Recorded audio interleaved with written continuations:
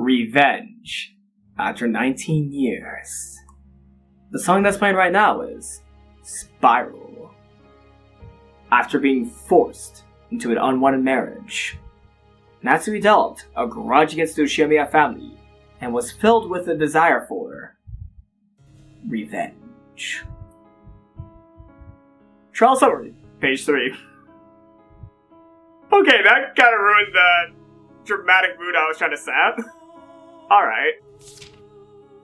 As revenge for financially ruining her birth family, Natsui also plotted to take over the Ushimiya family's fortune. Trial summary, page 4. When Natsui learned that the wealth of the Ushimiya family was for all intents and purposes controlled by Kinzo himself, she initiated sexual relations to curry favor with him and managed to ensnare him. Trial summary, page 7. Bernkastel documents, page 682. Can we read those documents because I'm curious? What's in these documents that there's 682 pages on it?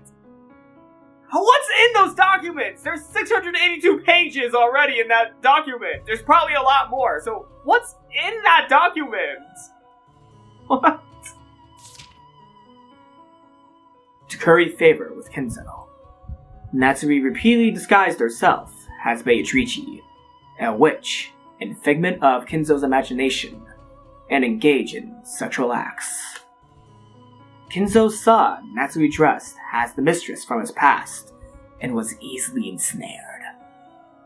Additionally, a servant happened to witness her in this outfit, forming part of the basis for the Legend of the Witch.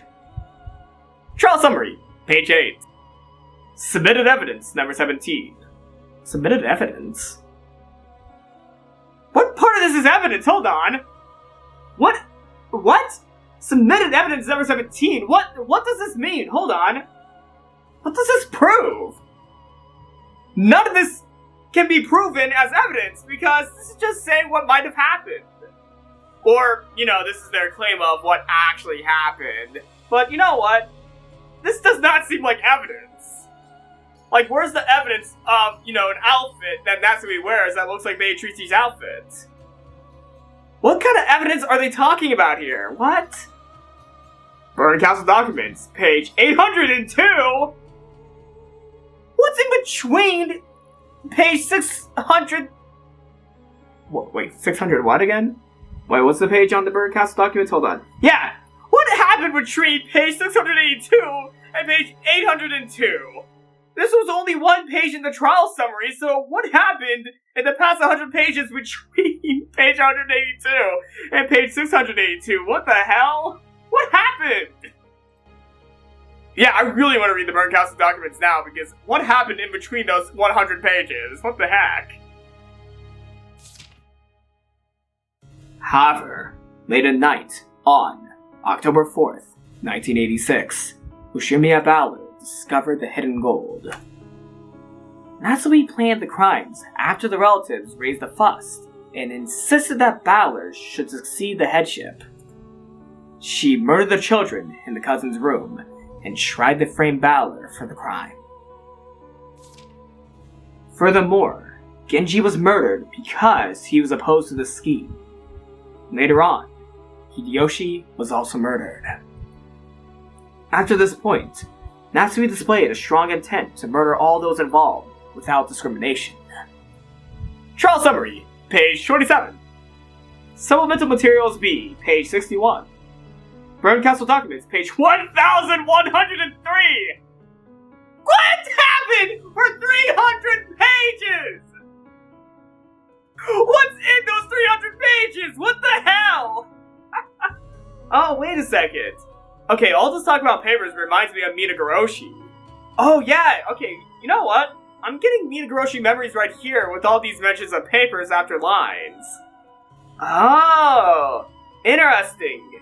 I can't say anything more about, this comparison because that's spoilers for Minagoroshi, but this reminds me of a certain scene in Minagoroshi where they talk about a bunch of different papers. The concrete details of the crimes are as follows. 1986. October 4th, 24 o'clock. Natsumi decided to commit the crimes. Because Genji refused to assist her when asked, she murdered him. She then murdered her husband Klaus in his own room. Trial summary, page 40. Supplemental materials as page 8. Bernkastel documents, page 1105. Alright, not a lot of things happened in page 1104. Not a lot happened, alright. Great Court Internal Documents, Library Law, A09, number 9974. To the guest house she goes. Afterwards, she went to the cousin's room on the upper floor of the guest house, waited for Rosa to join the rest, and killed George, Jessica, Maria, and Rosa. She mutilated the necks of the bodies. Afterwards, because there were people in the downstairs lounge, she waited in an empty room upstairs. She hid in this empty room until the people in the lounge dispersed and went to bed. Trial summary, page 41. Supplemental materials as page 10. Bernkastel documents, page 1131. Great Court Internal Documents, Library Law, A09, number 9974. The people in the lounge dispersed just after 3 a.m. Natsumi left the empty room and escaped from the guest house. She returned to her room, where she met up with Kenzo, who had been hiding there. They spent the rest of the night there together. Kenzo left the room early next morning and concealed himself somewhere near the guest house. Trial summary, page 41. Okay. I was kind of distracted there for a moment because Kenzo made the fucking face. He made the cursed face. He made one of those cursed faces, jeez. And I was like looking directly at him because his head was like right where the text was. So he just looked me right in the eye. I always hate it when they use that sprite because I'm always paying attention closely to the screen, and then all of a sudden I see Kenzo staring right back at me with dead eyes. I'm sorry. Supplemental Materials S, page 29. Bernkastel Documents, page 1200. This is one long-ass document. Great Court Internal Documents, Library Law, A09, number 9974.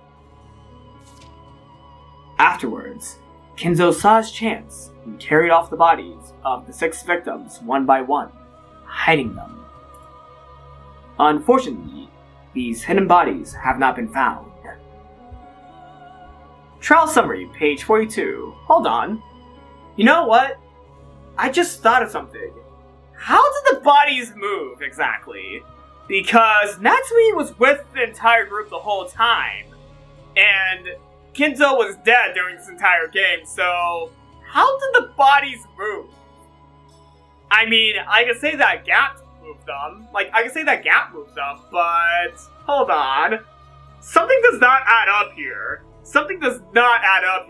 I mean, if they did not specify what defines death, they could have been alive and they walked out of the rooms. I mean, that's the only explanation because Kenzo's dead. Well, from the interpretation that's not Bernkastel's. Yeah, Kenzo's dead, so how did the bodies move? Because Kenzo could not have moved them because he's already long gone. Huh. Supplemental Materials S, page 37. Great Court Internal Documents, Library Law, A09, number 9974. So this detail was not good enough for the Bernkastel documents. Natsumi, who had failed in her scheme to cast suspicion on Battler, changed her plan to include the murder of all present. Trial summary, page 58. Supplemental Materials T, page 19. Bernkastel documents, page 1348. And they're back. Great Court Internal Documents, Library Law, A09, number 9974. predicting that one of those present would eventually want to take a rest in a private room. Natsui concealed herself inside a closet in one of those guest rooms. When Hideyoshi visited that room at approximately 13 o'clock, she murdered him. Trial summary, page 61. Supplemental materials T, page 26. Great Court Internal Documents, Library Law, A09, number 9974. Natsui once again concealed herself in the closet from the time the others came aware of the incident to the time that they carried out Hideyoshi's body. Furthermore, as proof of this, a button from Natsui's clothes was found in the closet. Fuck. Well, that's foolproof evidence that she was in there. Afterwards, she exited the closet and tried to return to her own room. However, Furuta Erika discovered her on the way, and Natsui confessed to her crimes after questioning. Trial summary, page 63. Supplemental materials D, page 32.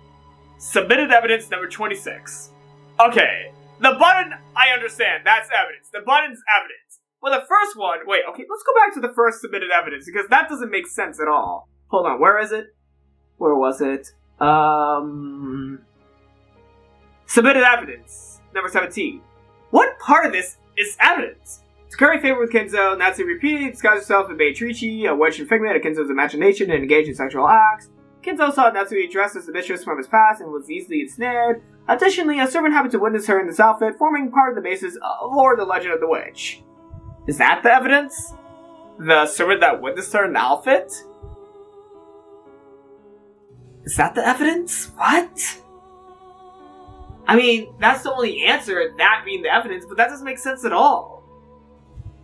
Okay, so that's the only piece of evidence I found in the statement. A servant happened to witness her because... Isn't that witness evidence? Yeah, witness evidence, yeah. Okay, I'm gonna give this a pass now. I'm gonna give that line a pass now, since I just figured out what's supposed to be the evidence. Okay, I gave that a pass now. Bernkastel documents, page 1348.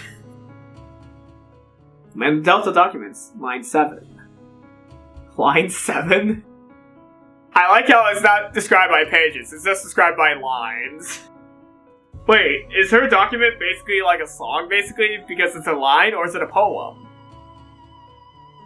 Or it could be a line as if it's poetic. What was I going for? Lambda Delta, that's 34 in Greek. Line 7. You know what's else in lines? Greek poetry, Greek stories. Lambda Delta documents? It's styled after her namesake. Great Court Internal Documents. Legal Management? U99 number 0107. Great Court Official Notice. Number 01724434. Oh. Great Court Official Notice. Number 01724434. Trial of Illusions. Number 0147-007982. 1986. October 5th. 24 o'clock. Decides as follows. Ushiomiya Natsui confessed to the crimes. For a period of 13 months following this announcement, related documents may be pursued at the Great Court Legal Offices Document Management Center, first subsection. Great Court Deputy Attorney General, Chief Inquisitor, Dlanor A. Knox. Oh! Was all that right there written by Dlanor? Oh, interesting! Interesting! That was all written by Dlanor! Oh! Intriguing. Really intriguing.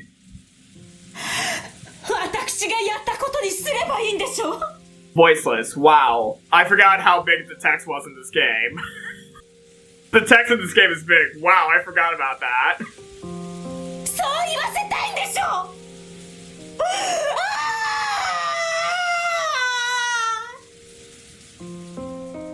as though she had given up and decided that it would be useless to try and talk her way out of this any longer. Aunt Natsume said that and screamed. It was a sad incident. I wanted to believe that, despite the pitiable circumstances which led to her marriage into the Shinomiya family, Aunt Natsume had been able to find some small measure of happiness with Uncle Klaus and Jessica. But instead, by Aunt Natsume's own hand, Uncle Klaus, and even her beloved daughter Jessica, had been heartlessly killed. It was even harder to believe that grandfather had been an accomplice and hid the bodies. However, several people had given clear testimony that grandfather's mental state for these last few years had been far from what anyone would consider normal.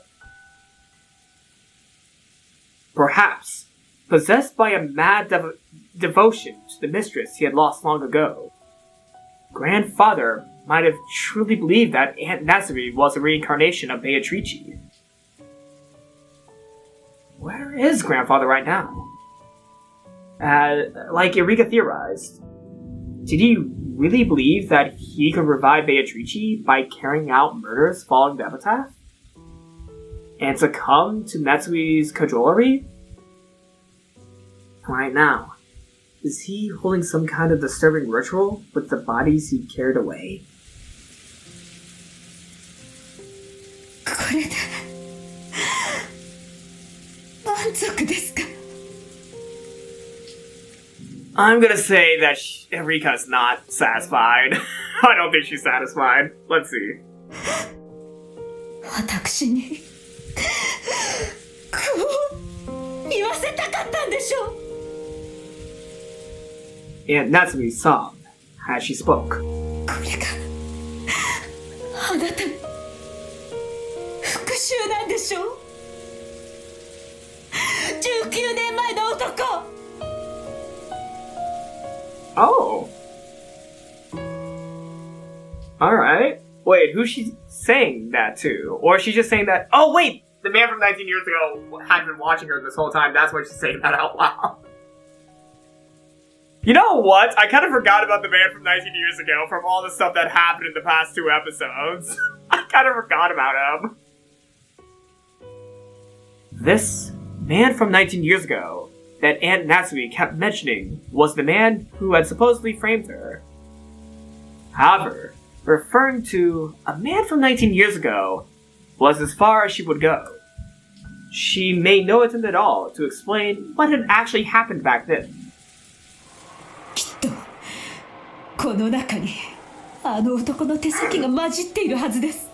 Damn it! Every time those 2 fucking words come up, I automatically have to give a giggle. This is not the time for a fucking joke like that. This is not the time. No, that was not even a joke! That's not even a joke! It's just an internal reaction I have now when I see 2 certain words. I'm not gonna say the words, but dang it! Every time! あの男はあなたたちの誰かを通じて今のこの私を嘲笑っているでしょう。 And I wonder which one of us she may think is working with the man. Oh wait, she thought that Shannon was working with him. Oh, interesting. Yeah, I was gonna automatically assume Erika, but she also did have suspicions on Shannon, so, huh.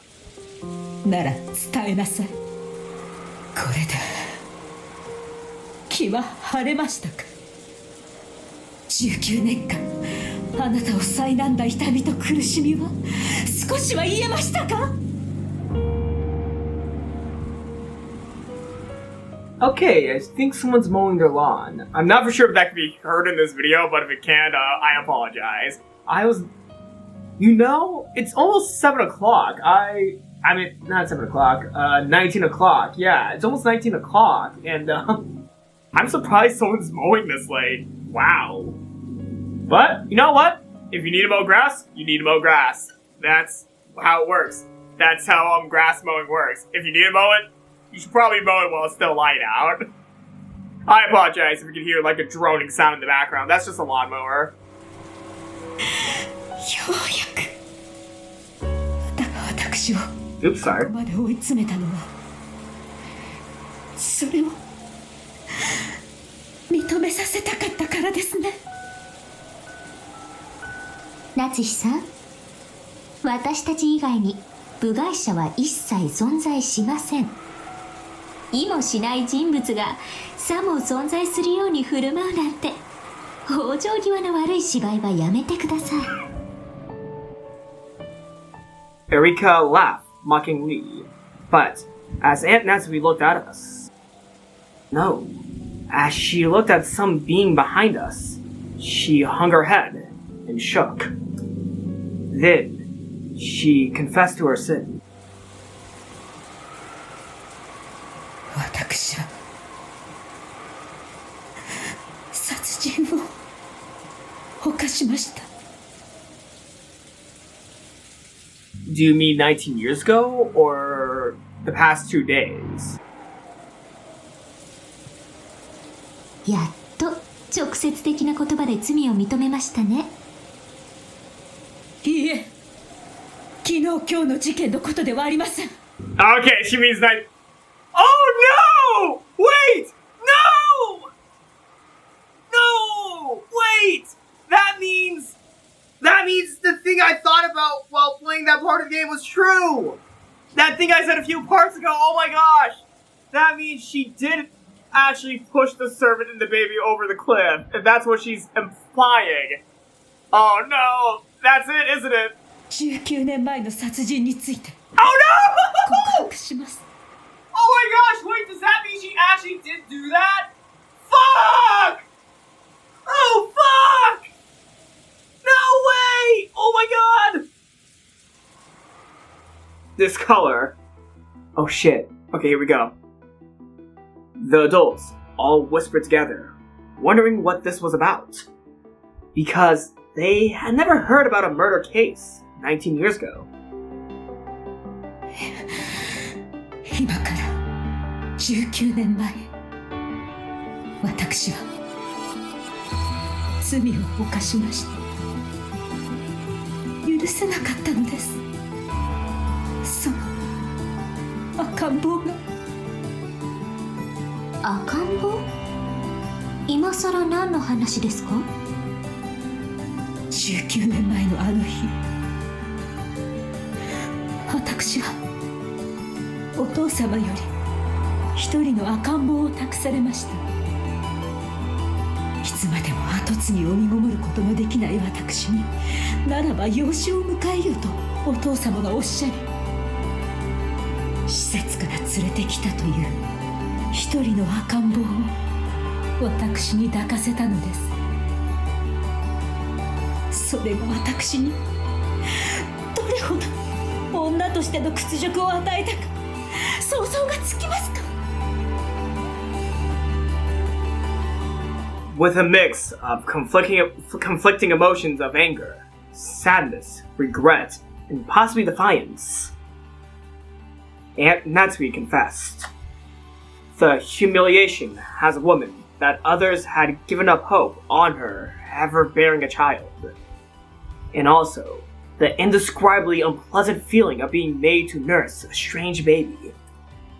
It caused her great sadness and rage.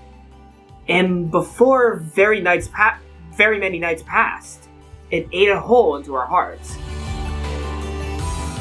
そして私は心を悪魔に売り渡したのです。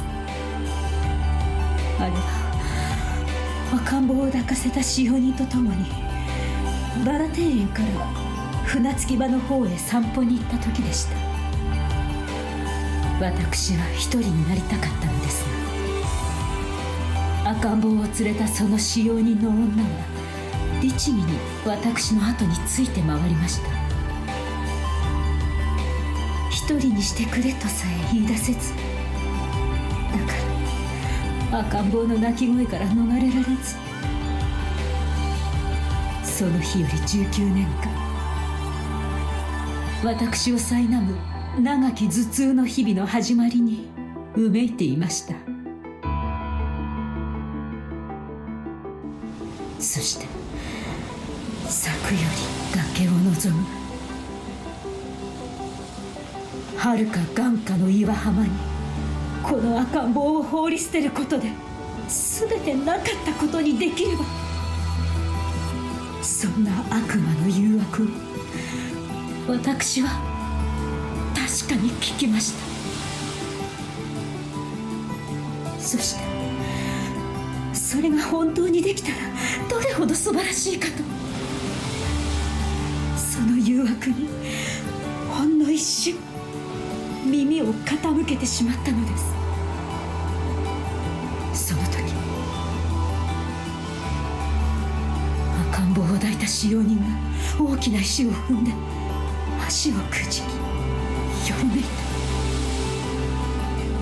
そして粗末な柵に寄りかかり、その時柵が大きくきしんだきました。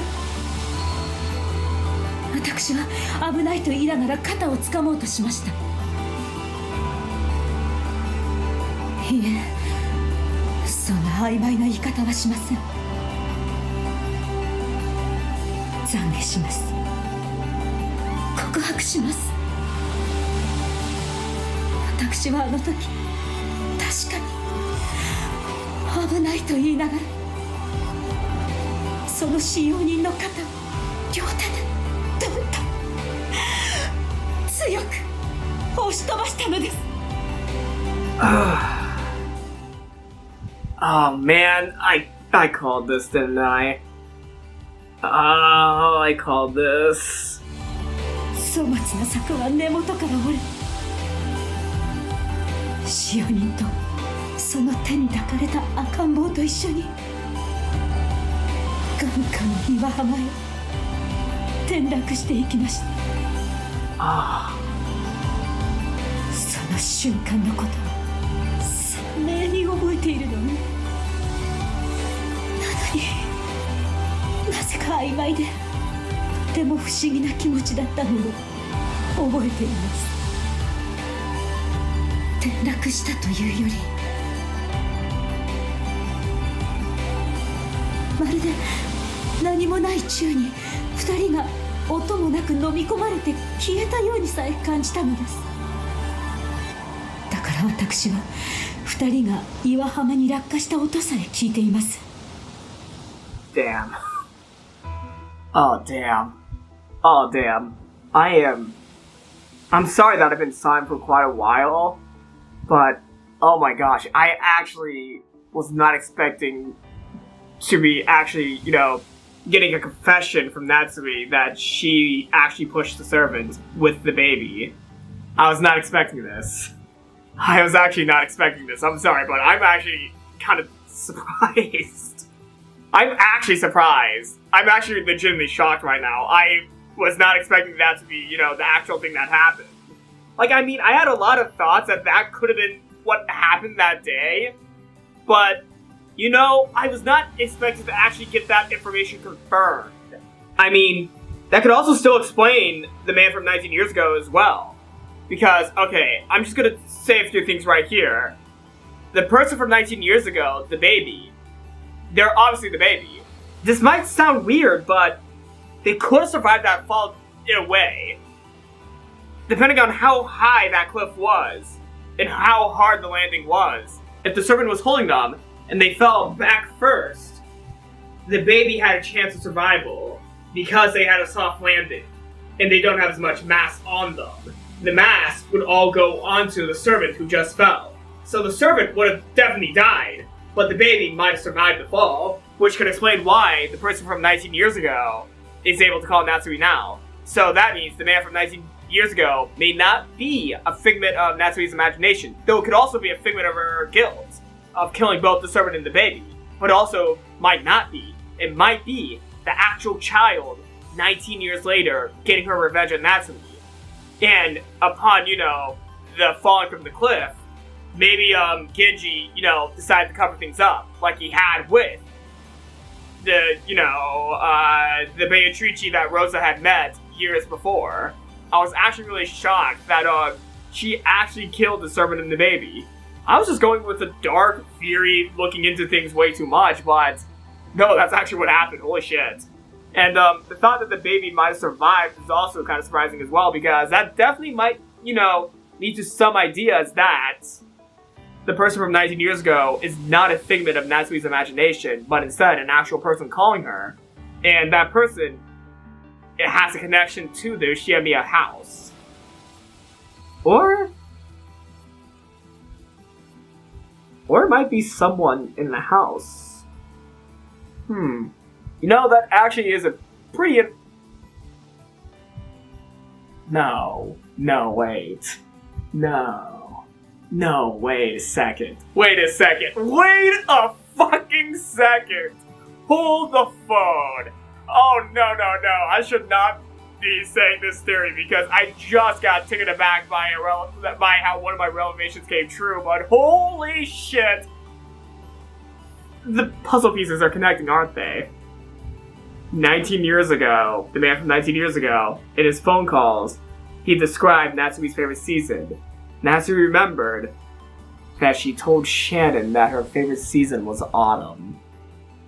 The man from 19 years ago knew that season. Watching Natsui, knowing where she is. Shannon was in the mansion! Definitely she had a vantage point of watching Natsui. Holy shit! I mean, Lambda Delta was the caller, but if we interpret Lambda Delta controlling the piece of the caller, that has a heavy implication that Shannon was the man from 19 years ago, and also the baby that was thrown off the cliff. Holy shit! Wait a second! What? I mean, that could add up. Shannon is around Battler's age as well. Was she younger or older than Battler? I don't know. Holy shit! Shannon could be the caller from 19 years ago. Holy shit! I just got out of a mind funk from the surprise that Natsui confessed to her crime of killing the baby and servant, and now I made probably one of the most... You know what? That revelation does not sound bad at all, or stupid. That actually makes a little bit of sense, though. That revelation of Shannon being the caller, that makes sense. I mean, the voice doesn't match up, but you know what? The voice doesn't matter. The voice does not matter, because this game originally did not have voice acting. So if you ignore the voice acting, we still interpret the caller from 19 years ago being Shannon. Holy shit! Oh my god! Things are coming together now. Holy shit. Okay. Can I apply this to anything else? Hold on. Could I apply this to anything else? Because if Shannon's the caller from 19 years ago, she was the baby that was thrown off a cliff, I can't think of anything else. Hold on. I feel like there's something a lot more here. Is Shannon the culprit? Wait. Is Shannon the culprit? I mean, she has reason for revenge. Though her revenge would only apply to Natsui, though. You know, in the end of the first game, when Natsui went off on her own to have a showdown against, Beatrice with her shotgun, she did meet up with someone and recognize them. Oh. That might have been it. She finally recognized the person from 19 years ago finally appearing before her. But wait, wasn't Shannon killed in the beginning of the game? Most likely, Shannon is the caller from 19 years ago. Most likely from the inference clues that we got from Natsui's statement that the only person she has ever told that, her favorite season was autumn too was Shannon. And the caller from 19 years ago had mentioned that Natsui's favorite season was autumn. And on a note card in her room says autumn. Who has access to her room and could probably call her about her favorite season? Shannon.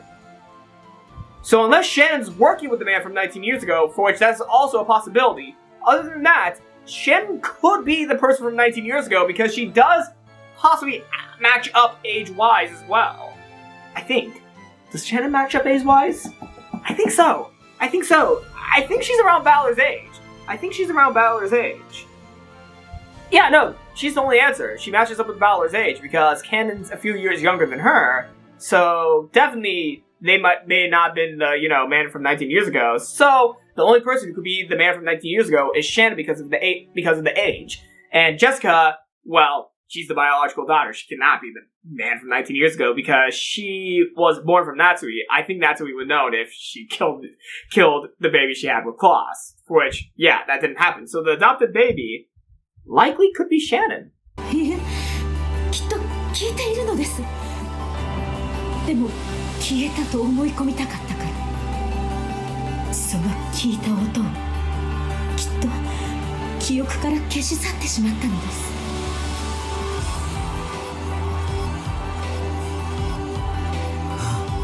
す。それから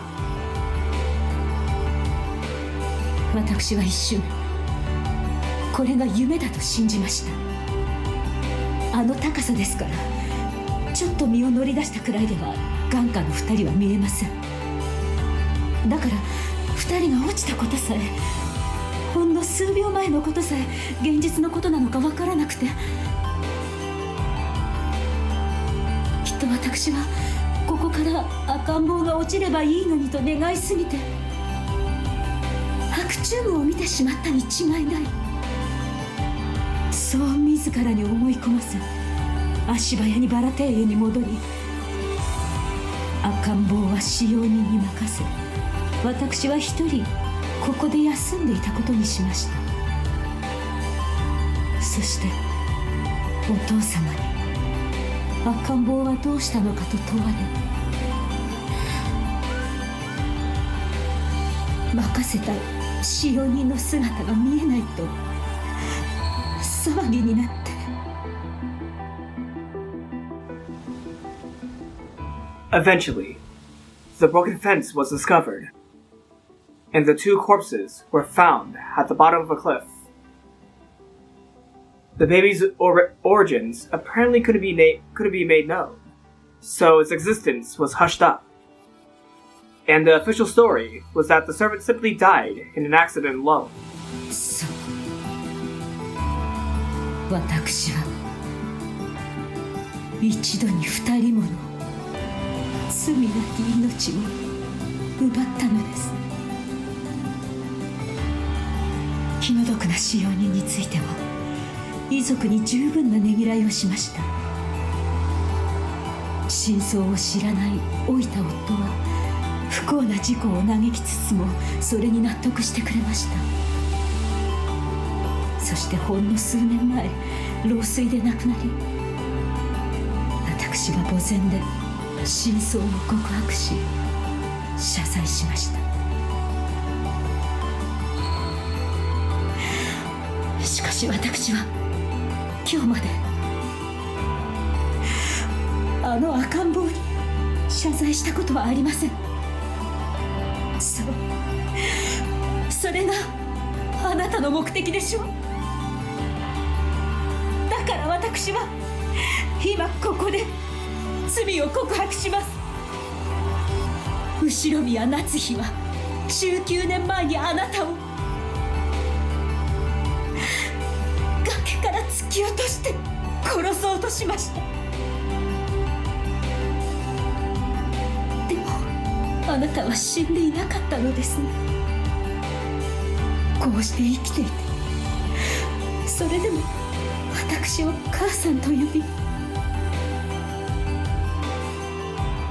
I just realized one flaw with my theory from earlier. If the baby survived, how did they figure out the truth? Actually, no, someone probably had told them the truth. Yeah, you know what? Scrap that. Keep my theory alive by saying someone told them the truth much later on in their life. There we go.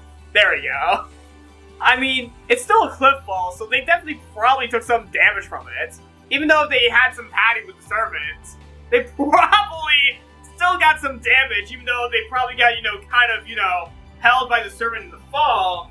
there had to be some sort of injury put to them, probably, maybe. But what kind of injury, though? Like, if I go by the theory that the person from 19 years ago is Shannon, what injury did they endure? And because, does Shannon have any noticeable injuries? No, okay, you know what? No, she's just hiding them. She's not mentioned them because we have not really gotten a point of view of her where she mentions any injuries on her body, if she endured any injuries from the fall. I don't know why, but yeah, that is a thing that will make this theory kind of problematic. Because no matter how much padding you have with the fall, you'll probably get some injuries put to you if all you had to land on was somebody else's body on a pile of rocks. この島へ帰ってきて、こうして復讐をされたのですね。あなたはこの19年間、母と呼ぶはずだった私に突き落とされたことを知って、どれほどの憎悪の人生を送ったのでしょうね。いや。そしてあなたは、私があなたを突き落としてから得た18年間の人生をこうして全て打ち壊しました。もう私には愛した夫も娘もいません。そして私には名誉もなく、こうして人殺し呼ばわりされて、いえ、本当に人殺しですものね。Yeah. Even if you didn't do the murders for the past 2 days, you still had killed a servant and possibly a baby as well. Well, either way, you still killed someone, so that does make you still a murderer. No matter how tragic the reasoning is, it's still a murder of someone else. ええ、そうです。あなたの目論見通り、私は今や人殺しとみなされています。どうですか？復讐にはこれで十分ですか？夫と娘を殺され、人殺しの汚名を着せられ、不貞の汚名まで。こうして生き恥をかかされる私を見て、あなたは満足ですか？さぞや満足でしょうね。私と家族も名誉もすべて奪い去ったのですから。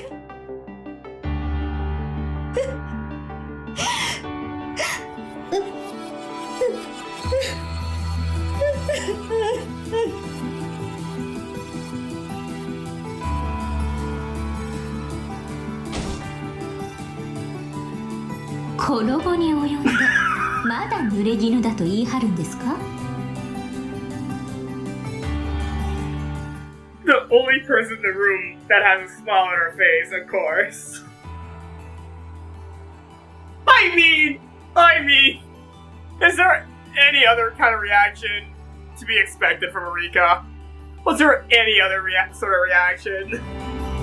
まったく、あなたは本当に往生際の悪い。Damn it, Erika. 聞こえていますか？19年前の呪われた赤ん坊。これで満足ですか？あなたは私から全てを奪いました。まだ何か足りないというのですか？私を許して。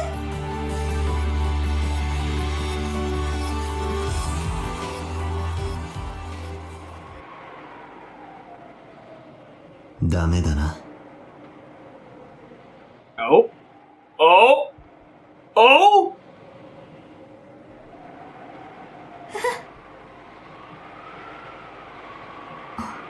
バトラーさん、何か言いました？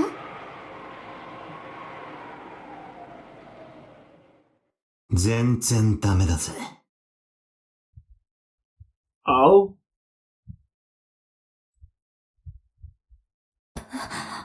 Battler. What is he gonna say? Wait. Why is Battler saying it's no good? A lonely deep sea fish. ダメだな。全然ダメだぜ。Oh wait, oh. This is an automatic line. What? What? What? What? No, wait! No! Wait, what? Wait, we're ending things off right here. What? What? What? Are you fucking serious? No way! No! Wait, what is happening? What is happening? Wait, what is happening? What?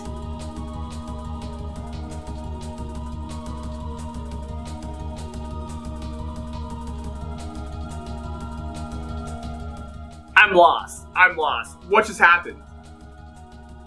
I'm actually lost. What just happened? What the fuck? Oh wait, we're still gonna get tea parties, right? 5th game, end of the Golden Wedge. That's... what? That was the 5th game. Holy crap. Holy crap. What? What? That's where they end this game. Holy shit. Okay, we're gonna get tea parties, right? Okay, we got a trophy, we got a trophy, we got a trophy. I don't care about trophies. New elements added. This is it, right? We're gonna get a, tea party? We're gonna get a tea party, right? I'm jumping right into the tea party, fuck it. Yep, we got a tea party. Okay, let's do it. Yep, let's just go right into the tea party. Fuck it. Fuck everything, go to the tea party. Why did Battler say it was no good at all? What's no good? What? Okay, we're back at the courtroom. Run it live. Erika, Dlanor. はい、我が主。お呼びですか？あなたたちは引き続きこのかけらにとどまり、残る第1から第4のゲームすべてを解明しなさい。もはや魔女幻想を主張する哀れなかりそめ魔女は存在しない。むき出しの真実を徹底的に暴いてやりなさい。お任せを我が主。このフルドエリカに解けぬ謎はありません。How did the letter come from the dining hall, huh? How did the letter go in front of the dining hall? 当然よ。それでこそ私の駒、私の分身だわ。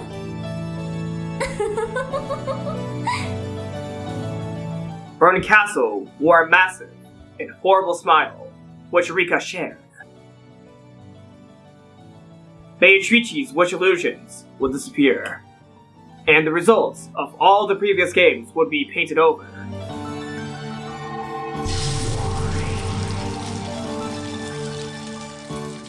It had been crushed in every way possible, and only the naked truth remained. To Erika, such a weak truth might as well have been fish on a chopping board. 過去の4つのゲームはすべて夏日の犯行とそのイレギュラーで説明可能です。もはやベアトリーチェなる魔女の犯行とは二度と語らせません。直ちに編纂に入り、極上の物語を献上してご覧に入れます。Okay, my biggest question is, how would the second game be explained as Natsui? And how would the 4th game be explained as Natsui? Because she was like one of the first people dead, so how would you explain that? And also the 3rd game, come on, there's heavy evidence that, servants, you know what?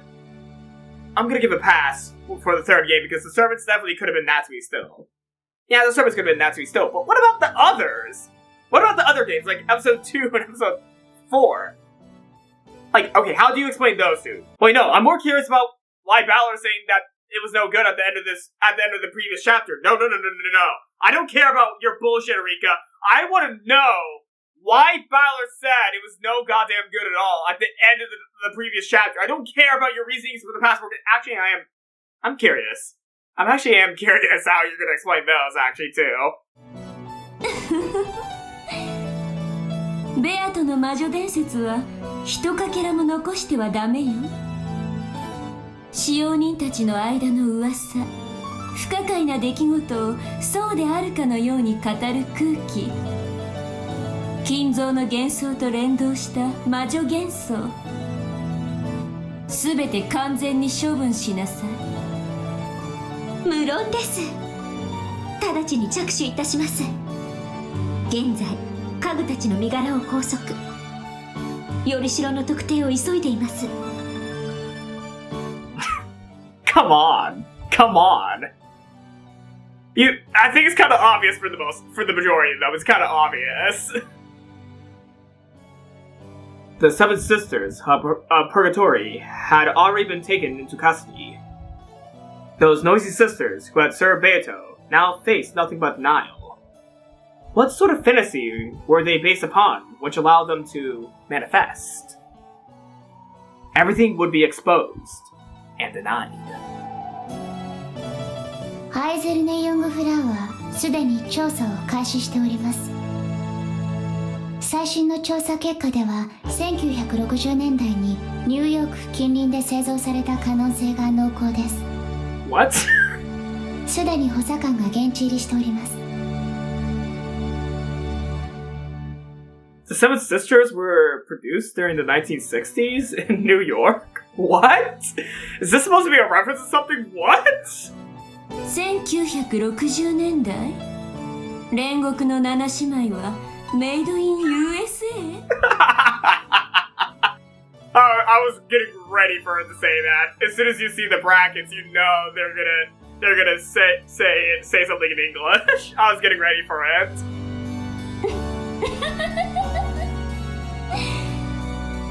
ソロモン王に連なる千年の魔女に仕える家具とか威張っておきながらとんだまがいものじゃない。何者なの？報告によればオカルトマニアの富豪たちにイミテーションを売りつけて高額詐欺を働く集団があるとか。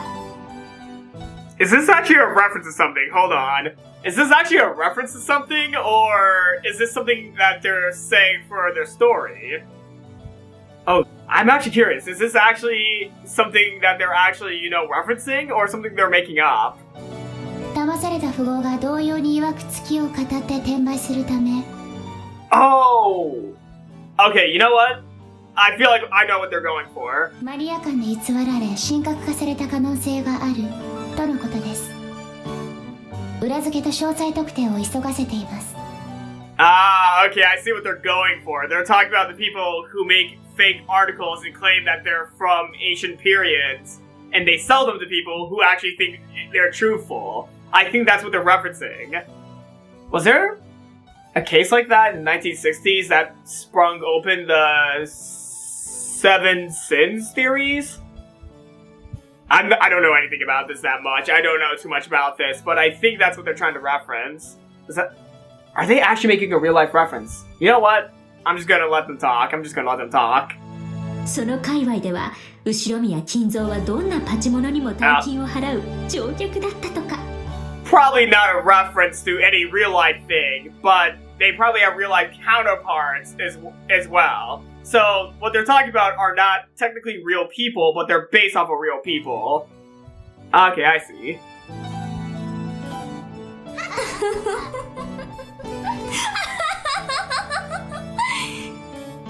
それが煉獄の七姉妹の正体？おかしいわ。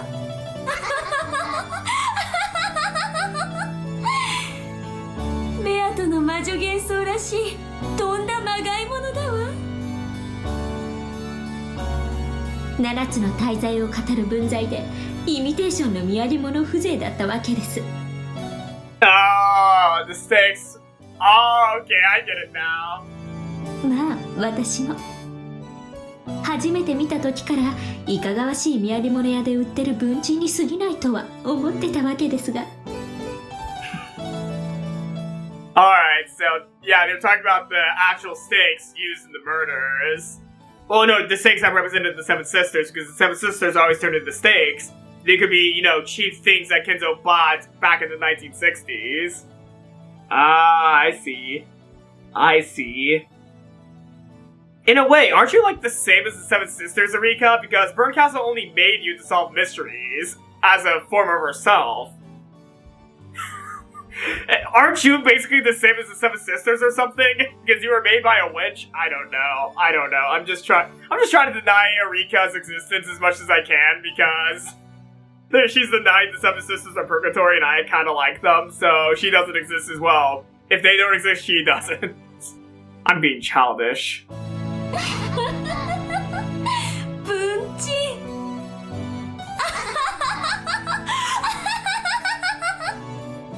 その真実はもう七姉妹には突きつけた？いいえ、まだです。あいつらまだ自分たちは1000年以上前に偉大なる魔術師によって生み出されたとか本気で信じてやがります。早く完璧な証拠と真実を突きつけ、自分たちが原価30ドルにも満たない文鎮風情であることを思い知らせてやりたいです。 You're probably worth less. Okay. Cut that out. That was way too far. I'm being way too childish right now in response to Erika. Cut that one out. No, keep it in, actually. その時どんな顔を見せて絶望するのかしら。楽しみだわ。その際には私を呼びなさい。最高の紅茶と梅干しを持って鑑賞に来るわ。At least they're having a time of their life, but their time of their lives is basically them torturing people. Torturing people through their mind. Oh, well, I guess that's where Erika's name comes from. She likes messing with people's minds.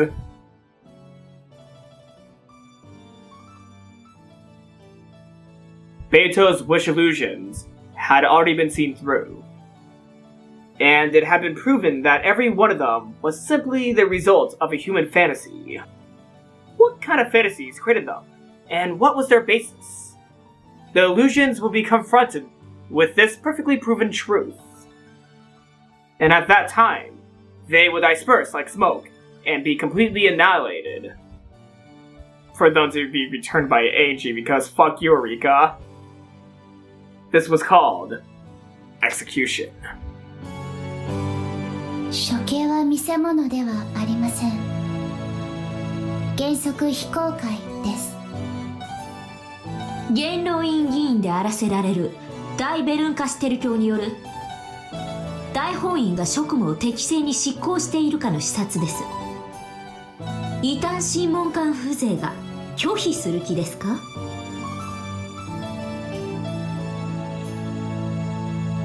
ええ、そうよ。Poor Dlanor. ドラノールたちが職務を正規の手順で遂行するかどうか、私は元老院を代表して視察するだけよ。ワルギリア、ロルウェ、ガープたちも現在拘束へ向けて準備中です。 Run as fast as you can. Run. シエスタ姉妹子の得体が捜索に当たっています。 Come on, Siesta sisters. Don't betray your fellow friends. Do not follow the ruling of Erika of all people. 無論その後にベアトリーチェに関わった3人についても拘束、処刑します。 Okay, quick question. What are you getting out of this? What exactly are you getting out of this? Because the last time Bernkastel worked with a piece, we all saw what happened to that piece. What exactly do you think you're going to be getting from this all, Erika? What What exactly do you think you're going to get from this? That's actually a really good question. What exactly does she think she's getting from this? Oh god, Erika, you're falling into Bernkastel's palm. You're falling into Bernkastel's palm, you fool. You fool. Now I actually have to feel a little bit bad for her if she truly thinks she's going to get something out of Bernkastel. For a detective, you're not that great at detecting someone you know is using you. ドラノール、シエスタ姉妹の正体は？高い確率で犯行に用いた凶器がよりしろではないかと推定されます。ガートルード上級補佐官が専従チームを結成。全件を調査中です。シエスタ姉妹の所見も楽しみです。一人ずつまとめて一度に。茶葉の缶を中身全部ポットに入れるバカはいないわ。一さじずつゆっくり味わわなくちゃ。まったくです。処刑は連日行いましょう。家具たちに魔女たちに一人ずつ連日の処刑賞を必ずやお届けします。素敵じゃない。何しろずいぶんの人数がいるからね。2週間くらいはたっぷり楽しめそうじゃない？ You know, I have a feeling this is all becoming a setup to get people feeling a little bit of despair for Battler to swoop back in and save the day. Oh man, if that's what's going to happen, Battler, I'm giving a hand to Battler. He's doing something that is amazing. Even though a few episodes ago, he would have been with these two witches, now he has matured enough into realizing magic can exist and also cannot. What am I don't know what I was trying to get at. I don't know what I'm trying to get at. I just want to see Battler jump back in and say his statements that he was going to with, you know, everyone in the, you know, in that one room. What was that room again? Oh my gosh. Shoot, the lounge, yeah. Everyone in the lounge. I just want to get back to that. I just want to get back to that so that, you know, Erika can finally, you know, get that stupid smile off her face. I want to see that smile wiped. Come on. Come on. How is Battler going to break their delusion that they think they can defeat Beatrice this easily? 誰から処刑するか、その順序を彼らに決めさせるとか。I would just gone with eating meaty mighty mo if they're trying to be sadistic. 処刑概念についても最高の提案をするように。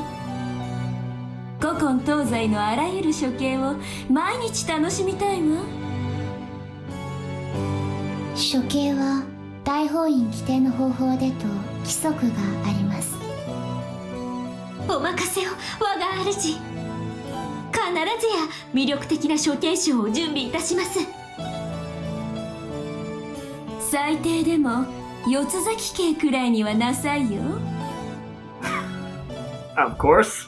無論です。ヨーロッパ各国からアジア各国まで、東西のあらゆる王国が採用した国王への反逆罪にのみ適用される各国最高の処刑を列挙してご覧に入れます。私からも処刑方法を提案したいわ。それに悩むことは寝苦しい夜の最高の清涼剤だから。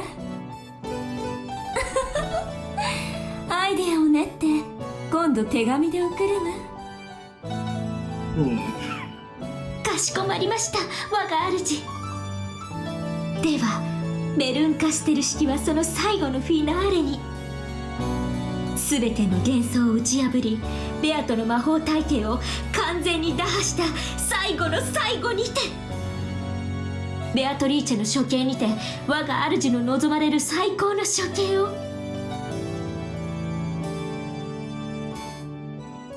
ありがとう、エリカ。あなたのおかげで私は病の辛さを当分の間忘れることができそうだわ。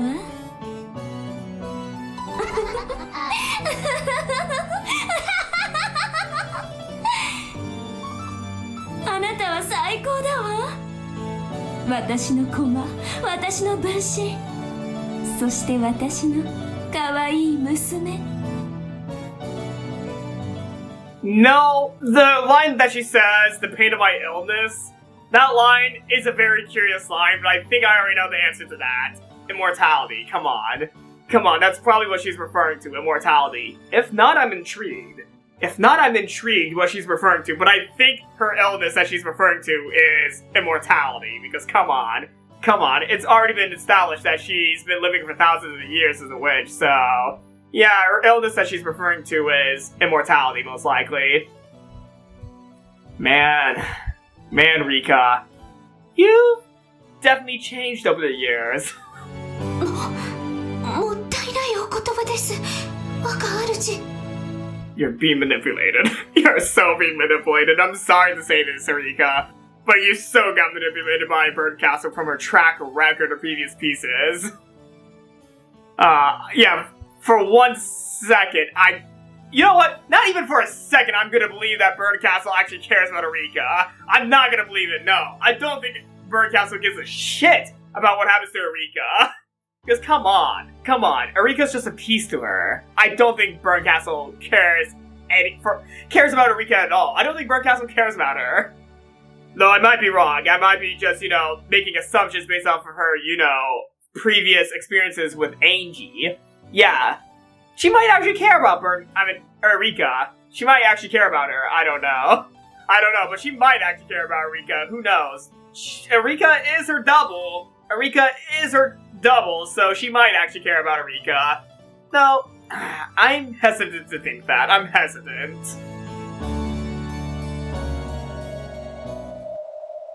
Ooh, there's one. エリカ、あなたに栄誉と褒美を与えるわ。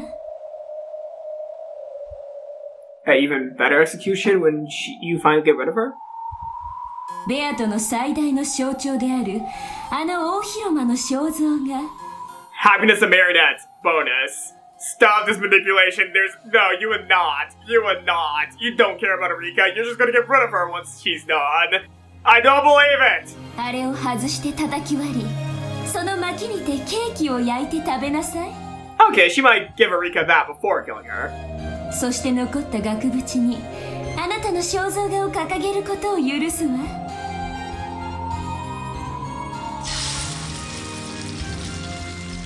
No! Don't do that! Don't you dare be sitting where she once stood! Get out of there! Don't you dare be sitting where she once sat! 最高の栄誉です。 Also, that chair has a tear in it. Why are you sitting in a torn up chair?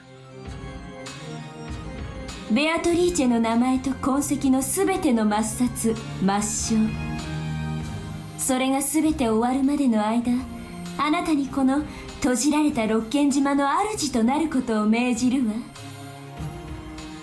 奇跡の魔女、ベルンカステルの名において、その日まであなたに魔女の位を与えることを宣言するわ。これよりあなたは真実の魔女、エリカを名乗りなさい。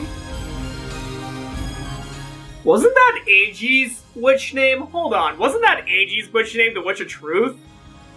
I was about to check the character sheet, but Angie's not listed there. Darn it!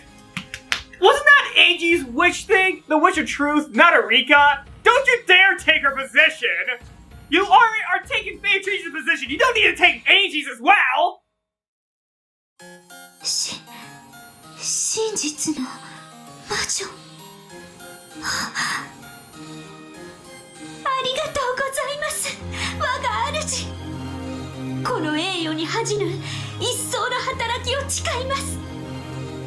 Dlanor just not Dlanor. Dlanor just wishes that this job is going to be over soon. Even though she was nothing more than a piece. She was being granted the honor of calling herself a witch, like her master, if only for a brief stretch of time. Erika was so moved at having her hard work and knowledge in this greatest form that she trembled. ドラノールは引き続きエリカを補佐し、その進捗を私に報告しなさい。脅威です。ところでラムダはどこ？あちらにおられます。Oh? What are you doing, Lambda? From the guest seating on the second floor, she pointed downwards. Lambda Delta could be seen beneath Battler, who hung there dead, rung through by the red longsword. Hmm? Please tell me he wakes up right there! 後ろ宮バトラか。 Twirl. Oh, okay, she's gonna insult him in a little bit, and then all of a sudden he's just gonna open his eyes and just look directly at her, making her freak out or something. Please tell me that's gonna happen. Is he just gonna all of a sudden open his eyes and scare the shit out of Lamb Delta? Please let that happen. 面白い男だったわ。 Come on, okay, let's see. そしてもっと面白くなれたかもしれないのに。残念ね。見事な死に様じゃない。エリカ、このバトラの亡骸は屋敷の大広間に飾るといいわ。次に私がこのかけらに訪れるときは私をその前で迎えなさい。かしこまりました、我が主。愚かなる男の姿を永遠に主の勝利の記念碑といたします。それは素敵ね。しゃれてるわ。漆喰で塗り固めて美しい純白の石像にするといい。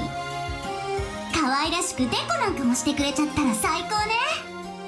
You know what?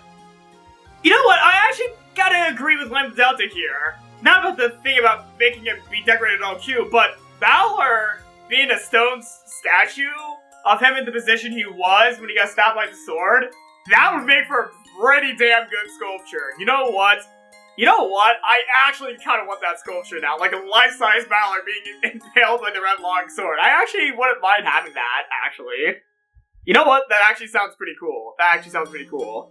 Oh, man. I either need to save up enough money for a commission, or learn how to make sculptures myself. Alright, in the future I might be making some sculpture lesson videos where I learn how to sculpt so I can make that statue.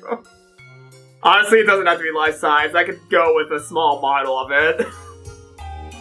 はい、ラムダデルタ卿。ご期待に添えるよう努力します。おめでとう、魔女就任。一時的なものであれ。私はあなたを友人として迎えるわ。Erika was so overcome with emotion that tears came to her eyes. Not in the good way she's crying. Because no greater pleasure exists for a piece than having its efforts acknowledged by its master. I am way too mean to Erika, I'm so sorry. People actually really love Erika and I'm bullying her basically, but you know what? It's just that she's so hateable that I love her. 最後にはベアトも剥製にしてやりたいわ。Now sculpture eyes just stopped. そして大広間に高々と飾ってやるの。Maybe just make her a sculpture and not stuff her. I would prefer that. 白樺ご飯 Lake Shirabaka? Wait, what? What? Lake Shirabaka? Okay, what is Lake Shirabaka? Wait, Shirakaba. Lake Shirakaba-ko is an artificial lake that is up to 9 meters, 30 feet deep, and 1,460 meters, 4,645 feet above sea level. Oh, that's an artificial lake, too. I have to say, that does look pretty cool. But, did she say something that sounded like Lake Shirakaba? 最後にはベアトも剥製にしてやりたいわ。そして大広間に高々と飾ってやるの。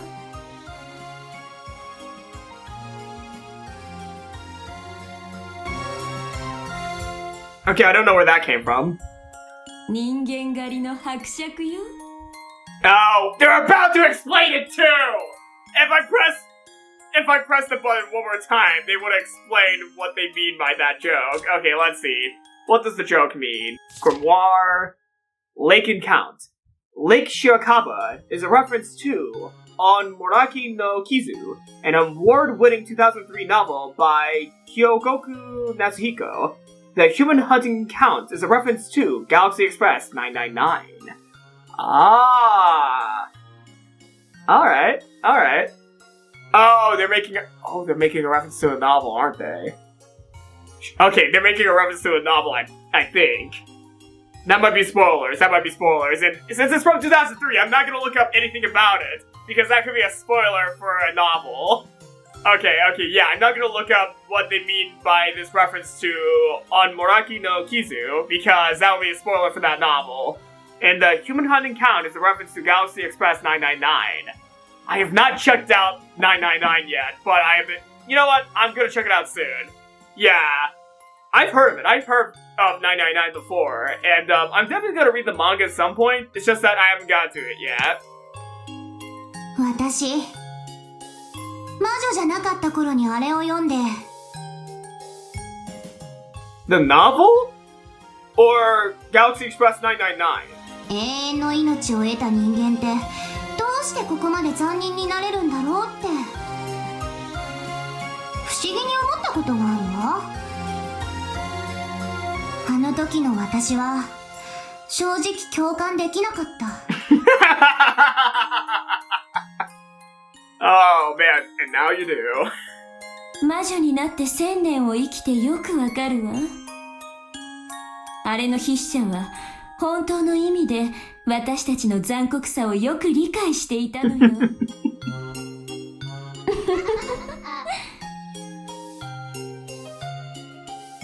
次はどこへ行く？どうせ旅立ちはお互い背中を向けてでしょ？あなたに退屈をしたくないからよ。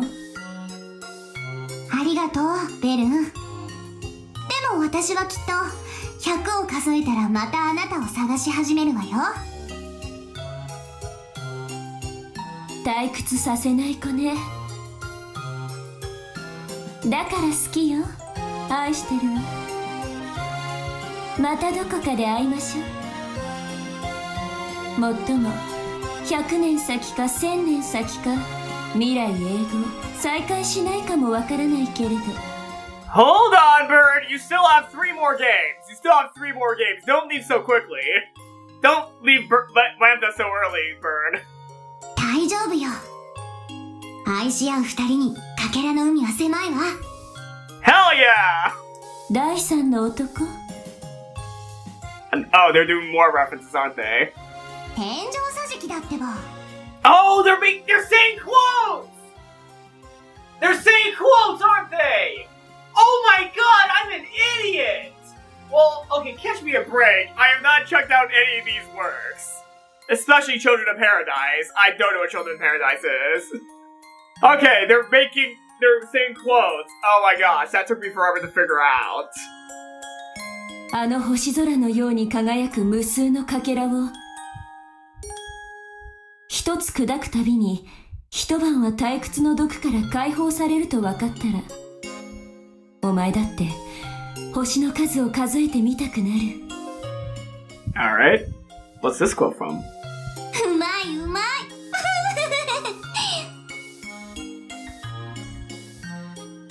The witches known as Voyagers travel across the countless glittering futures of possibility and gobble them up, trying to escape their illness called boredom for as long as they can. Okay, that's still an immortal thing, boredom. I was mostly right.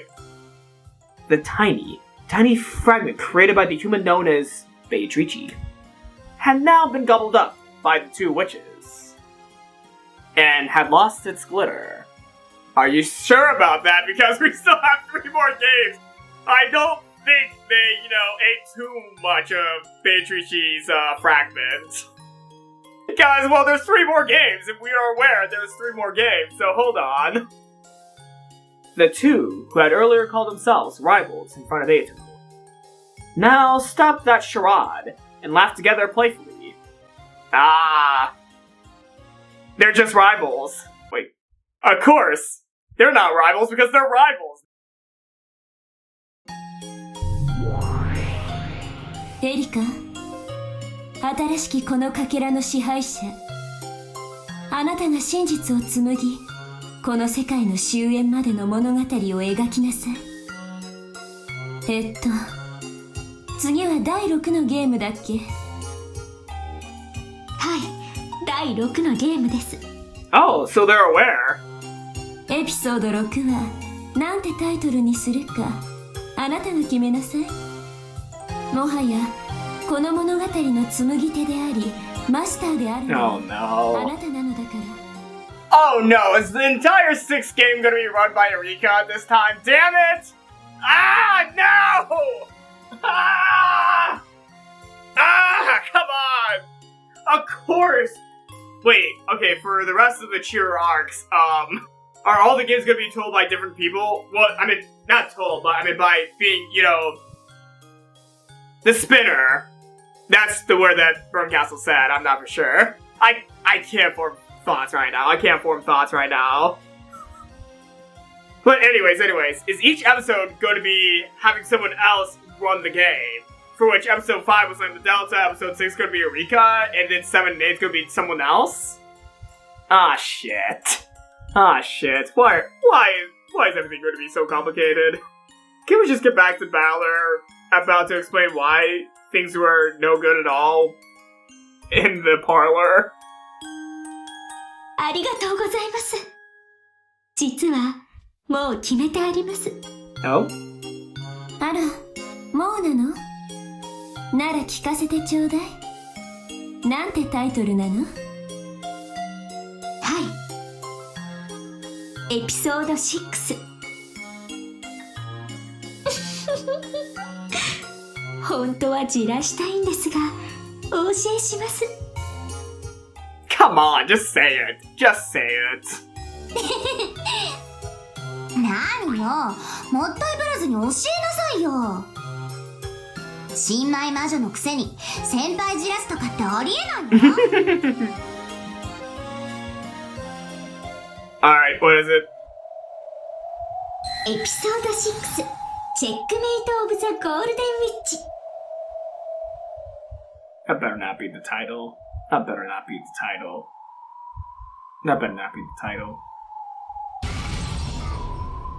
Umineko no Nagakori ni Chiru, Nocturne of Truth and Illusions. Alright, there's still one more tea party. Alright. The question marks have been added. Come on, this is where Battler returns, right? This is where Battler returns and explains why everything that was just said was no good at all. Right? Come on, that's where Battler returns? This is where Battler returns, right? If Battler doesn't return, okay, no, no compromise. He said this was no good at the end of the main episode 5 game. Come on, we have to go back to Battler. It's Battler time, right? Battler time. This is gonna be Battler time. Come on, it's Battler time. Come on, we're gonna get Battler.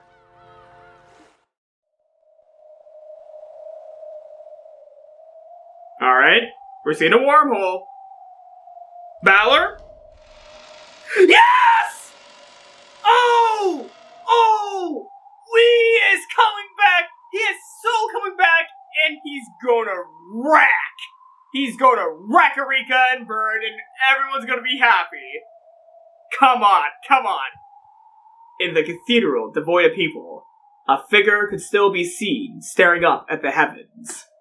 Its chest pierced with a long red sword, which pinned it in place to the ground.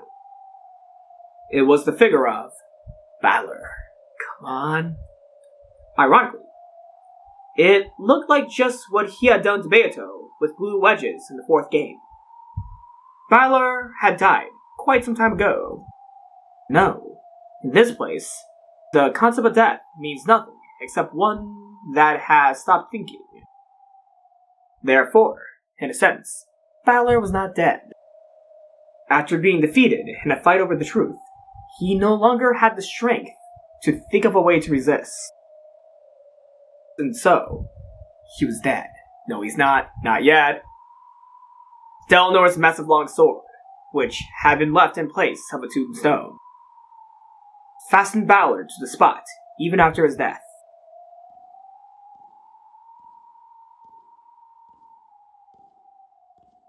But this is not the end of Battler, right? I'm hearing footsteps. I'm hearing footsteps. Who are these footsteps? This was being lit by a faint light, seeping out of a high skylight. Wait, is Battler not going to return then? Is Battler not going to return? I don't know what's going on here! Quiet footsteps rang out across this still cathedral. Beatrice! From the darkness behind a pillar, a woman slowly stepped forwards. Well then, EP. It was Beatrice. Her eyes had no light in them, and looked the same way they had for so long in the Golden Land. Still muddied over with grade. Is she going to fight back for her game? In Battler's place? Is she gonna fight? Oh, wait. Oh, she might return upon seeing Battler's body. She might return upon seeing his body, and she's gonna fight Erika. Is this what's gonna happen here? Is this gonna be Beatrice's return? Previously, she couldn't even drink black tea properly without assistance. But now, though it was slow, and though there was no life in her eyes, she was, surprisingly, walking. Beatrice! You know what? I was not thinking Beatrice would have returned like this, but you know what? Beatrice might return. And that Peace Battler that was talking on the game board, that might have been Beatrice and her return to the game. Oh! And with slow, deliberate steps, she reached Battler, who was still dead and pierced. Then, slowly, she touched him. She tugged on his sleeve. However, Battler showed no reaction. When she realized that it wasn't sleep, but death, the witch, with the forlorn gaze, drooped her head even lower. Then, she quietly whispered, 嘘つき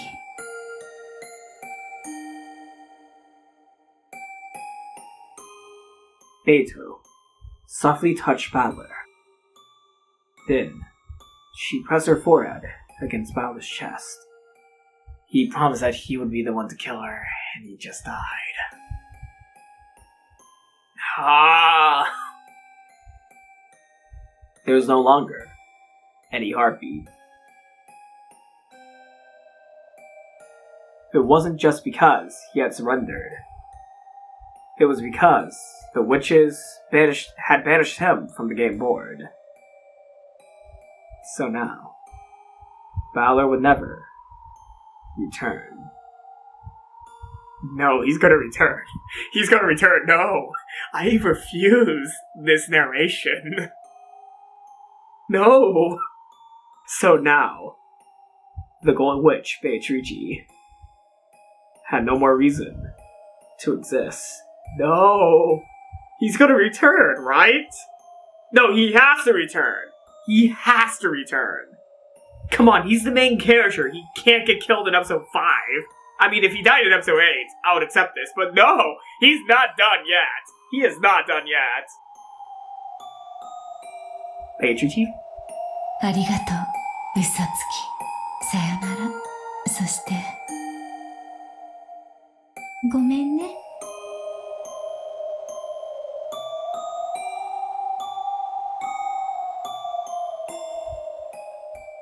No, Beatrice, you're gonna stay behind, right? You're gonna stay behind, and through your fighting against Erika, he's gonna wake up during the middle of it and step in to help, right? No! And also, why did your voice change in the middle of your final words to him? Wait, that's important, isn't it? That's important, isn't it? Yeah, that's so important, that voice change. Come on. This is when she's gonna open her eyes, smile wickedly, and then turn to face Erika. No, she's crying. Oh no. No. Beatrice! Beatrice!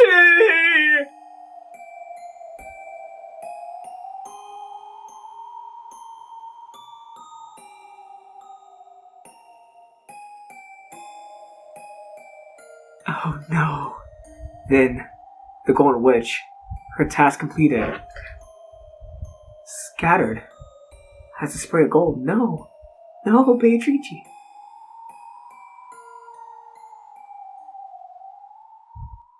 No. What? Come on, no. No, she didn't disappear forever. She's going to fight. In the Golden Land, the gray wane gently continued to fall. There was a faint aroma of good black tea. Beato stared blankly at the surface of the tea. Oh, this is her preparation, right? To fight Erika? This is gonna be her preparation, okay. Oh, no, wait. Oh, it's in black and white. This is a flashback. So a flashback before the fight? Yeah, flashback before the fight! There was Virgilia, continuing her knitting. Along with me and Dlanor talking to each other. Wait, along with me and Dlanor talking to each other? This is Battler's narration. Hold on. Wait, what? What's happening here? Voiceless. This is a flashback. Well, obviously. A flashback to a memory of Battler's, which Dlanor's sword must have given him as it pierced him. Oh, Dlanor! Dlanor, what are you doing? What are you doing, Dlanor? What are you doing? A flashback of that time Dlanor had come to visit the tea party in the Golden Land. Oh, Dlanor, you sneaky inquisitor. This is what's going to cause him to return, isn't it? 私も同じです。次に太刀を交えるときは遅れは取りません。上等だ。相手してやるぜ。全力で来い。約束します。全力です。Dlanor. I thought she was a ruthless... let me repeat what I'm saying. I thought she was a ruthless killer doll without a heart. But maybe she actually is pretty approachable. Though, of course, neither of us will show any mercy when fighting on the game board. For a while, we gaze at the rain-drenched rose garden as we quietly enjoyed our tea. しかし、恐ろしいもんだな。お前の戦い方はノックス実会だったっけか? Was it just added to the character sheet? No, it was just added to the test. This, oh my god. Nox Decalogue. The 10 Commandments created by Dlanor A. Nox's father and used in hearsay trials. Oh my god, it's finally here. Finally, I get the full list. Okay, here we go. Nox's first. It is forbidden for the culprit to be anyone not mentioned in the early part of the story. Nox's second. It is forbidden for supernatural agencies to be employed as a detective technique. Nox's third. It is forbidden for hidden passages to exist. Nox's fourth. It is forbidden for unknown drugs or obscure scientific devices to be used. Nox's fifth. Not included. Yeah. I can understand that one. I know what Nox's fifth is. Someone said it in the comments. I can understand why it's not included. Nox's sixth. It is forbidden for accident or unaccountable intuition to be employed as a detective technique. Nox's seventh. It is forbidden for the detective to be the culprit. Alright, that's pretty good. So, at the very least, we know that Erika's not the culprit. That's good to know. Nox's eighth. It is forbidden for the case to be resolved with clues that are not presented. Well, okay, yeah, Erika could not have been killed because she wasn't there in the first 4 games. If she was, though, definitely that could imply that she is the killer. But since she wasn't in the question arcs, definitely she can't be the killer either way. Yeah, none of the characters that appear for the first time in the Chiro arcs, none of them I'm going to consider as a culprit, because come on, they have to be in the question arcs in order to be considered a culprit by me. So, Erika, not a culprit. From the beginning, even if she wasn't a detective. Alright, where was I? Nox's 8, yeah. It is forbidden for the case to be resolved with clues that are not presented. Alright. Nox's 9th, observers are permitted to put forward their own conclusions and interpretations. Alright. Nox's 10th, it is forbidden for a character to disguise themselves as another without any clues. Alright.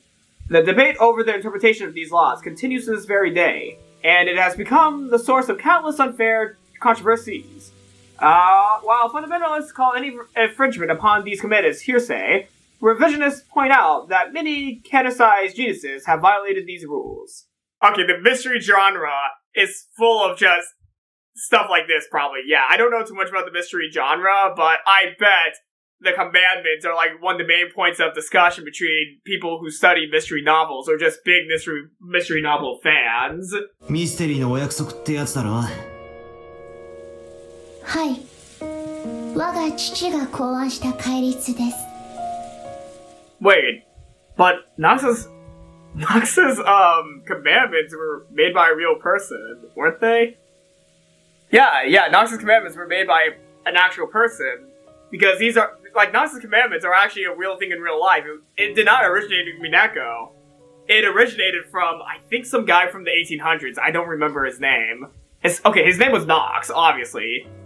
Interesting. So, Dlanor in this game series is Nox's daughter. Hold on. Did Nox have a daughter named Dlanor? No, he definitely did not have a daughter. There is an obvious reason why I don't think he had a daughter. This is the person who made the Nox commandments, Ronald Nox. And before I continue on, well, who was Ronald Nox, the originator of the 10 Commandments that his daughter is talking about in Umineko? Ronald Arbuthnot Nox. I probably mispronounced his middle name. February 17th, 1888 to August 24th, 1957.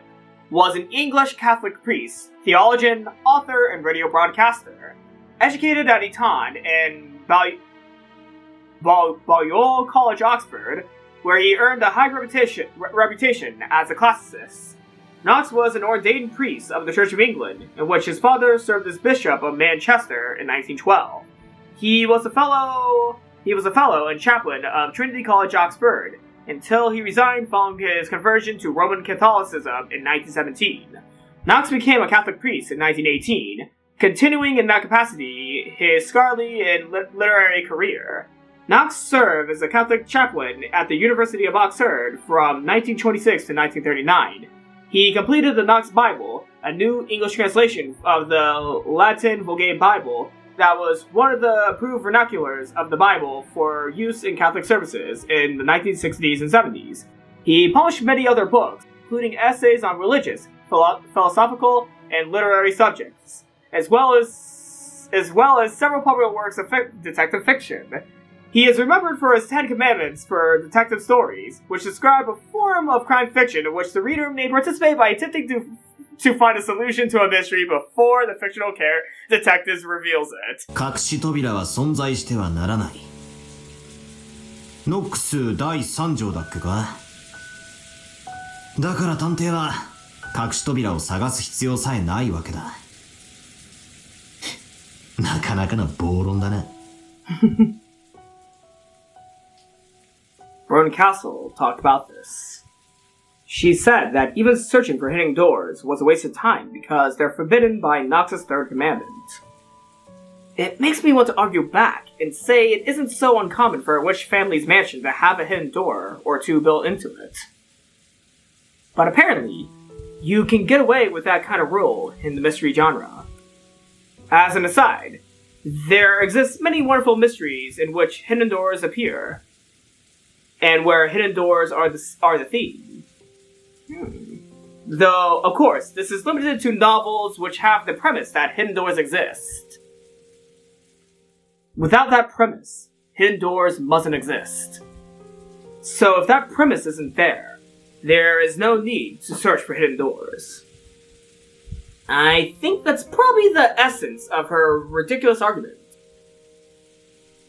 I get the feeling that the detective tried to expose the truth, and the illusion tried to mask it with fiction, are getting blended together, leading to a bizarre form of argument similar to a devil's proof. Making a locked room murder seemed to be accomplished by a witch with magic. That's fantasy. Exposing that it was a human's crime done with tricks. That's anti-fantasy. Investigating all possibilities to expose what those tricks are. That's mystery. But claiming that possibilities with no hint supporting them are unworthy of investigation. That's also mystery? Hidden doors, by definition, are hidden in a way that there can't be any clues. Would claiming that hidden doors therefore necessarily exist, even if the detective can't find them, be anti-mystery? That's enough of that. This argument is too far of a digression from the riddles I'm actually supposed to be solving. My fight is very simple. I'm only fighting to explain that it was possible for a human to carry out these crimes, which were supposedly carried out by a witch. This whole discussion about mystery and anti doesn't serve any purpose. So I can't bring myself to have any particular interest in the rules known as the Nox Decalogue. Nox はお嫌いですか? I just learned a little bit about him. I don't know too much about him, so I can't say I like or dislike him. 苦手だな。隠し扉の存在を調べもせずに全否定可能なんてなんだかおかしいぜ。悪魔の証明並みにうさんくせえな。ファンタジーの対極のはずなのになぜか同じ論法になっちまってる気がするぜ。Oh, Battler. 言い過ぎた。お前の親父が作ったんだもんな。Yeah. お気になさらずに戯れに過ぎないとおっしゃる方もいらっしゃいますので。バトラ君には実戒はかなり傲慢なものに感じられるのでしょう。Yeah, well, kind of. Not really. 正直なところを言えばな。隠し扉は存在してはいけないから調べる必要さえないなんて。頭のネジが落ちてないかどうか一緒に床を探してやるところだぜ。ではバトラー、その第3条をなかったことにしましょう。そうなったら密室ミステリーはどうなるでしょうか。 What if Nox's third commandment, hidden doors are forbidden, didn't exist? つまり密室トリックのオチに隠し扉が OK になるってことか。手がかりや伏線のある隠し扉ではありません。隠しなのですから無論探偵にも発見できない隠し扉です。バトラ君はよく悪魔の証明により発見できない X の存在を仮定して戦いますね。つまりはそういうことですよ。最悪だな。密室ミステリーが読み物として破綻しちまう。There was another way of saying that those kinds of stories would simply no longer work. No one would want to try solving the mystery in the first place if they knew the answer might just be an unforeseeable hidden door. せめて隠し扉はありませんと保証してもらってからじゃないと推理する気も起きない。なるほど。ノックス第3条は必要だな。それがなけりゃ密室ミステリーは読み物にもなりゃしねえ。推理する気も起きないとはつまりどういうことですか。つまり読む気もしねえってことだな。そういうことです。人間は推理可能だという保証を得なければ思考さえできないか弱い生き物なのです。Ah, humans. 推理可能。すなわち頑張れば解けますよという励ましが必要なのです。That might actually be true. It's the same with exercising. If you're told to run 10 laps around the campus, you can tough it out. Oh, I was trying to think of like, how big is the campus we're running? And I'm like thinking, oh wait, this is just in general. I don't even know what I was thinking, because I, for some reason, thought he was referring to something as a campus, but no, he's just saying in general, run around campus 10 times. If I run around my university's campus 10 times, oh god, no, I do not want to do that. The problems of going to a public school, it's so fucking big. But, if you're made to run without even knowing how many laps it's going to be, you'll probably get tired out before you make it around 3 times. That's true. The same thing goes for thinking and reasoning. Depending on whether or not a problem is guaranteed to be solvable, the way we humans react to it changes completely. 推理小説で探偵が犯人が分かったと宣言するシーンがあるでしょ。あれはつまりそこまでの文章で手がかりは全て記したから。読者諸君、どうぞ推理をしてくださいという合図なのですよ。Oh, wait. Oh, as soon as Erika said that earlier, was that supposed to be the time where I was supposed to go back and check on the details before she said anything? No. That's not the time for me to have done that, right? Were all the clues already given right before Erika pointed the finger at Natsui? No, okay, that's just gotta be for the 5th game. Maybe? Shit! Oh no, that was probably the point where I could have probably gone back and started, pinpointing things to who may be the possible culprit. When Erika, the detective, announces that they've discovered who the culprit might be. Dang it! Well, it's already too late for that. へえ。単なるお約束のセリフかと思ってたが、そんな意味があったんだな。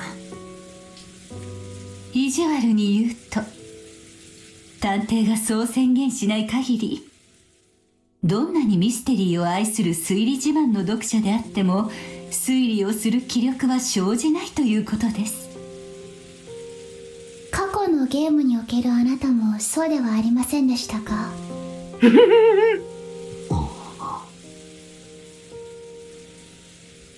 ？Come to mention it, maybe that really was the case. My fight against Beato began in earnest, starting with the 2nd game, I think. When Beato threw locked room mysteries at me at first, I didn't seriously try to tackle them. After all, I knew nothing except that people had died in the locked room, and the windows and doors were all locked from the inside. I had basically no hints. So I refused to debate, on the grounds that I couldn't fight because the lack of clues made reasoning impossible. After that, Beato sneered at me, didn't she? Asking whether I would repeat that over and over forever in an endless repetition of moves. At that time, Beato said this.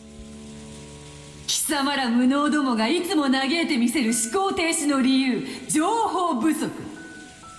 そしてそれに対し情報を与えると、今度はその情報の真偽を疑う根拠否定。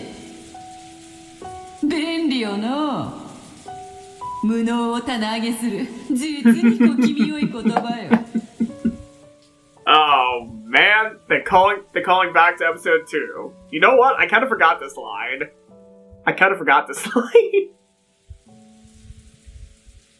Then, she said she'd give me reliable information that couldn't be denied, and created the rule called the Red Truth.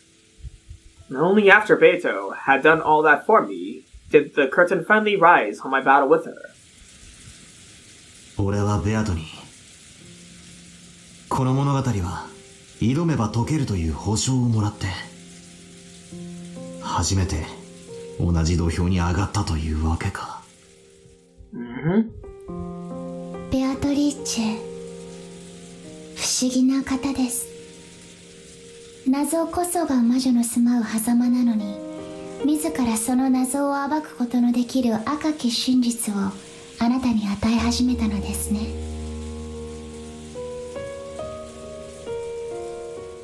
You could say that the red truth is a hint that Beato gives to me so that I'll agree to compete in this war of reasoning. And it's a carrot. Being given a hint is like she's saying, go on, try solving it. It is possible. An enigma, which is guaranteed to be solvable, can't be called a true enigma. これではまるでベアト自身が自分は本当は魔女じゃないって自分で認めてるようなものじゃないか。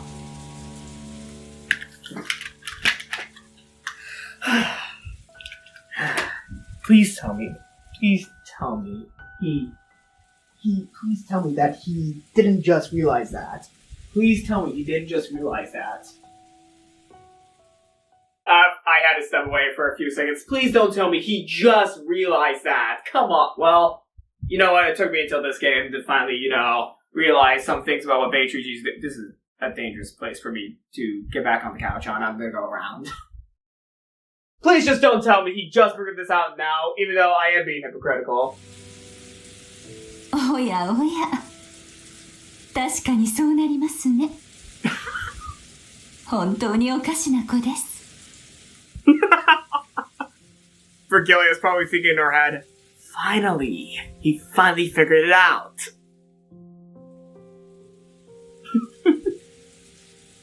Beato gave no answer. With gray eyes, she did nothing but blankly gaze at the steam rising from her black tea. 我が父は思考する力に杖を与えるために実戒を生み出したのです。決して物事を傲慢に決めつけるためではありません。思考する力に杖。そうです。ノックス第8条、提示されない手がかりでの解決を禁ず。これは手がかりなしに当て推量で推理をしてはいけないという意味だけではありません。逆に言えば、出題者は解決のための手がかりを必ず提示しなければならないということです。つまり実戒に従うなら全ての謎には必ずヒントがあり、よって必ず解決は可能だと保証されていることになるわけか。Wow. You know what? I'm gonna say this now. I'm probably gonna give another big hand to Rikishi because holy crap, I am really liking how they're explaining the Decalogue. I'm really liking how the Decalogue can be used. Well, maybe a different way how it might be supposed to be used in solving mystery stories because, yeah, the way that they're talking right now, they're saying that the Ten Commandments are not something that has to be, listed in all mystery stories, but at the same time, it's just, an assistance to those, who are trying to figure out the mystery in mystery stories before, the detective solves it themselves. It's not meant to be the exact rules of what to find in a mystery story, but instead, it's just, casual thing of how readers can, figure out a mystery before the detective reveals it. Maybe. I might be misreading what I'm reading here, or I'm talking too soon, but I'm just liking how Rikishi's talking about the Decalogue more as a thing that people can use to, help them in solving mysteries, and not as a, an exact ruling system to judge all mystery stories on. It's just a thing to help them, solve a mystery. Though I might be totally misinterpreting, or I might be speaking way too soon. But yeah, I have to say, this is a really good, insight into the Ten Commandments. This is a really good insight into them. I see. So this is what she means by a crutch for the power of thinking. If you can believe that it's solvable, you start feeling the desire to have a go at those riddles.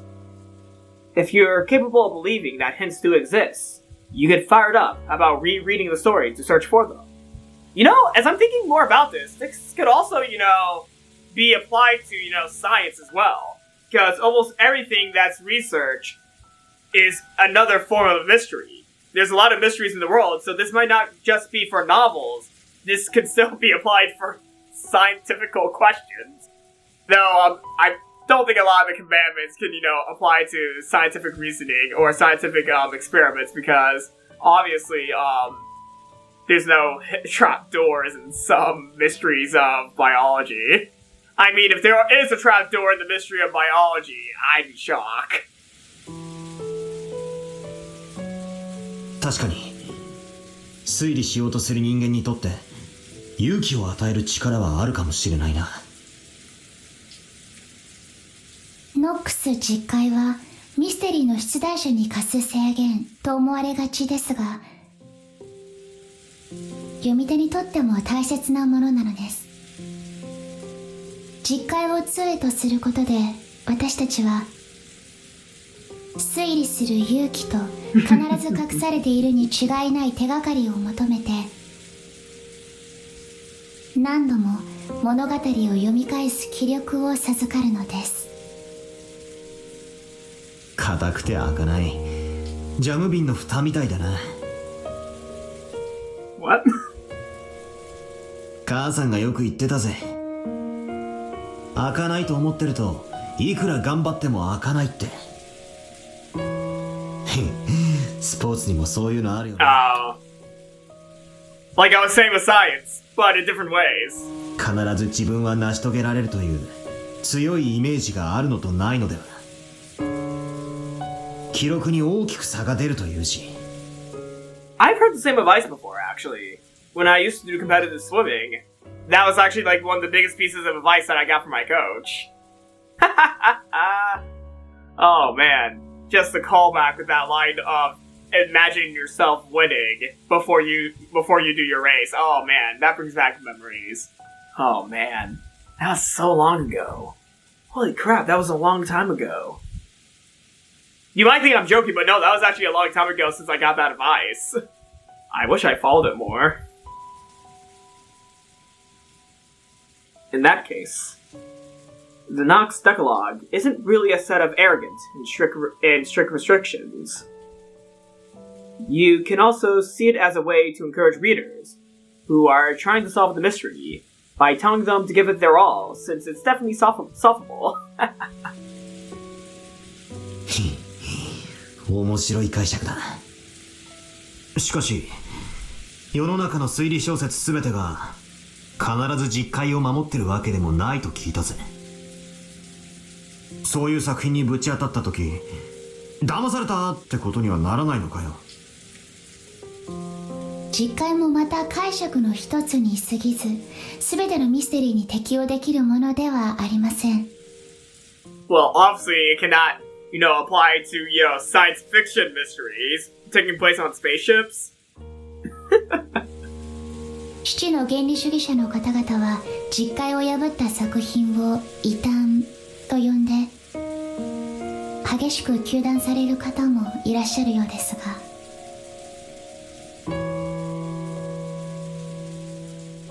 There's no end of arguments like this in the mystery world. Is this or that famous detective novel a fair mystery? In other words, one that follows Nox's Ten Commandments. That sort of argument is already an eternal theme of the mystery world. In fact, in mystery discussion, arguments like these sometimes become more heated than talking about the actual solutions. I mean, I would bet so. I would bet so. そりゃ糾弾したくもなるだろうな。実戒に従い解けると信じて挑んで。実は解けるようにできてませんでしたってオチだったら、さぞや悔しくて仕方ないだろうぜ。I wonder how the people really invested in the study of mysteries think of Umineko. I'm really curious. Oh man, I'm really curious how those discussions go. I definitely am curious. That's right. When fighting with the Decalogue, there's just one thing you want guaranteed from the beginning. And that is the guarantee that the detective novel will adhere to the Decalogue. If a work labels itself as an orthodox mystery, then you have nothing to worry about. However, the mystery genre contains many unorthodox subgenres within it. Does that mean that trying to use reasoning in an unorthodox detective novel is a complete waste of time? それはそれで傲慢な気もするな。はい。私も父の実会をそのような傲慢の武器にするのは非常に悲しいことです。お前は実会を武器にさっきベアトと戦ったわけだが、それはつまりこのベアトのゲームの世界がノックス実会にのっとっているという証なのか。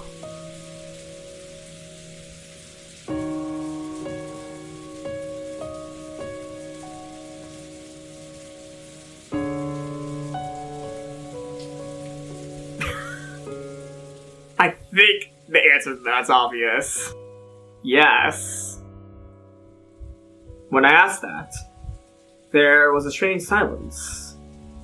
Virgilia, Dlanor, and of course, Beato all remained silent for a while.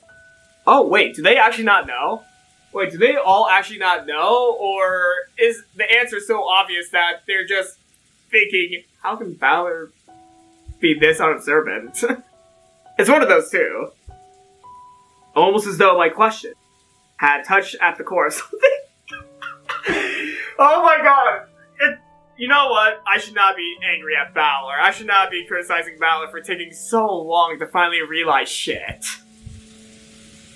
それは私の口からは言えません。 Okay, I was wrong. I was wrong. They actually don't know themselves. Or wait, no, that is something I cannot answer myself. No. They know it follows the Nox commandments. I don't know, actually. Oh god, I'm confusing myself now. どうして？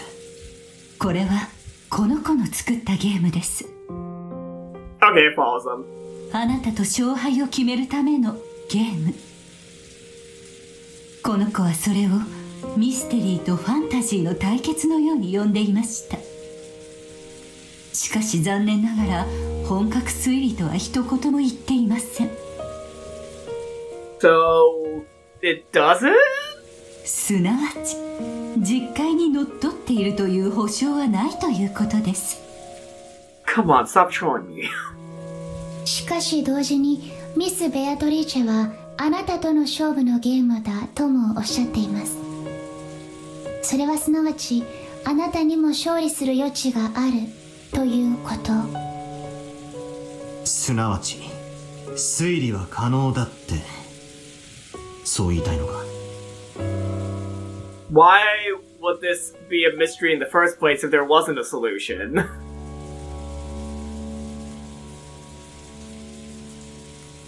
この子に言わせればおそらく推理は可能となるのでしょう。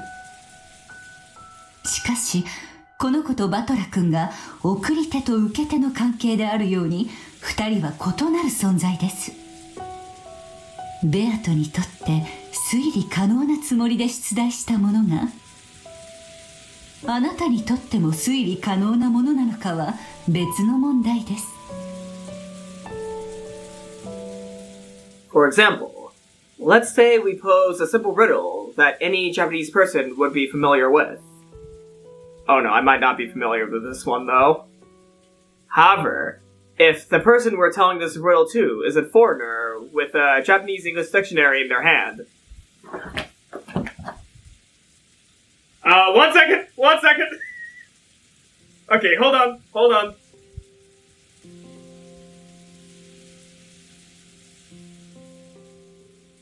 Okay, keep going. It might be almost impossible to solve. Are they referring to the epitaph? I think they're referring to the epitaph. Well, I'm an idiot. In other words, it's possible to have a one-sided solvable problem, which might be easy for the questioner, but extremely difficult for the person trying to solve it. By the way, do you know of the foreign riddle? Why do dragons sleep all day? Actually, I don't. I don't know about this riddle. The answer is, because they fight knights. It's a riddle from the English realm, so it might be a little tough for a Japanese person. Honestly, I didn't know this riddle myself. And hold on, the question. Why do dragons sleep all day? Because they fight knights. Oh. Took me a second. Oh my god, took me a second. I wanted to double check why that was a joke, but oh my god. Come on. Come on. That took me not too long to figure out. I see what they're trying to get at here. だからこそ私はこの物語がバトラ君に絶対に解けるものだと約束することができません。しかしこれだけは約束できます。赤き真実でそれを保証します。なんだ？ベアトはあなたに解いてほしいと願って解けるようにこのゲームをこの物語の謎を生み出しました。それだけは私が赤き真実で保証します。 Yes, she's trying to give him a message. She is trying to give Battler a message. That's why she created this game to be solvable, because if the game was not solvable, Battler would not understand the message she's trying to give to him. Oh yeah, everything is coming together now. It was the one guarantee that all those who tried to use reasoning desire. その答えが我が父の実戒にのっとり導き出せるものかは分かりません。しかしバトラが悩み苦しみ推理の指針を求めるときにもしも思い出したなら、我が実戒も試してみてください。 Oh, no worries. No worries. I have it with me at all times. No worries. Please don't make the Decalogue disappear when I, load up the next game. Please don't make it disappear because I need that on hand. 再び挑む勇気と、ひょっとすると何か新しい発見を与えてくれるかもしれません。ありがとうよ。心底行き詰まったらお前の戦い方も参考にしてみるぜ。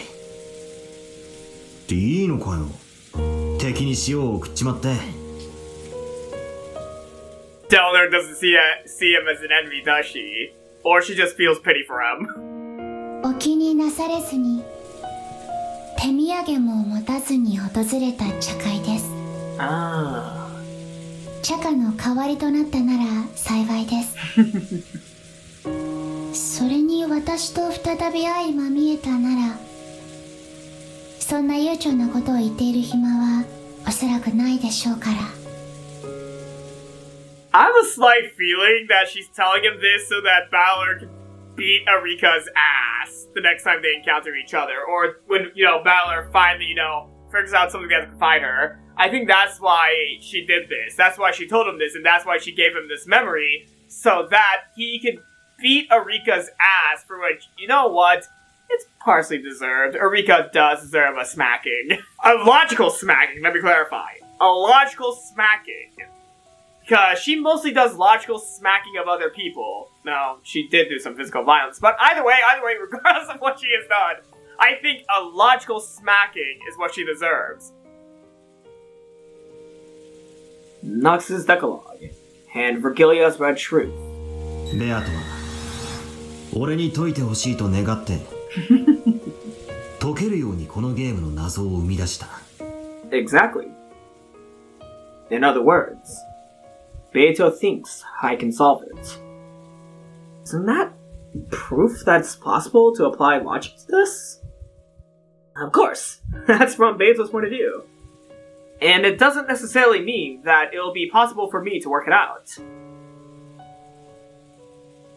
But compared to before now, when I didn't even know whether applying reasoning was possible or impossible, that one sentence might give me a great deal of courage and strength. At least it has the power to silence any negative thoughts about it being just useless anyway. 推理できると先に相手に証明させなくては推理をしない。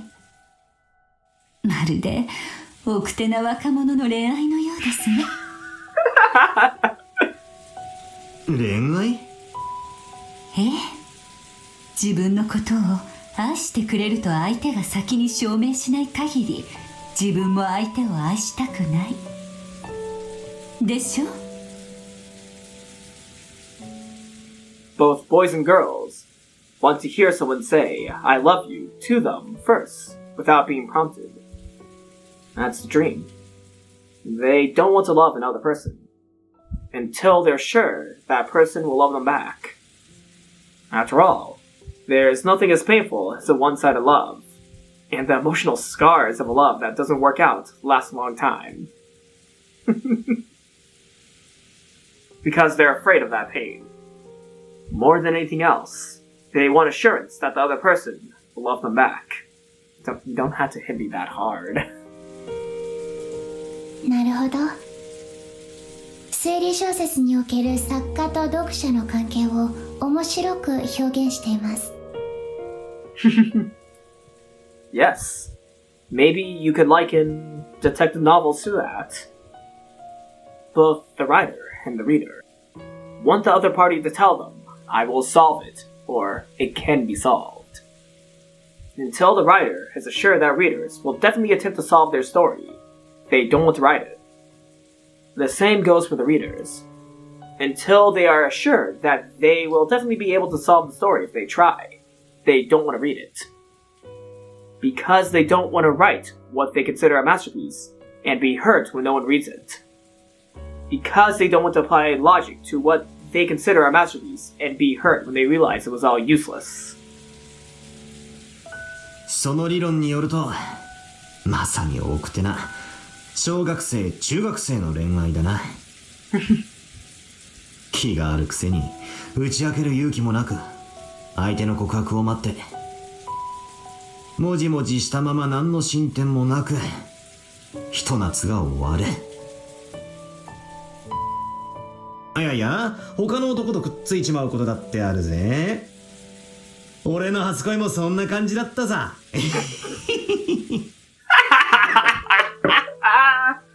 Oh, man. Along with these one-sided feelings they can express, they lament the passage of a summer which will never come again, and the days of their youth end. The writer, who wouldn't write until he gained the support of readers, goes for all eternity without releasing his maiden work. The reader, who waited for the writer's rise to fame, goes their whole life without knowing the joy of the mystery genre. バトラ君、その卵が先か鶏が先かという奥手な恋愛はどの段階にまで進んだら相思相愛の関係になるのですか？それは積み重ねだろうな。まず友達関係から始めてコミュニケーションを増やし、こいつはきっと俺のことが好きで俺もこいつのことが好きだと疑えなくなった段階を2人が共有できたところで、まあ多分自然と恋人関係に進めるんじゃないかと。唐突な告白で始まった関係は割と別れることも多いが、実は互いに告白したことがなく気づいたらずっと一緒にいたって連中の方が案外、付き合いは長いってのが俺の今日までの印象だ。つまり互いが相手を信じる信頼関係が生まれたらということですね。うん、かもな。意外だぜ。ミステリーってのは作家と読者のバトルだと思ってたんだが、実はそうじゃないのか。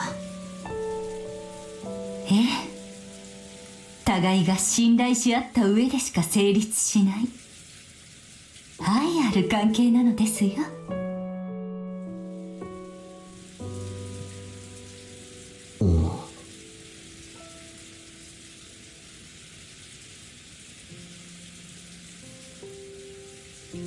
じゃあこいつと俺の関係も殺し合いじゃなくてI was gonna wait for one of them to say it. I was waiting for one of them to say it because I was thinking of like, I see what's going on here.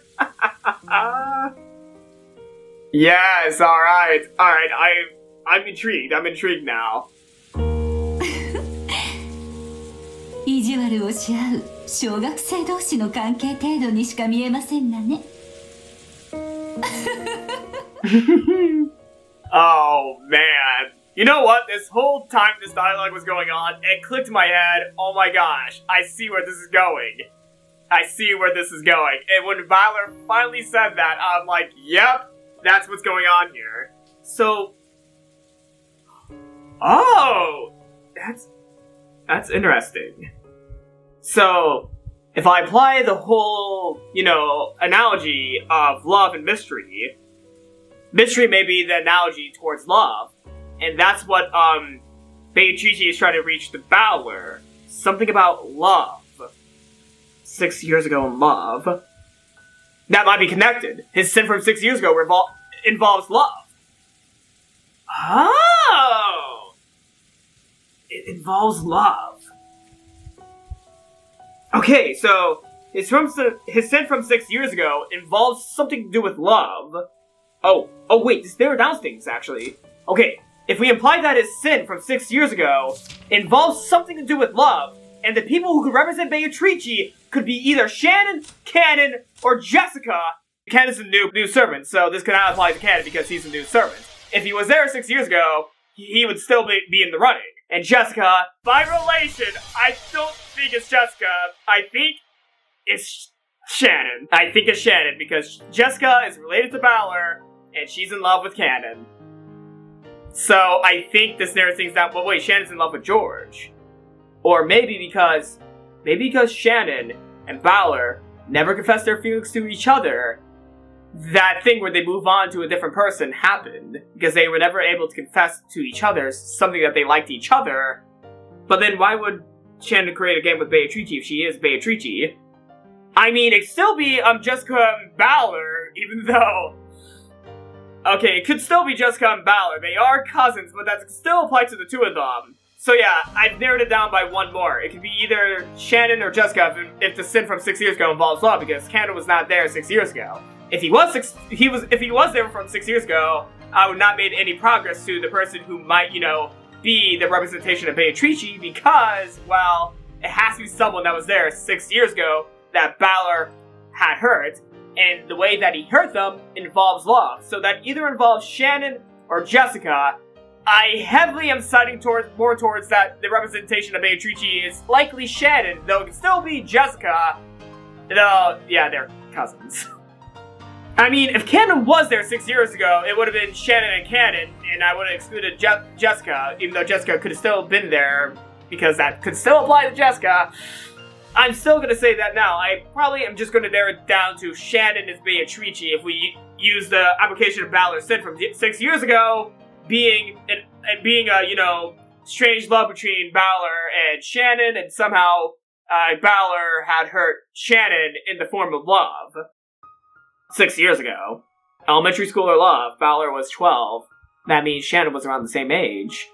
Yep, I've narrowed it down quite a lot. I'm gonna say this now. I'm gonna say the ultimate theory. Shannon is not only the man from 19 years ago, she's also Beatrice. She's the representation of Beatrice. I'm calling it. I am calling it. I am calling it. That's how Battler had hurt her. That's how this all happened. This can still apply to Jessica, but I'm gonna lean towards more Shannon because, well, Jessica's Battler's cousin, and I have to exclude Cannon because he was not there 6 years ago. So it has to be Shannon because she was there 6 years ago. That means she's the only contender to the person that Battler had committed a sin towards 6 years ago. He hurt Shannon in the ways of love. That's his sin. That's it, right? That's it?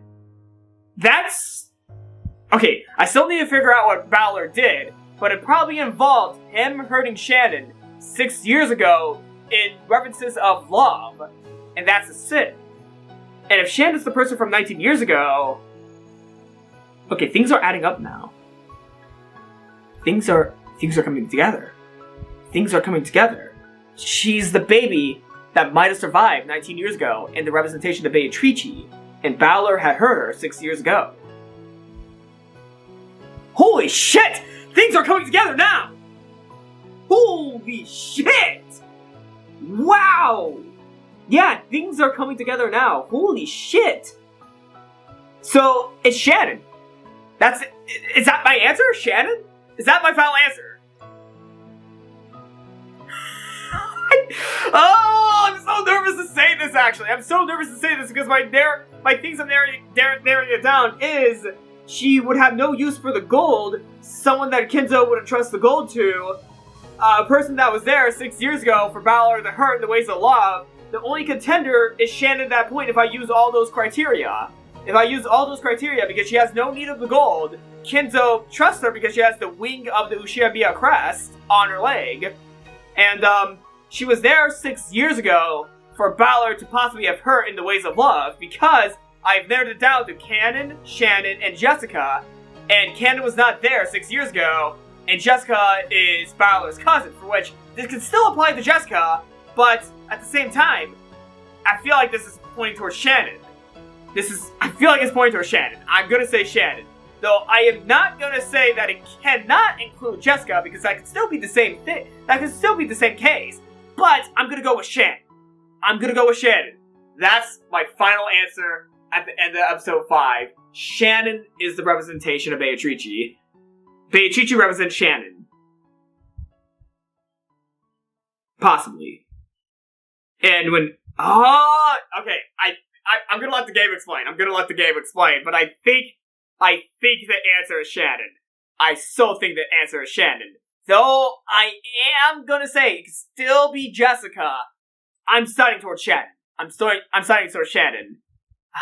Sorry, Cannon. You weren't there 6 years ago, so I have to exclude you from the possibly Beatrice gang. You had to be excluded, and now it's either Shannon and maybe Jessica, but I'm leaning towards Shannon. Poor Cannon. He got excluded because he wasn't there 6 years ago. Poor dude.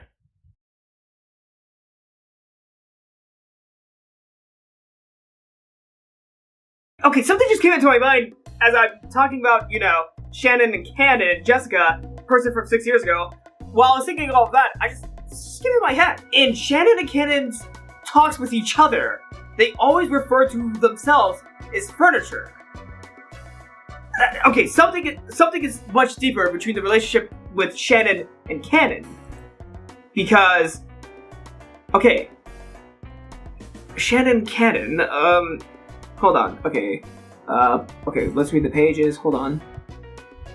He and Shannon just happen to be the ones on duty that day. Okay, they have the honor of the name, Shannon and Cannon.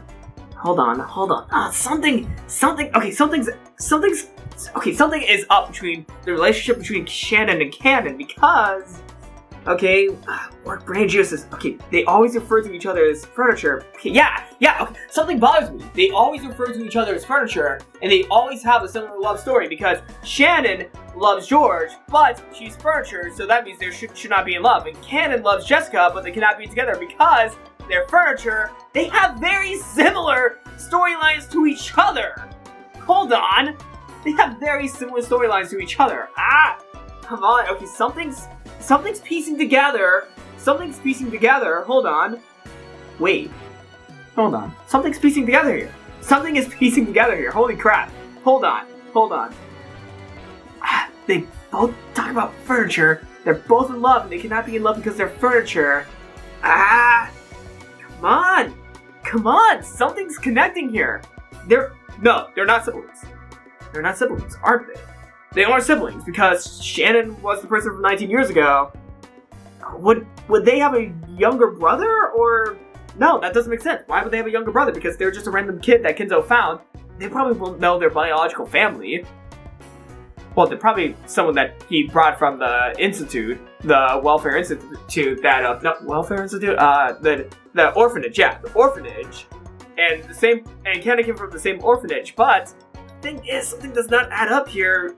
Because how would they know that they're siblings? And, come on. Okay, no, I know for certain there is a connection between Shannon and Cannon, and I don't think they're siblings. Hold on, wait. Hold on. Are they the same person? Hold on. Are they the same person? I mean, that could actually make sense if they're the same person.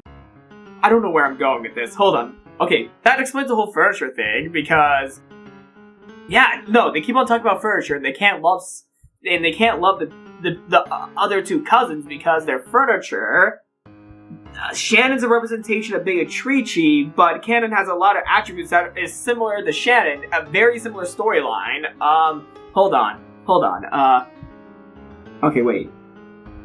Hold on. Are their eye colors the same? No, I need a side-by-side image. Hold on. Are they the same person? Oh, wait. Okay, actually, that does make sense, though, because... Oh my gosh, okay, that might make sense, though. They might be the same person.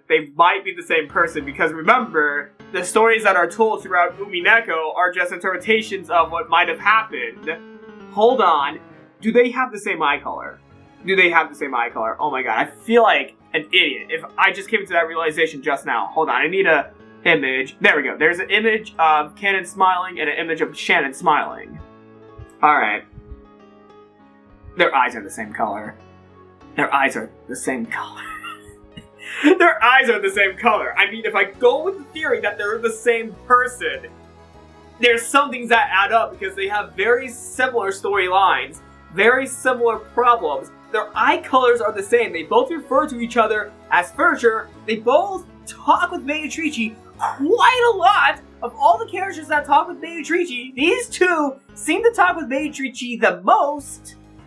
And there's not really many scenes with any of the other characters talking to Beatrice prior to the events of October 4th and October 5th.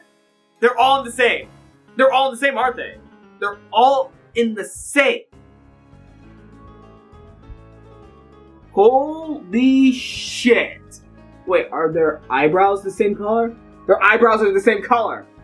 Okay, eye color, eyebrows, both the same color. They're the same person.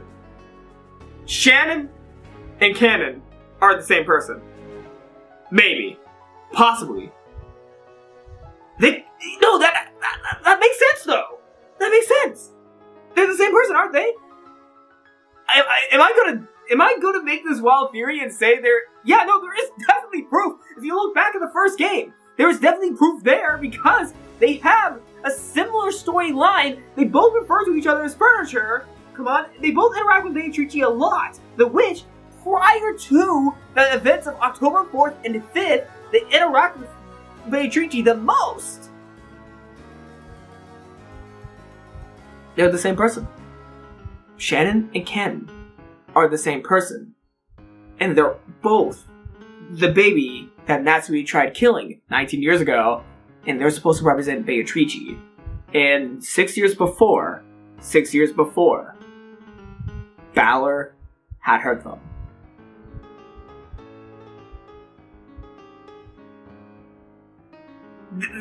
Is this my answer? Is this my answer to the Beatrice question? Who does Beatrice represent? Is this my answer? Why did it take me this long to get this to be my answer? I mean, I mean, my answer was just going to be Shannon alone, but when I started thinking about canon a little bit, right before I was about to ask him from the candidates, I mean, honestly, that kind of has some solid evidence, though, from the question arcs, though. Like, there is some clues that they could be the same person, but you wouldn't realize that until you think about it in hindsight. I think they're the same person. I think they're the same person. I might be wrong, though. I might be just looking far into things. I might be making a big, big mistake right now. But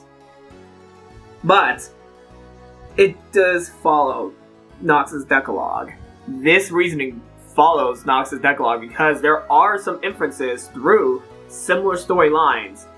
They have similar storylines. They interact with the witch the most. They know the most about the witch. Come on, is there anything more? Is there anything more? Is there anything more I can remember? Come on. Come on, remember the first few episodes a little bit more. I can't think of anything. I can't think of anything else other than similar storylines and interaction with Beatrice. And, circumstantial, they have the same eye color and eyebrow color. But other than that, there's not much else that, is left. There's not much left for me to, look into. Neck size, checks out. Neck size checks out. Hand size, that checks out too.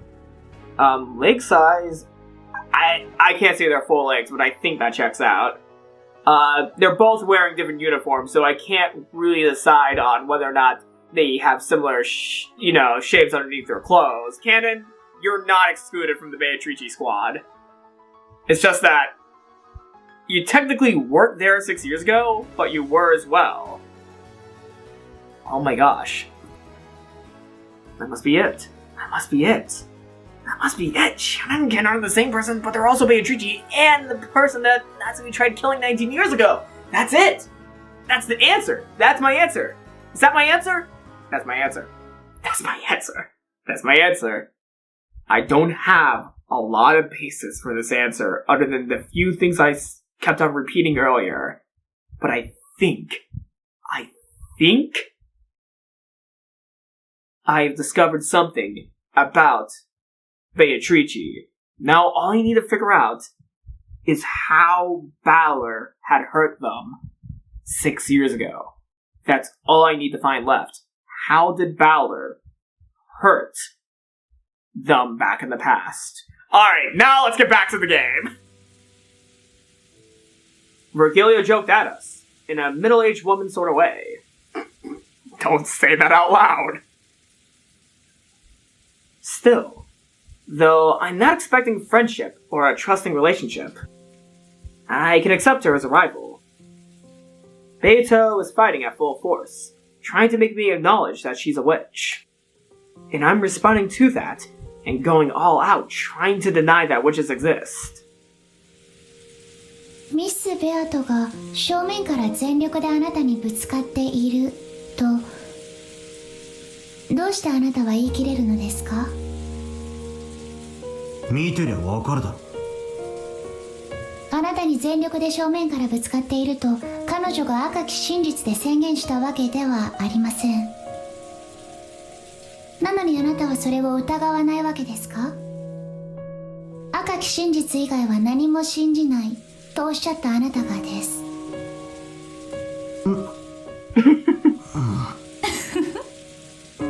バトラ君の言うところのコミュニケーションが増え、互いの関係が疑えなくなった段階というものに違いないですね。Virgilia and Dlanor giggle together. Aww, I love the little cat face Dlanor's making. One guy, multiple women. The topic is love. Wait a sec. Isn't this the worst formation for being made fun of? For getting made fun of? I tried a couple of times to change the subject, and clumsily brought up more refined topics in an attempt to return the mood to something more suitable for a tea party in the reigning golden land. But each time, Virgilia saw right through me and laughed at me. Haha. Oh, Battler.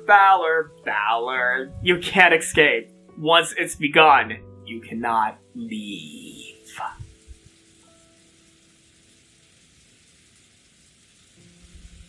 Even amidst this, Beato kept looking downwards with those gray eyes, staring into her black tea.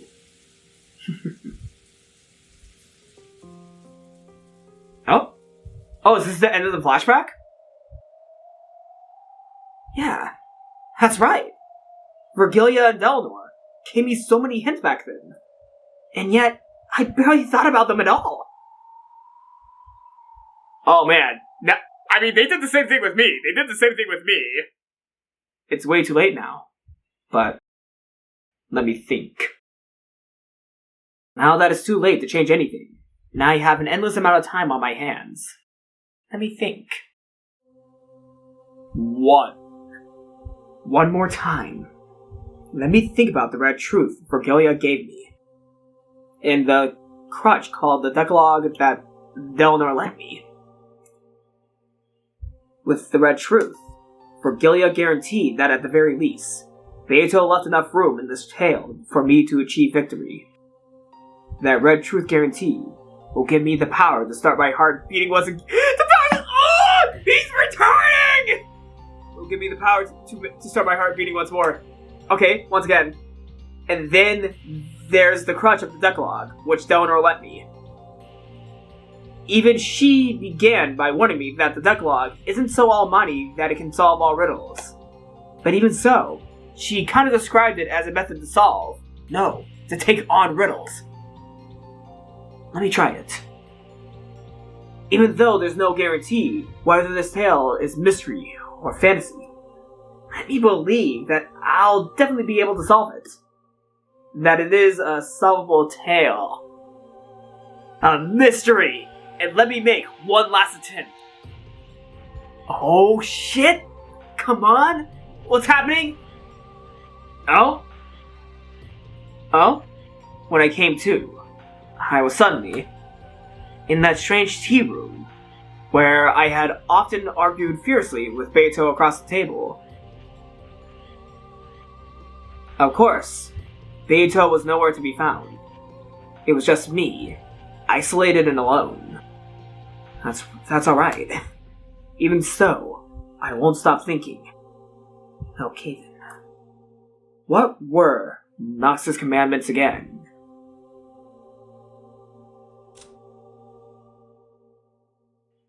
It is forbidden for the culprit to be anyone not mentioned in the early part of the story. It's also forbidden for supernatural agencies to be employed as a detective technique, as well as hidden passages to exist, unknown drugs or obscure scientific devices to be used. Let's ignore the fifth. An accident or unaccountable intuition to be employed as a detective technique. It is forbidden for the case to be resolved with clues that are not presented. Observers are permitted to put forward their own conclusions and interpretations. And lastly, it is forbidden for a character to disguise themselves as another without any clues.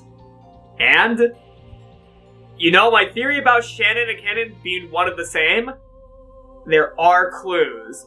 There are clues through their dialogue. They're aware of timelines. Oh, I forgot to say that earlier. They're aware of timelines in the games. They're the most aware of the timelines of the games. No one else but those two mention the timelines of the games, and Beatrice also mentions that all the time as well. I think my theory does not violate the 10. The more I think about it, the 10th is not violated. With my theory that Shannon and Cannon and Beatrice are one and the same. Yes! I think I solved one of the mysteries! I think I did! I think I solved that mystery. I might be wrong though. But I think I got it. The 10th is the only one that can go against me, but I think I can beat the 10th commandment. With circumstantial evidence, of course. I'm only saying that things that are circumstantial, but oh my god. When I yelled earlier about the whole class thing and circumstantial. Let's ignore that for now. Because this is something that's working to my benefit. Alright. I'm sure Dlanor explained most of them when slamming me with them. Of course, even I recalled them vaguely. What was the first one again? I just read it. I think it was, the culprit cannot be anyone that was not already there. Oh! 謹んで申し上げる。 Hey, Gertrude. ノックス第1条。犯人は物語当初の登場人物以外を禁ず。 Thanks, Gertrude. When I uttered about what the first one was, Dlanor's subordinate appeared, as if in answer to my question. Without bothering with an unnecessary hello, she told me nothing more or less than what I wanted to know. そうだったな。第一条。犯人は物語の最初から登場している人物でなければならない。Does that mean that by the end of the first game, the culprit must have appeared already? True. That is the most basic of basics in the mystery genre. Given. A given? Have I really kept that as a basic assumption?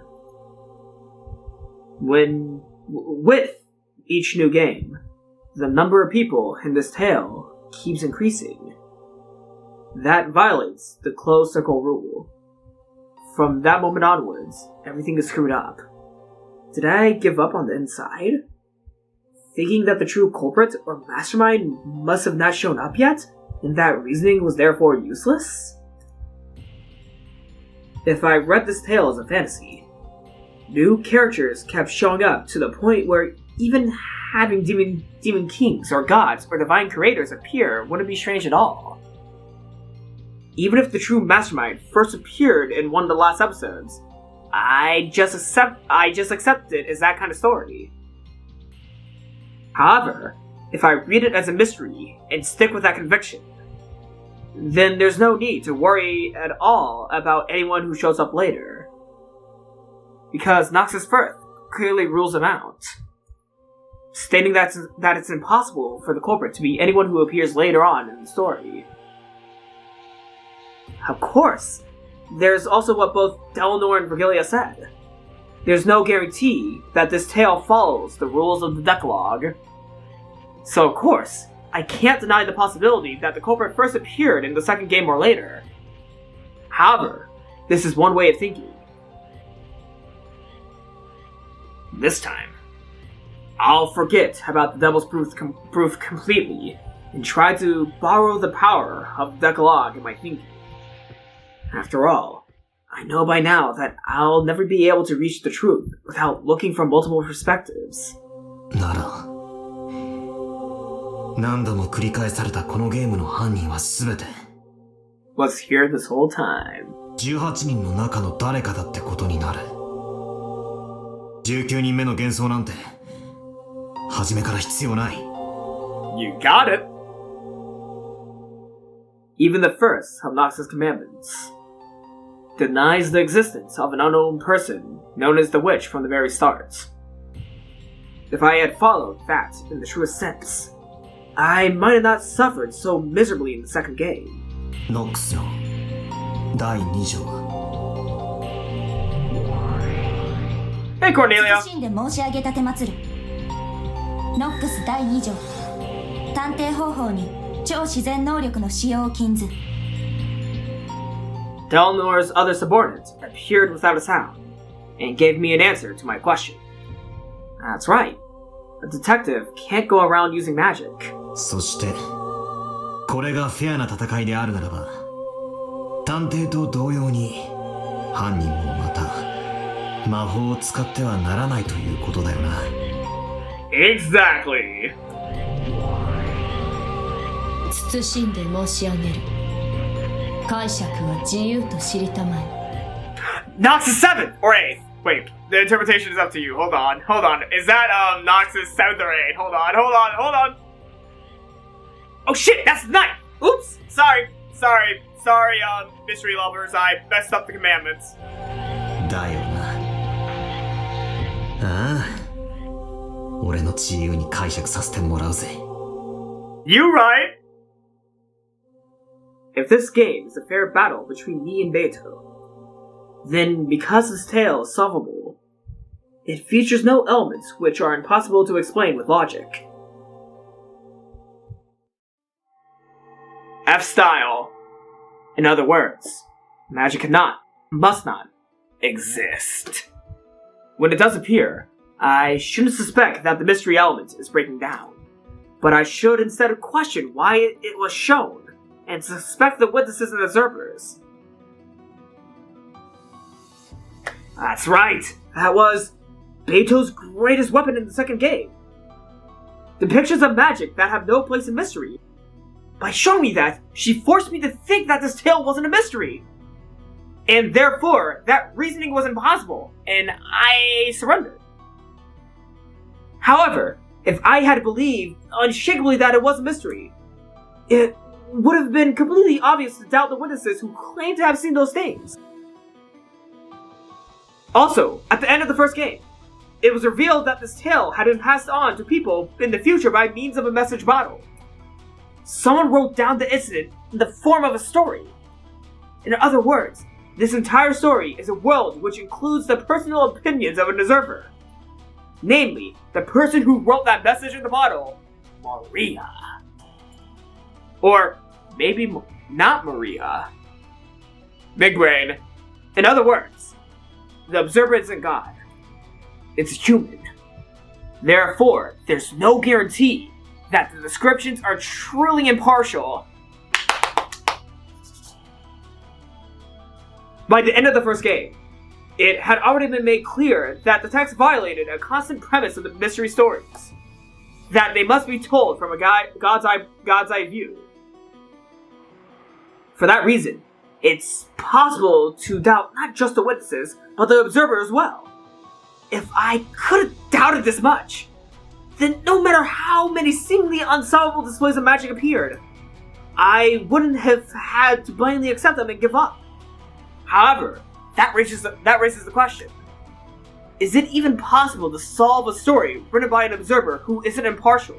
And that question will be answered in a few seconds because I need a pee.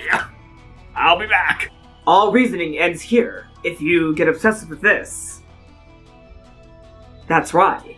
It's so important for me to believe that Beato is trying to fight me through this tale. Because it's a fight, that means I've been given a chance of winning. And the fact that I've been given that must mean that reasoning is possible. Yes? That part.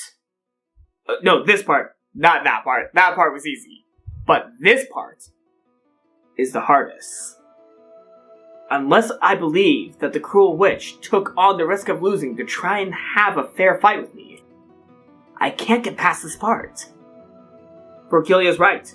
It's just like love. If I can't believe that Beato is fighting me head on with everything she's got, I won't be able to reason any further than this. Alright, I'll admit it. Unless I admit that we're in love, I won't be able to get any further. When Vergilia ran out of patience with the two of us, shy and incapable as we were of admitting that out loud, she gave me that red truth instead. Oh, you can't stay shy forever, Battler. That was the red truth saying, Beato wanted me to solve the riddles of this game, so she created them to be solvable. What the hell is that? It's like Sato-san in Class A says he likes you. Like hearing a love confession via a friend. I really am pitiful. Reasoning is love. If we don't love each other, the logic won't open up. In that case, why can't we just say that we love each other? If you think you can solve it, just you try. You're incompetent. Like hell you can solve it. Yeah, according to George Niki, you call that sort of thing Sundora! Going back to the Sundora. Oh my god. Battler is the ultimate tsundere. Holy crap. I was not expecting that to be... You know what? I was not expecting that to be, important to the storyline of figuring out the mysteries of Umineko. That comment about Tsundora. Oh my god. I thought that was just a funny joke. That brutal witch is finally starting to look a bit cute. Hey, Battler, you're also a bit cute as well.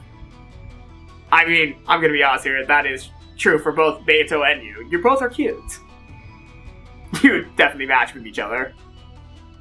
If I meet her again, I want to try saying, you're such a Tsundora. Hey, she can say the same about you. If I meet her again, somewhere.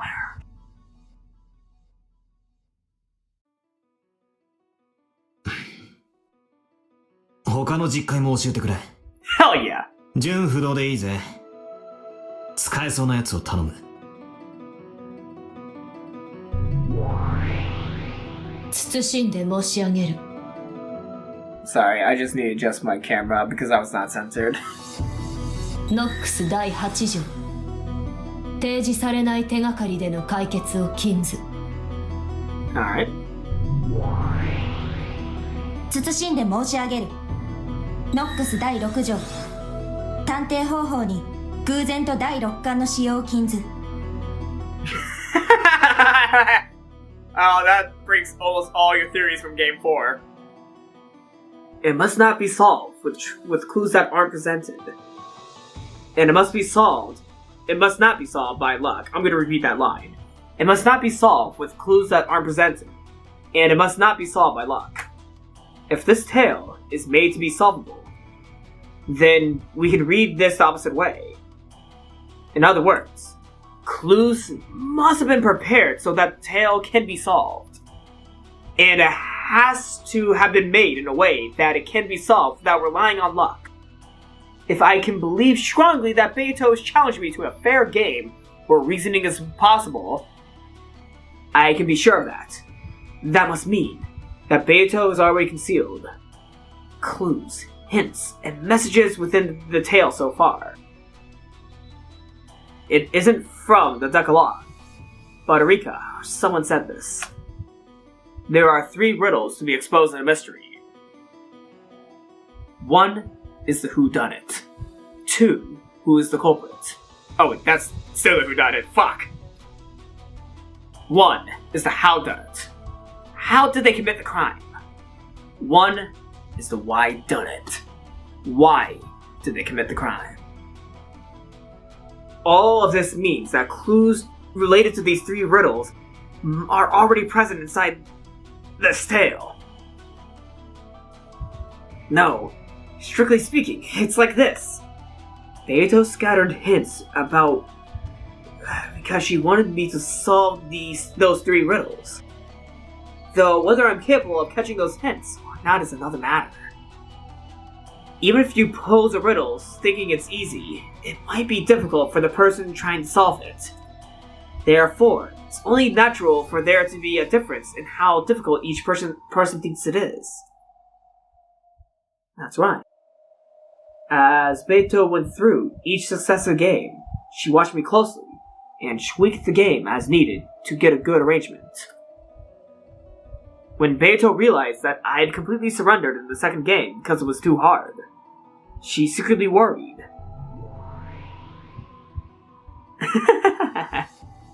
If I surrendered and lost the will to fight, the game would no longer remain on an even footing.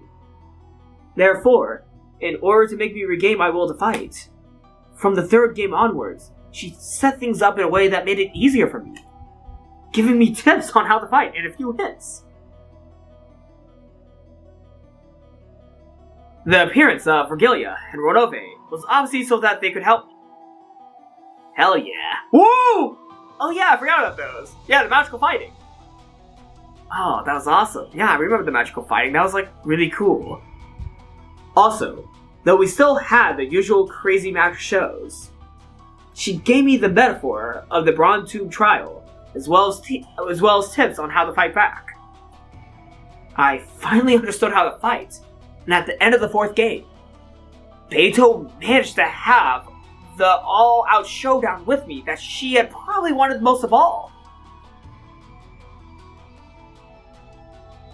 Then, Beato acknowledged that my abilities had become full-fledged, and trusted me with her heart. And trusted me with explaining this tale, didn't she? In that case, it really was dumb of me to boycott most of the 5th game. Just because I was so disgusted with those 2 witches. It doesn't matter who the game master is. All I need is to search for the truth in Beato's game. On the contrary, I should probably thank those 2 witches just a little for continuing the game in Beato's place now that she's gone and left everything to me. Of course, I doubt those evil witches were trying to do anything of the sort. Culprit, crime, motive, the answers, the hints to those 3 ultimate riddles must be scattered throughout the tales shown so far. It's probably a very faint light, like trying to find beads that have fallen onto a sandy beach. They're definitely here. There. Fuck. I forgot my line. Damn it. Let me repeat that. They're definitely there. However, they're so faint that unless I believe strongly, there's no way I'll be able to find them. 金慶謹んで申し上げる。なんだ。物語を遡りたまえ。Dear! 今の汝には真実のか弱き光を見逃さぬ目が与えられていると知れ。 Thank you, Gertrude! 今こそ物語を。推理可能とは信頼関係の先にあるものと知りたてまつれ。ああ、知ってるぜ。いや、今ようやく気づいたかもしれない。 Oh shit. Oh wait! Oh, is this actually the end of the tea party when Battler realizes that he needs to go back and look through things? Oh shit, I think so. It's something that has been repeated over and over again throughout the tale. I feel like this is like an ending sort of thing of this game. I feel like I'm at the end. Holy shit. Okay, what's gonna happen? So, is this telling you that now's the time to go back and look through this tale once more? I mean, I kind of already solved apart what the whole thing about my theory about Canon, Shannon, and Beato. I kind of did that, so do I really need to go back right here? Do I really need to go back here? I solved one mystery, maybe. I maybe solved one mystery, but I just need them to reveal that mystery. So, yeah, you know what? I have a solid theory about the identity of Beatrice. So, you know what? Let's do this. I don't know Battler's sin, but I think I figured out the who-done-it. But I did not find the how-done-it or why-done-it. Fuck. You know what? I solved the who-done-it. I'm happy about that. I'm just gonna continue on. I think I figured out the who-done-it. I just did not think about the how and why. Alright, let's go. It's something that has been repeated over and over again throughout the tale. Persistently so. 愛がなければ真実は見えない。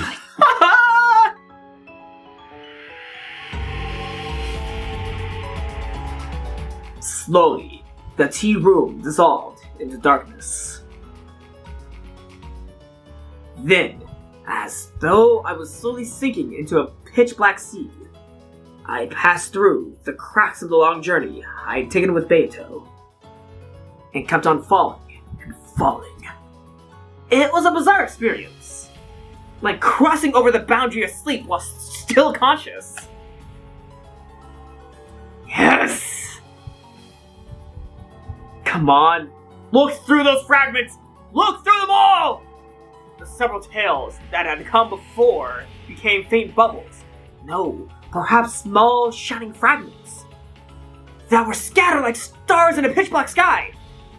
I kept sinking on and on into that sea.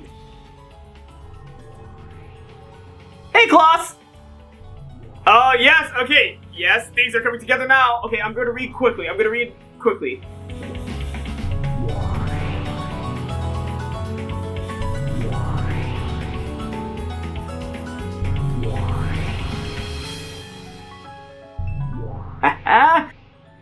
Oh man, I'm remembering things! Alright. The tales up until now. One after another. After another. Vergilius guided Dante to Mount Purgatory and led him to Beatrice, the Eternal Lady who waited at top. Oh! Okay, the Dante references now make sense now once I figured out, you know, what Dante's writings were. And also, by the way, I'm embarrassed to say this, but up until a few months ago, I have never heard of any of Dante's writings like Inferno and Purgatorio. I had not known of them until I started reading Umineko, so I understand this reference! I understand this reference! Yeah! Oh my gosh. Therefore, the innermost steps lead not at the bottom, but at the peak of Mount Purgatory.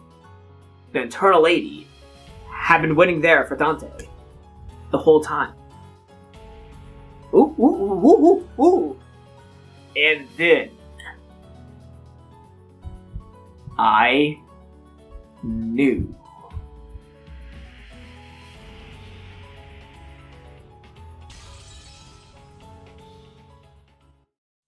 Oh, damn.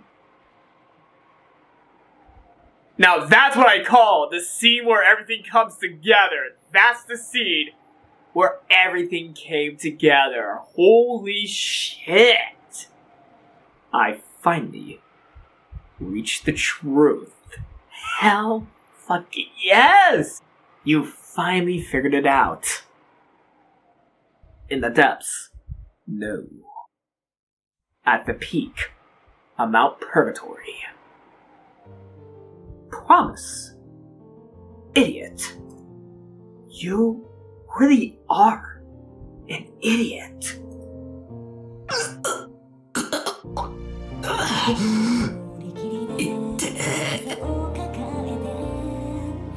Is he waking up?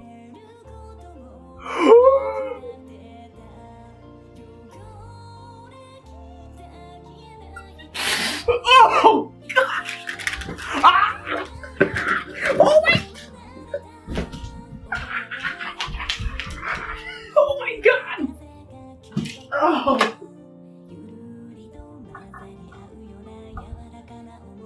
Sorry, Dad. Oh, come on. Okay, you just lay down. You just lay down.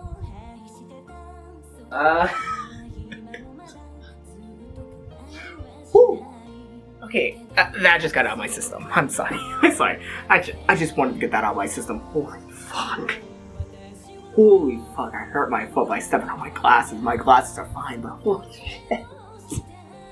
Oh. He woke up. Oh, I'm so sorry to everyone who wanted me to hear the promised song. I'll hear it in a second, but holy shit, okay, I got that out of my system. Alright. Alright. What's this truth you found out, Battler? What's this truth? Alright. Yeah, I'm now listening to the song. I'm so sorry. I'm so sorry, everyone. I'm hearing the song now. Oh. Wow, the song is really beautiful. Oh, man. You know what? That's the first time I've ever reacted like that to a game or anything. That's the first time I actually had to jump up and punch the air in excitement of something. Holy shit. Like, that was involuntary. I had to do that. That was so involuntary. I'm just glad that I went around to the back so that you can still see it. Yeah, holy crap. Yeah, I'm so glad I went around to the back so that you can still see my reaction. But holy crap. That's the first time I ever had the feeling to do that. Oh, god damn it, Rikishi. You have done it again. You have done it again. Before I continue on, you have fucking done that again. For that reaction alone, I have to do this now. As this song is playing. For that reaction alone. Holy shit.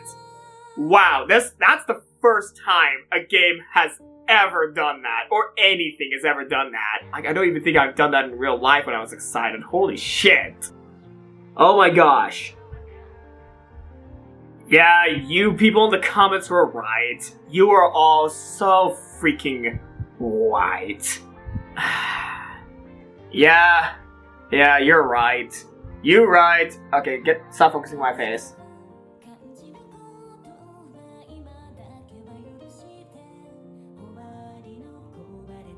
He woke from the sleep of death, and bit by bit, his sense of pain came back to him. As Battler hung there, pierced by the long sword, his head still tilted towards the heavens. Life gradually returned to his face through an expression of suffering. お前は本当にバカだ。大バカだ。Battler noticed. The whole time, Beato had been snuggling up against him, sleeping. And when he held her, he found that it was not Beato, but her crumbling remains? No! Beatrice!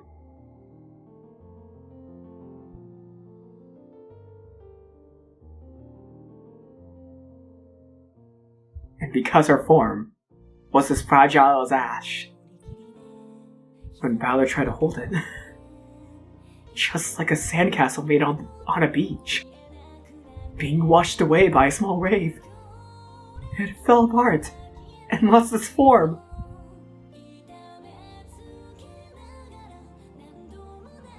At Battler's feet lay nothing but the ragged remnants of Beato's dress and a pile of ash.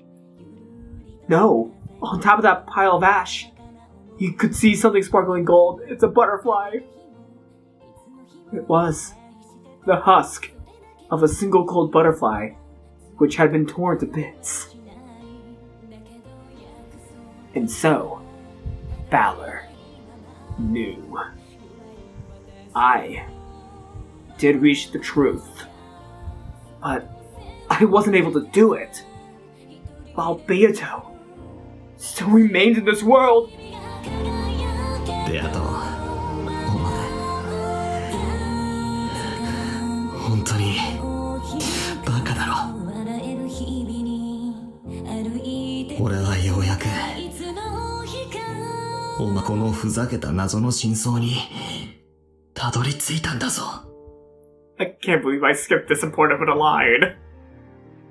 Oh man. I'm emotional right now. I should have given myself a pass for accidentally double-clicking. お前のお望み通りにくじけずにとうとう最後までたどり着いたのに。なのになんでお前がそれを待てずにくじけちまったんだよ。お前はあんなにも信じてたんだろう。俺が絶対に真実に至ってくれるって。ならどうしてそれを俺と一緒に信じて待てなかったんだよ。永遠の拷問を強いていたのはお前じゃない。俺だ。俺がお前に過酷な拷問を強いた。そしてお前は最後まで抗い俺に訴え続け、そして俺はようやく岩になってたどり着いたってのに。Poor Beatrice. お前はもう待ってなくて手遅れになっちまったって。 In addition, poor Battler as well. But I feel really bad for Beatrice because she waited a little bit longer. Bad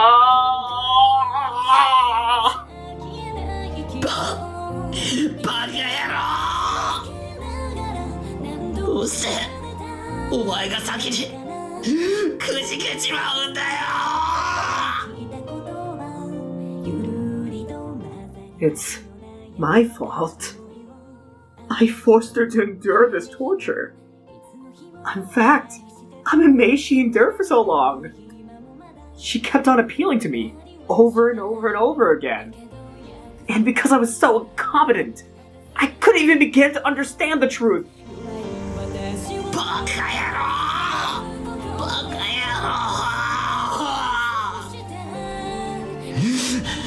郎！お前の謎はさ、ひねりすぎなんだよ。どうしてもっと簡単に言えねえんだよ。バカ野郎！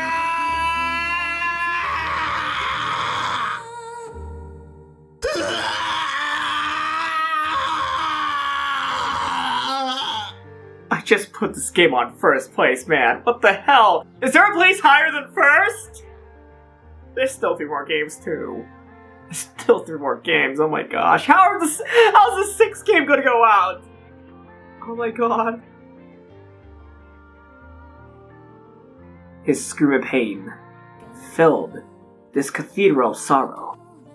The sad witch who wasn't able to let Battler know the truth.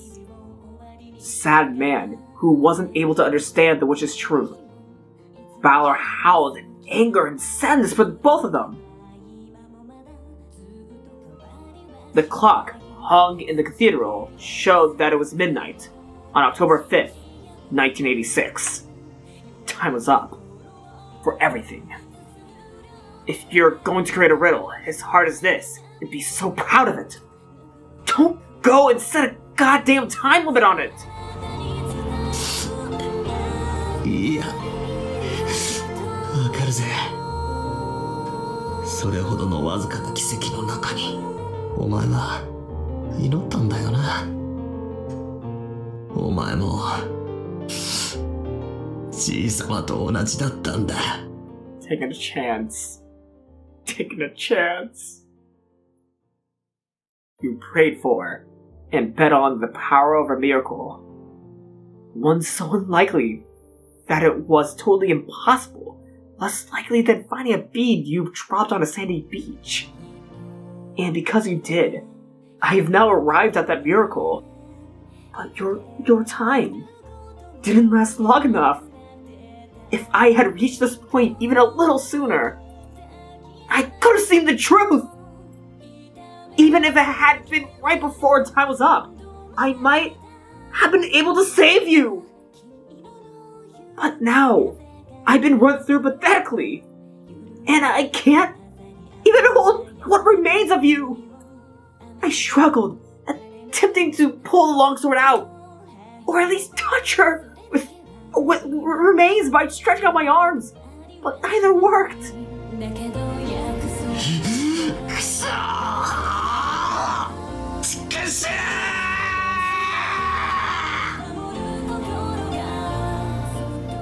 At that time, I noticed a golden glint on the palm of my hand. It was a single wing from a gold butterfly. A small fragment of gold was the only... That small fragment of gold was the only piece of Beato that I was permitted to touch. I cried with all my strength, grabbed that fragment, and pressed it against my head, apologizing. Why couldn't I reach the truth earlier? Then I pressed it to my chest, promising that even though things had come to this, I'll never lose. Again, the truth. When I pressed my hand against my chest, the sword pierced my chest, cut my wrist, and blood dribbled out. That blood spread throughout my fist, and it must have soaked that gold fragment with my red blood. It must have been the only way of telling her that I found the truth that she had wanted to tell me. I clutched the wing of the gold butterfly with my freshly bleeding hand and pressed it against the red sword that impaled me. In this moment, Ushiramiya Battler knew and understood. He had arrived at the entirety of this tale.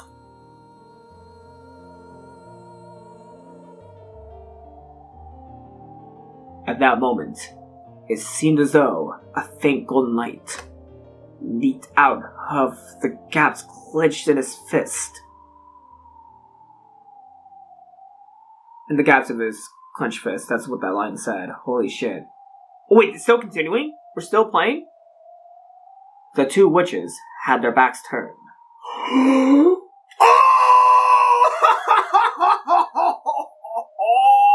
Oh my god. My joke from earlier, Battler suddenly waking up as they're taunting him. Is that happening? Is that happening? Oh, please. Please tell me that all three of those witches shit their pants right here. Please tell me they're all about to shit their pants. The two witches had their backs turned. And Erika was laughing at Battler's corpse. 本当に無様ですね、バトラさん。あなたの愚かさを石像にして永遠に。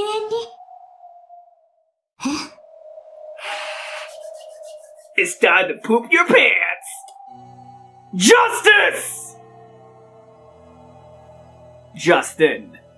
Battler's chest. No. The red long sword impaling Battler began to shine gold from deep within his chest.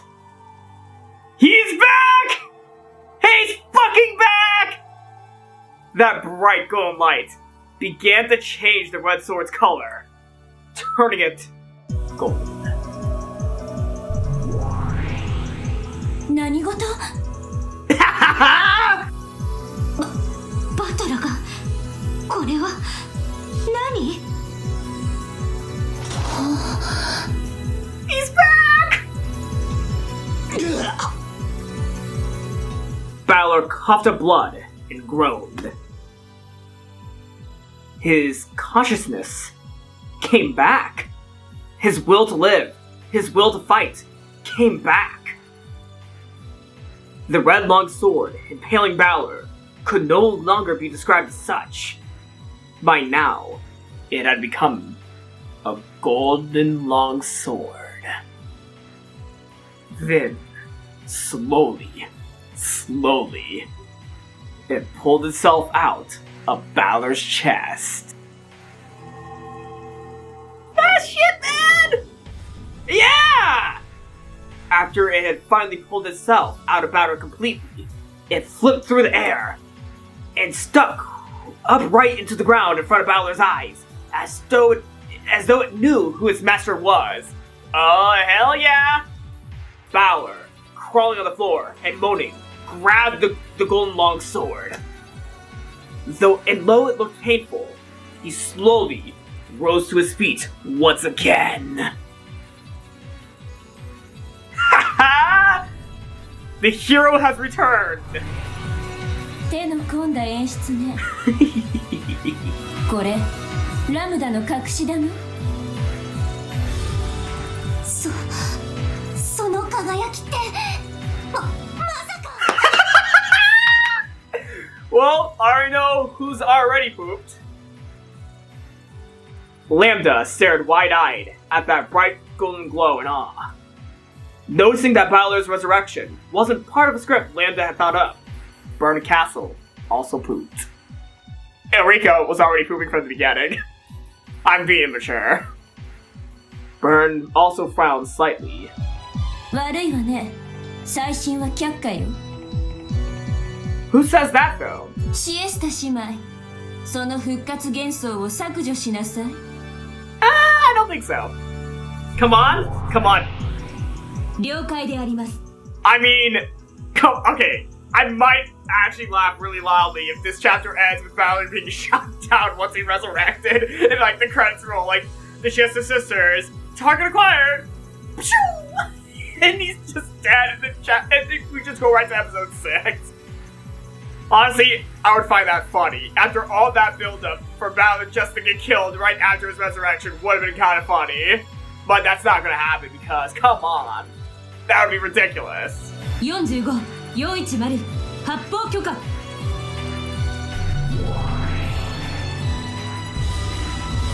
Alright, here we go.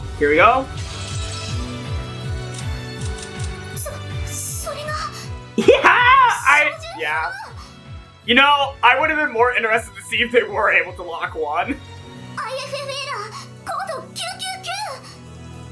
999? Endless 9! Phew. 410 knew this whole time he'll be back. 39だとバカな。 The Chiesa sisters hesitated, unable to carry out Bernkastel's orders. ラムダ、これはどういう茶番よ。完全に魔女幻想は打ち破られて、法廷は私の勝利に終わったはずよ。Are you sure about that? 悪いわね、ベル。 Oh my god. もう少し付き合ってもらうわ。 Oh my god. そうでしょ、後ろ宮バトラー。Land the Delta, come on, are you serious? Please don't tell me she had any meddling into getting Valor to have that revelation, or does she just, automatically accept, oh, Valor's back, alright, let's see what he has to say. ああ、待たせたな、エリカ。ベルンカステル。今度は俺の真実の番だぜ。最新請求を受理するわ。魔女集会の幻想法廷の法廷は撤回される。 Well, that was fast. 異議提出。すでに裁判は結審し、判決は公示されている。What do you mean? That's only in the law system of a certain country, or multiple countries. I don't know the law system of most countries, but come on, who said that that was a rule in which jury? Which jury? Judicial. Yeah, who says that's a rule in the judicial branches of the... I don't even know what I'm talking about. I know this is going to be overruled anyway. Yeah, Lamtel Delta, come on. She's definitely interested to see what Battler has to say. So here we go. 異議却下。 Yeah, nail it. いかなる判決も新たな真実の前にはかすむ。異議提出。 The prosecution cannot object the judge. バトラはプレイヤーを追放されただけでなく、魔女の地位を持たない。上告する資格を持たない。 You're the prosecution. You can't go against the judge. And obviously, Lambda Delta is the judge. You can't go against the judge. 異議却下。 See? もうね、あるのよ、彼には。 Wait, what? 絶対の魔女、ラムダデルタの名において認めるわ。 Wait. 後ろ宮バトラ。 No! No, wait! あなたを新たな黄金の魔女。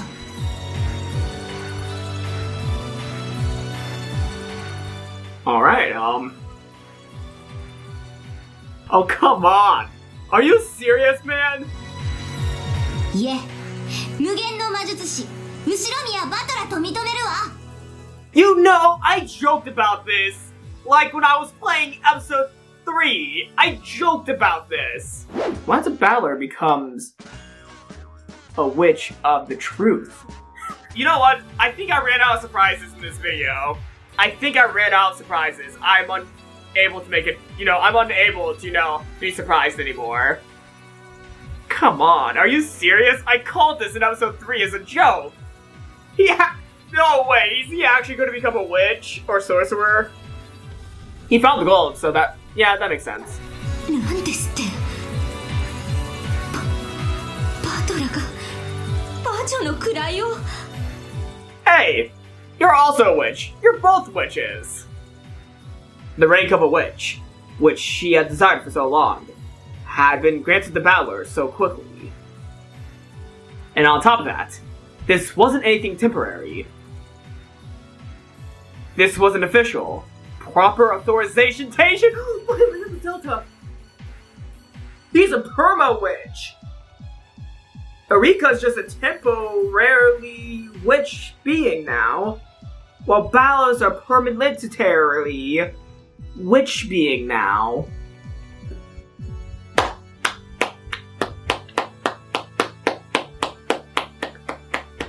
Hey, congratulations, Battler.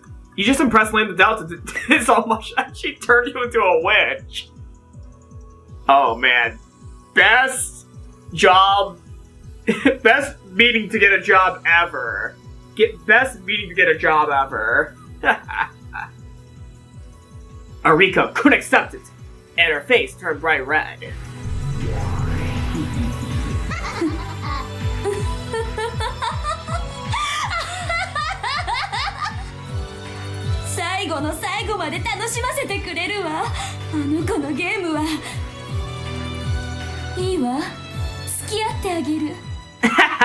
Well, she can't do anything once Lambda Delta makes for certain a decision.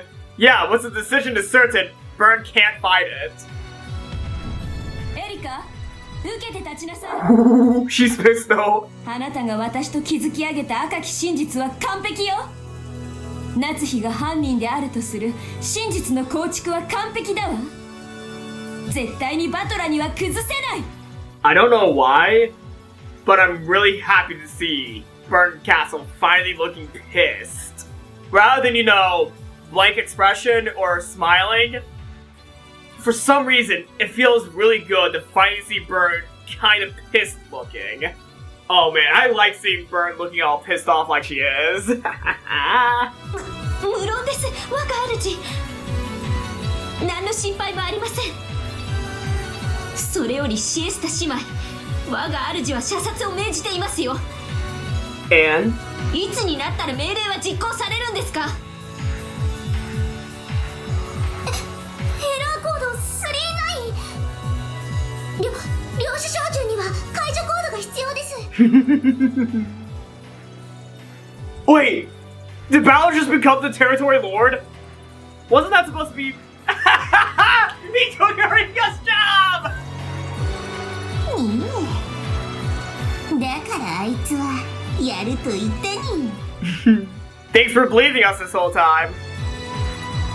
領主？誰が？ Not you. このかけらの支配者は誰？ Not you. 私です。 Not anymore. 領主。まさかバトラが。You know it. はい。後ろ宮バトラはこのかけらの正当な領主と認定されているであります。Get fucked! そうよ。まだわからないの？あの黄金の輝きの意味が。バトラはね、至ったのよ。Oh wait, Lambda Delta didn't do it! He did it himself!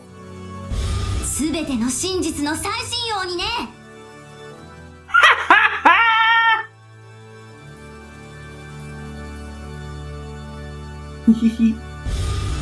だからバトラは今やこの世界の物語のゲームのすべてを理解している。それはつまりゲームの支配者の地位を得たということよ。それを信じたくないでしょベル。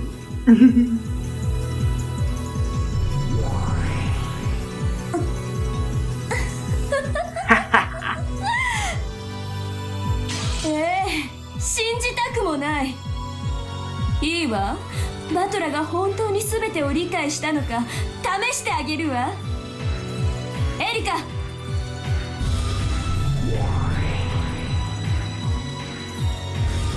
残念ねエリカ。せっかくこのかけらの領主に任命されたところだけれど、それを剥奪するわ。You just lost your job! Don't take that out of context. このかけらの新しい領主は後ろ宮バトラよ。悔しい？ねえねえ悔しい？ Oh, you cruel son of a bitch. I love you, Lambda Delta. Get fucked, Erika. せっかく領主になれたのにいきなり剥奪ってどんな気持ち？どんな気持ち？ What goes around comes around.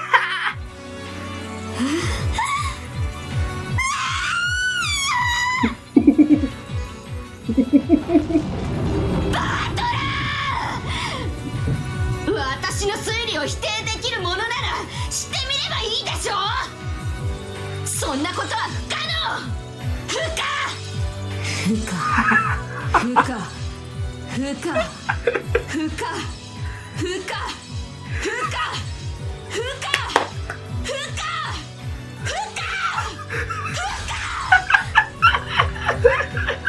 私の構築した推理に隙はありません。夏日が犯人であることは否定不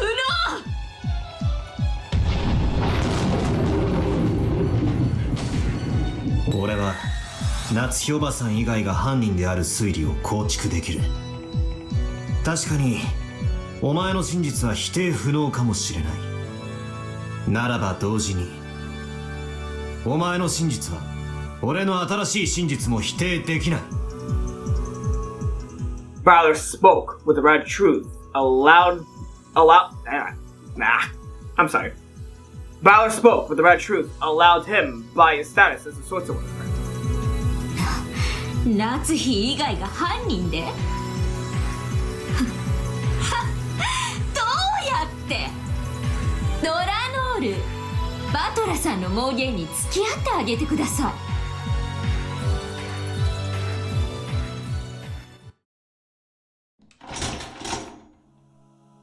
Tomorrow. Slowly, Dlanor stepped forwards. In her hand was the long red sword of the Decalogue. She also had a blue short sword. In Balor's hand was the gold long sword! The two rivals once again, no, for the first time, they truly confronted each other! バトラー、待っていました。 Here we go! 待たせたな。いいえ、あなたの帰りは私の予想より早かったです。殺しなさい、ドラノール A ノックス。 Dlanor's form disappeared in an instant, as though her slow, dignified movements from before were only a lie.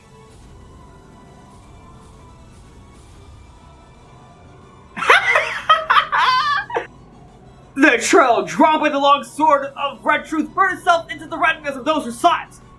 Before anyone had enough time to follow that trail, it was already approaching Balor's chest. エリカ教の推理により第5のゲームは解決しました。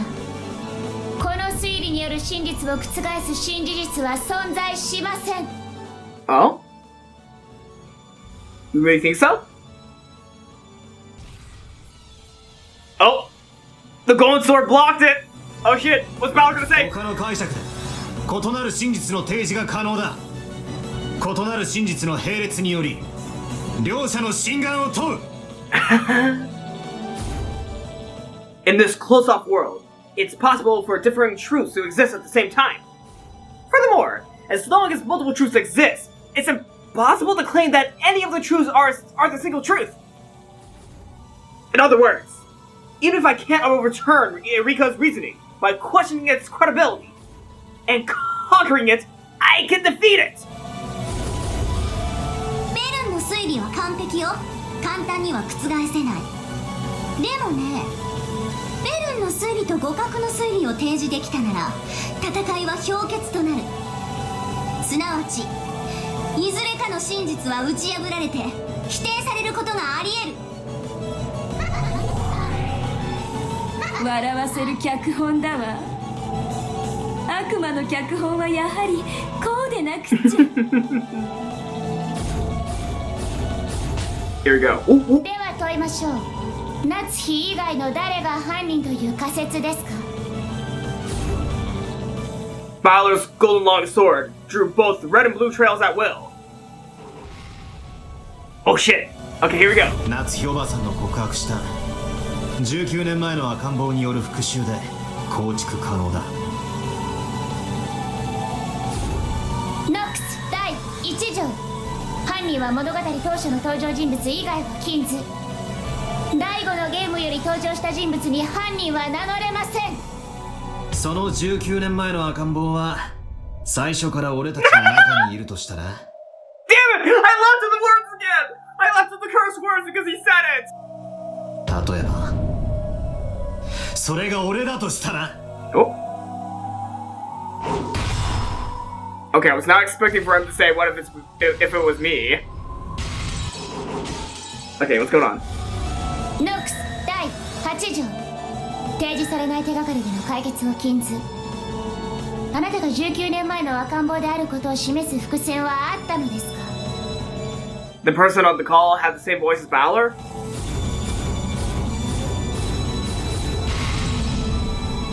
第4のゲームにおける俺が母親アスムの息子 Big brain! Big brain! Big brain! 第1のゲームおよび今回のゲームにおける親父の隠し事の気配、特に今回のゲームでは俺の生まれに何か事情があることをはっきり明示している。 You know what? This could be an alternative interpretation. Battler was the baby that was thrown off the cliff 19 years ago. That could defeat the Kyrie is Battler's mom theory I have. That could defeat it, but it might not also at the same time. It might not also at the same time. Who knows? My theories could have been killed about Kyrie and Shannon, but at the same time, why as if that's just another theory that you could interpret the story as? Battler proposed that he might be the baby from 19 years ago, and announced that he would reconstruct the crime, with himself as the culprit. As Dlanor cautiously held her sword at the ready, she gauged the distance between them. Now that Battler had inherited the position of this world's territory lord, and even attained the rank of Endless Sorcerer, his movements surpassed human understanding. By now, the physical distance between them probably counted for nothing, because their extremely agile battle was surpassing the point where the concept of distance made any difference.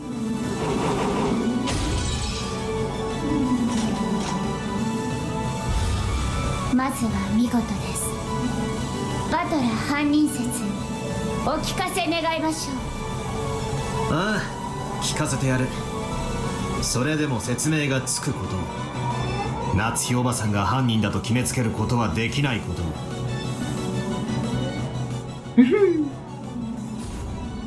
Here we go. Oh, oh.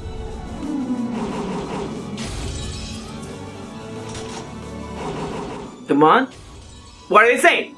Oh no, are we not gonna know what they're saying? Wait. グッド。 Oh? あなたが犯人というならいくつもの矛盾が生じます。 Final answer. その矛盾があなたのか弱い真実を刈り取る。この私、探偵にして真実の魔女フルドエリカが。 This time, Erika stepped forward. Wavy? Why is she so wavy? Up? Ooh.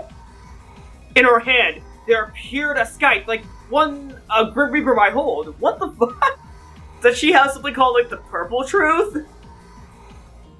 A ruthless scythe for reaping everything that threatened her theory. Here we go. Ooh. 犯行時刻は24時からの1時間しかありえない。あなたはその1時間の間、屋敷の食堂にいます。And? よって犯行は不可能です。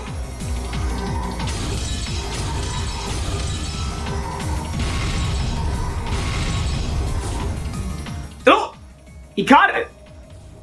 Did he? Or is he dodging? 死亡時刻が24時からの1時間の間と特定はされていない。よって犯行は24時から午前1時までの間でなくとも可能だ。Oh shit.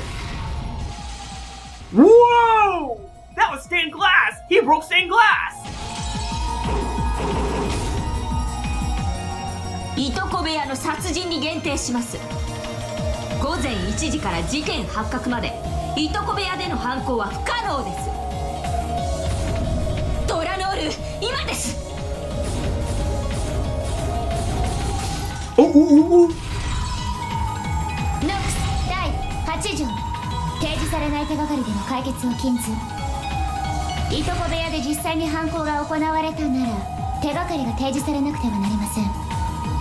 それが朝まで室内の異常を監視していた探偵であるエリカ卿に与えられなかった以上、犯行は不可能です。 He's still smiling confidently. Battler has something. ことは俺が悲鳴を上げて全員が集まった段階のことだ。そこまでに殺すことが不可能であってもそれ以降に殺すことが可能だ。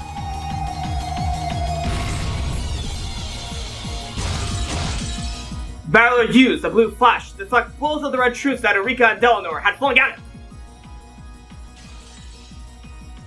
Erika's eyes went wide. After all, what he had said was completely absurd. At that time, they still hadn't been killed? Even though corpses were lying there with their necks sliced open. いとこ部屋の4人の死亡は赤き真実で宣告されている。魔女幻想のつもり？あの時点で死んでいた女王子たちを魔法概念で蘇らせたつもり？なるほど。あの時点で死んでたと信じるお前にとっちゃまる死者が蘇らされるみたいに見えるだろうな。Most of his line was said anyway, I apologize for that, but still, I didn't mean to do that. ならこれはお前にとって魔法になるだろうぜ。ならばお前に一矢報いるのは俺じゃない。ほざて！何度でも繰り返します。いとこ部屋の4人の死亡は赤き真実で宣告されている。そしてその遺体は大勢が確認しています。そして全ての死体は検視を誤らないとすでに赤き真実で宣言済みです。これでも食らいやがれ、死者どもめ。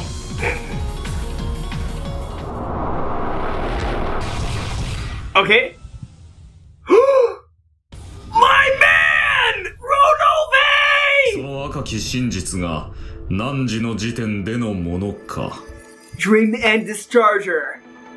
お忘れですか、お嬢さん。The fierce shower red was blocked by a magical barrier set up by Ronove, who suddenly appeared right in front of Battler. Now that Beato was gone, the demons should have been able to manifest themselves in the real world. However, he existed there and calmly dealt with Erika's attack. 貴様はロノエ？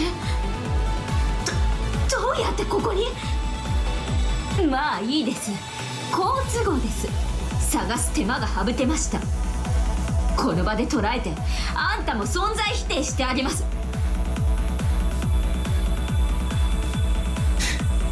譲るぜ。一つの傲慢なる真実だ。全てを支配などできないことを教えてやれ。Here we go. Yes, Your Majesty. では少しお相手しましょうか。どうぞ、お嬢さん。ならあの赤き真実の死亡宣告は何時の時点でのものだというのですか？それがあんたには特定できるって言うんですか？特定できない以上、事件発覚の時点での死亡宣告であることを否定はできません。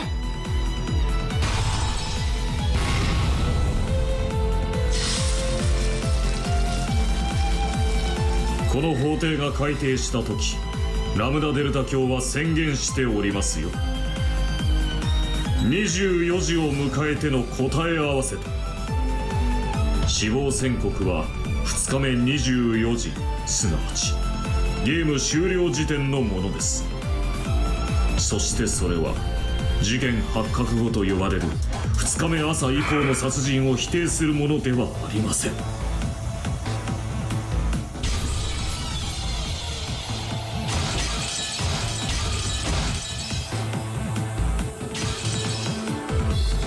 ではあの時点で犠牲者は生きていたと。 That's right! 首がばっくりと裂かれているのに。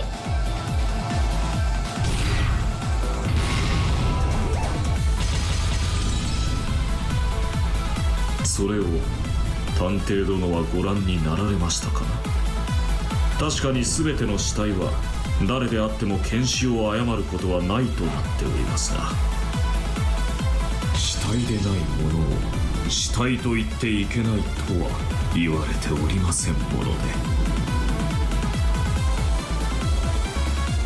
Erika swung her scythe recklessly, but Ronove blocked everything with elegant gestures made with the shield on one of his hands. じゃああの時点では誰も死んでない？ That's right. まさか首に傷さえない？だってじゃあどうしてバトラは悲鳴を上げたんです？足元がお留守だわ、お嬢ちゃん。 Never leave your feet unprotected. What does that mean? Okay, never leave your feet unprotected. This is a reference to a line in Dragon Ball that achieved meme status in Japanese, spoken by Kami-Shiro-Shen in a fight against Yamcha. Oh. I don't know anything about Dragon Ball. I don't know anything about Dragon Ball, so thank you for telling me what this reference is. すべてのゲーム開始時に後宮金蔵は死んでいる。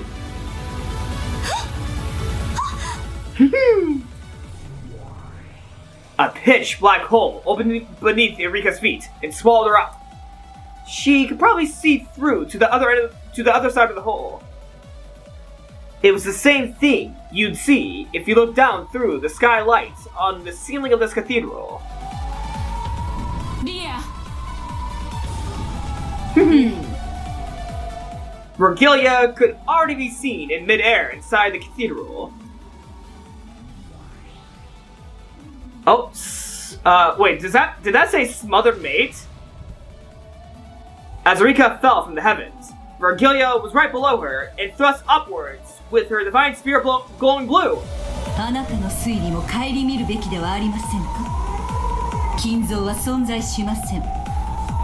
よってあなたの推理の遺体消失が破綻します。道理です。金蔵以外の人物が遺体を消失させねば破綻します。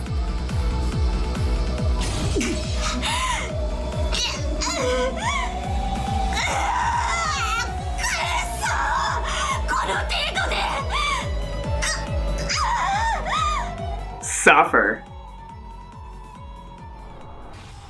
Ooh!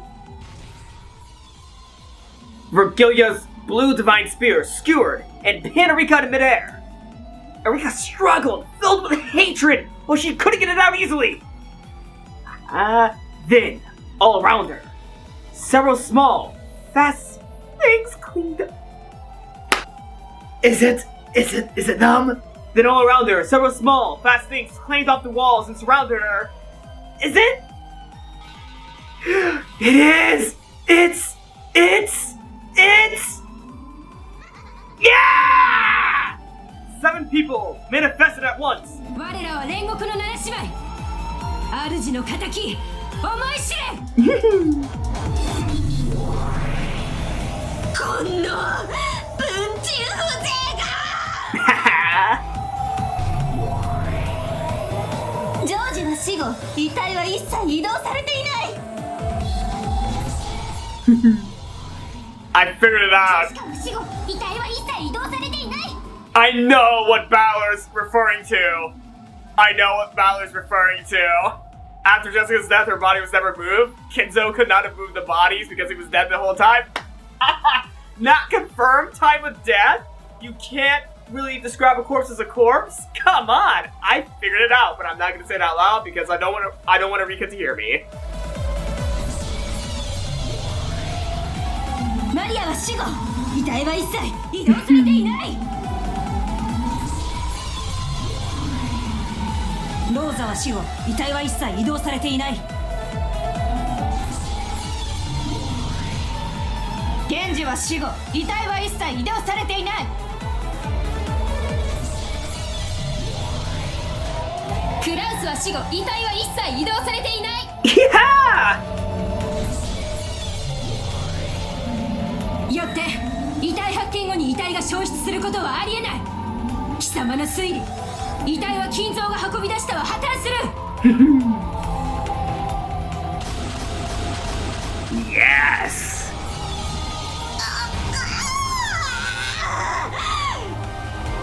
だからなんだってんですか。金蔵以外でだって死体の消失は説明でき私が推理の修正を Indeed.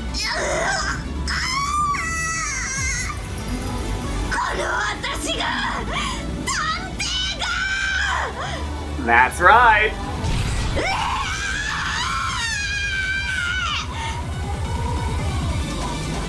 Even with Kinzo's existence 9, Erika was probably capable of escaping this pin by making only a small revision to her theory.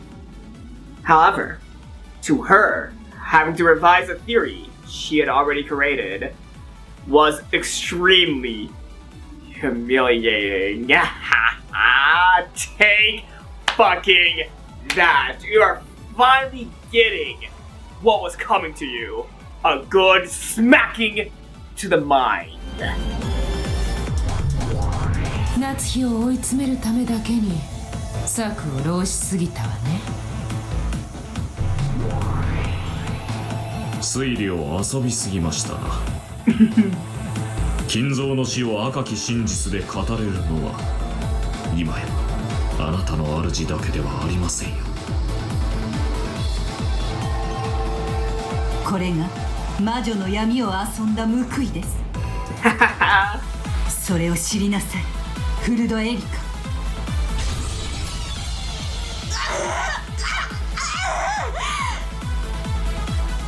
Of course, even Erika had doubted Kinzo's existence from the beginning.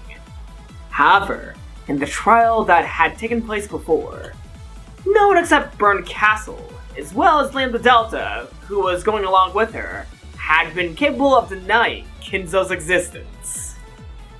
And because of the willful silence of those two, she had been free to shape the truth about Kinzo in any way she desired. She never expected that Battler, who'd become a witch, a sorcerer, capable of using red without proof. However, she had her own Inquisitor, who could also use red without proof to counter.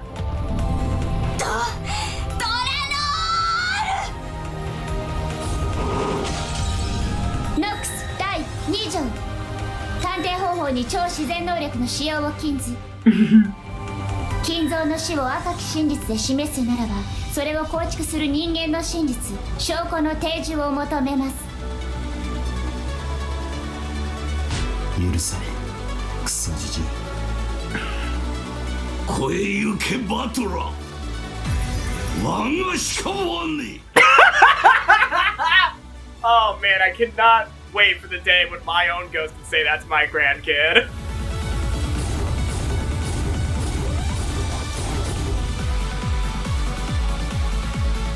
証拠提示。後ろ宮金蔵と識別可能な遺体を提示する。その遺体が後宮金蔵であると証明することができますか？どれほど金蔵に酷似した遺体であろうとも当人であることを証明できない限り、第三者の身代わり死体であるとの主張が可能です。それが金蔵の遺体であることを人間の真実で示せますか？本件のみ赤き真実のみでの反論を無効とします。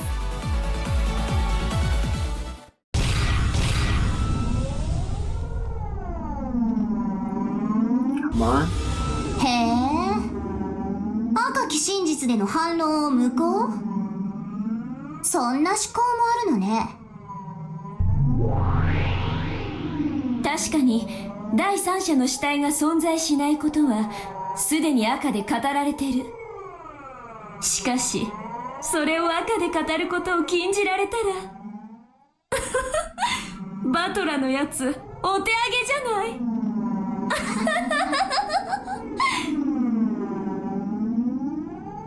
そうだな。この閉ざされた六軒島ではこの死体がじい様のものだと示せる客観的な方法はない。それこそはこの遺体が替え玉死体である可能性の示唆です。この身元不明遺体が金蔵の死を証明するものにはなり得ません。チェックメイト。我が推理は揺るぎません。Dlanor had sealed off the red truth as a means of proving that Kinzo's corpse had been shown. Even with the power of witches, Battler couldn't argue back. 赤き真実を封じられてどうやってその死体を金蔵だと証明するの？無理よ。不可能だわ。赤と青ならね。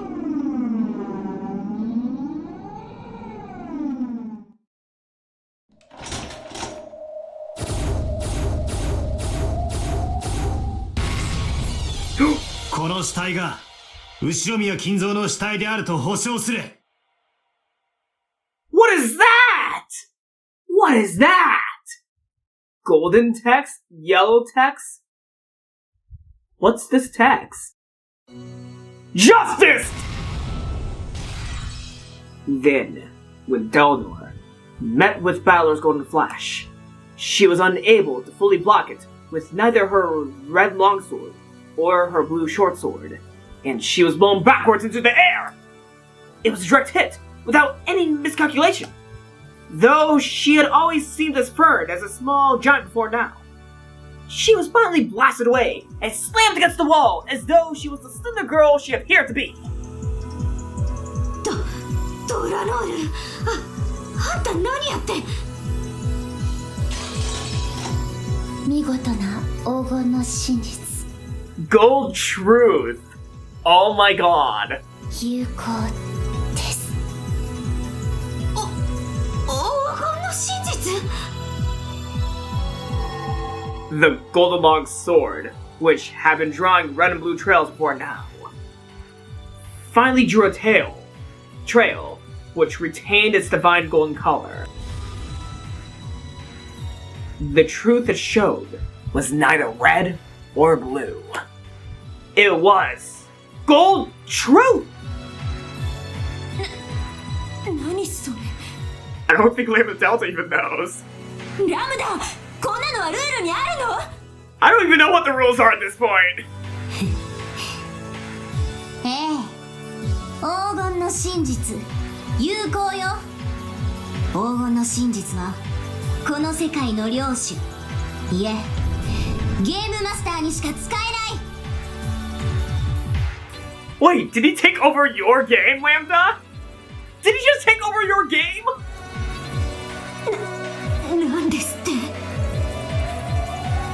黄金の真実、赤き真実とは異なる方法によって紡がれる神なる真実。その力は赤き真実と同等です。時に劣るでしょう。しかし時に勝る。その輝きこそがバトラ君が本当にベアトを理解した証。示したぜ、この死体がじい様であることを。How? はい、黄金の真実受理しました。エリカ教の推理は修正に応じぬ限り破綻します。そんな。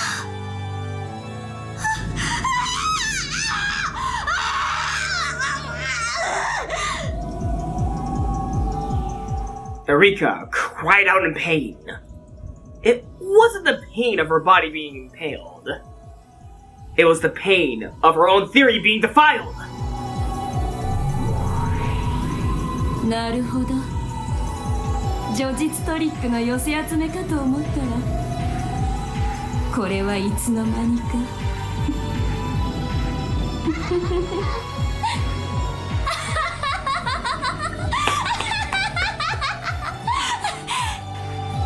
んだ傑作集だわ。バトラー、それ以上語るは野暮に過ぎるわ。あんたの遺体消失の真実、もはやこれ以上語らずとも完全に理解させてもらったわ。なるほどね。あんたの考えてるそれはこれまでの法廷の全ての赤に矛盾しない。19年前の男の復讐を軸にしたあんたの真実、その全て理解し受理したわ。あんたの真実の成立を宣言する。そんな、どうしてですか、ダイラムダテルダ長。You're gonna have to figure that out yourself, Erika. あいつはまだ全てを説明しきっていません。 Yeah, that's your job. 秀吉の密室や夏日の自室の封印やクローゼットのボタンや、まだまだ他にも反論の手段が用意してあります。あんたまだバトラーに反論できる気でいるの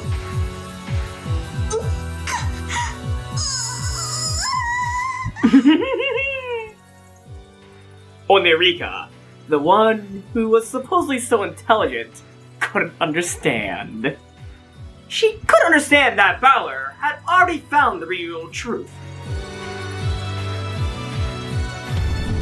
以上によりじい様の不在は証明され、夏日おばさんのじい様をめぐる不名誉は返上される。夏日おばさん、純潔にして停粛だ。 Hell yeah! 貴様ら好みの下劣な物語は許さない。 Yay! She no longer has to do the reverse Bill Clinton! No, wait, this is the reverse Bill Clinton in full! We figured out that she did not have sexual relations with him! Haha!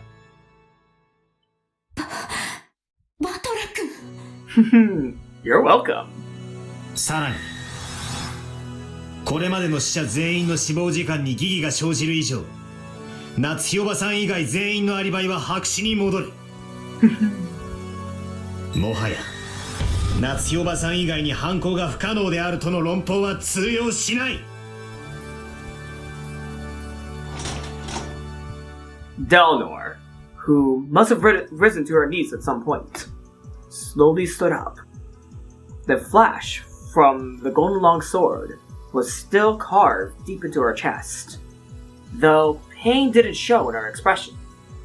Her awkward movements clearly showed how serious the damage she had taken was, even though she herself knew that this spelled the total end of the match. Dlanor didn't abandon her duty.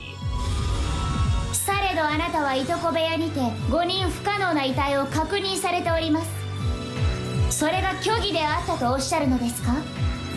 ノックス第7条、探偵が犯人であることを禁ず。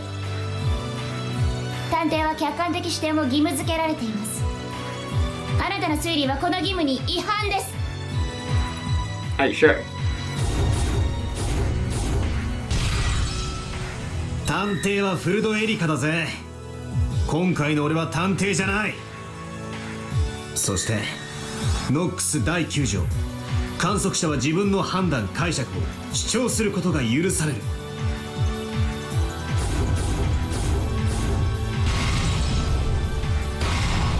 ノックス第8条、提示されない手がかりでの解決を禁ず。これまでのあなたは探偵でした。そのあなたが今回は探偵でなく試験を交える観測者であったことは示されていたのですか？それがない限りあなたには主観を偽る権利はありません。俺は今回のゲームで碑文の謎の仕掛けを解いた時、じい様を目撃している。すでに赤で示されている通り、じい様は存在しない。その目撃は不可能だ。よって俺の視点に客観性がないことはすでに示されている。 Hell yes! それは風雨になびくシートか何かをあなたが誤認しただけの可能性があります。ノックス第9条を示す伏線とはなり得ません。誤認は全ての観測者に許された権利です。第4のゲームにてベアトが示した赤き真実。全ての人物は後宮金蔵を見間違わない。 It's the red truth Beato used to counter my blue truth that someone disguised themselves as grandfather, and thereby made it seem as though he had appeared. In other words, on this island, anything which might lead someone to visually mistake something for grandfather, including someone else pretending to be grandfather, cannot ever work. The scheme Aunt Natsume wants to put together to make it seem as though grandfather was alive only involved her saying things like, "He was here just a second ago," or "He's in his study, alone now." Cleverly exploiting the relative's blind spots to pretend he was there. She never tried to make anyone mistake something they saw for her grandfather himself. So there are no contradictions. If she had tried to dress one of the servants in grandfather's robe, it would probably have been seen through in an instant. It has been guaranteed that none of the characters in this tale would mistake something from grandfather by sight. If someone still claims to have seen grandfather, it becomes a falsehood. Everyone is permitted the right to falsify their observations, but there is one person who does not have that right. And that person is the detective! 風雨になびくシートを見間違え、それを何であったと誤認して語るのだ。ノックス第9条の権利だ。しかし、じい様だと誤認することだけは赤き真実において本ゲームでは許されていない。金像を見たと主張された時点で誤認識ではなく意図的、すなわち観測の客観性が否定されていることの証というわけですか。 In this case, unintentional misrecognition is not permitted by the rules of this game. However, it is possible to intentionally lie about seeing someone you never saw. And that is an action not permitted to a detective burdened with the responsibility of an impartial perspective. 暴論を許せ。これで決着だぜ。いいえ、いいのです。あなたのような男が世界にいてくれたなら、どのような傲慢からもか弱き真実を守ってくれたに違いない。もっともらしい一つの真実がか弱き真実たちを駆逐し、唯一の真実であると語る横暴から本当の真実を守ってくれたに違いない。 Battler's golden longsword drew a massive blue arc as though splitting the heavens. あなたと戦えてよかったです。よって今回のゲームにおける俺の観測は第7条でなく第9条に基づく。じい様を見たと主張したことがその証だ。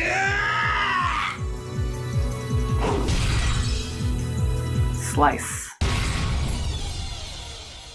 Ow! Ow! Oh, jeez! I know there's been flashes before, but that one particularly... Oh, ow! Oh. Ow. Ow.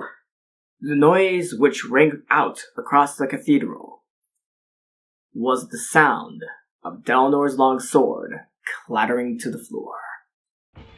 Simply letting go of that was the same as resigning to the proud Dlanor. Hello, your dream! Though the blue trail Battler had drawn was aiming right for the top of Dlanor's head, it stopped a hair's breadth away. He spared Dlanor! If it hadn't, Dlanor would probably have been annihilated without leaving a single scrap of flesh behind. Yay, he spared her! リザインです。あなたの真実の否定を断念します。借りは返した。お前の親父に敬意を。実戒は傲慢でも批判でもなかった。父に敬意を。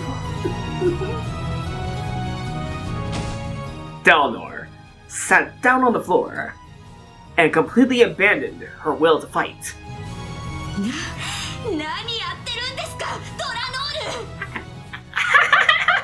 ル。You lost your ally! 情けない、みっともない。 You're describing yourself. マルケラウスノの殺人人形。あんたは自分の父の名誉に泥を塗ったわ、恥知らず。それでもミステリーのくさび、魔法に屈するの？そんなのミステリーの歴史が許さない。お前こそ何もミステリーを分かってないな。ミステリーが相手を知的に見下すための狂気にしか見えてないなら、お前に俺は二度とそれを語らせない。 Take that motherfucker!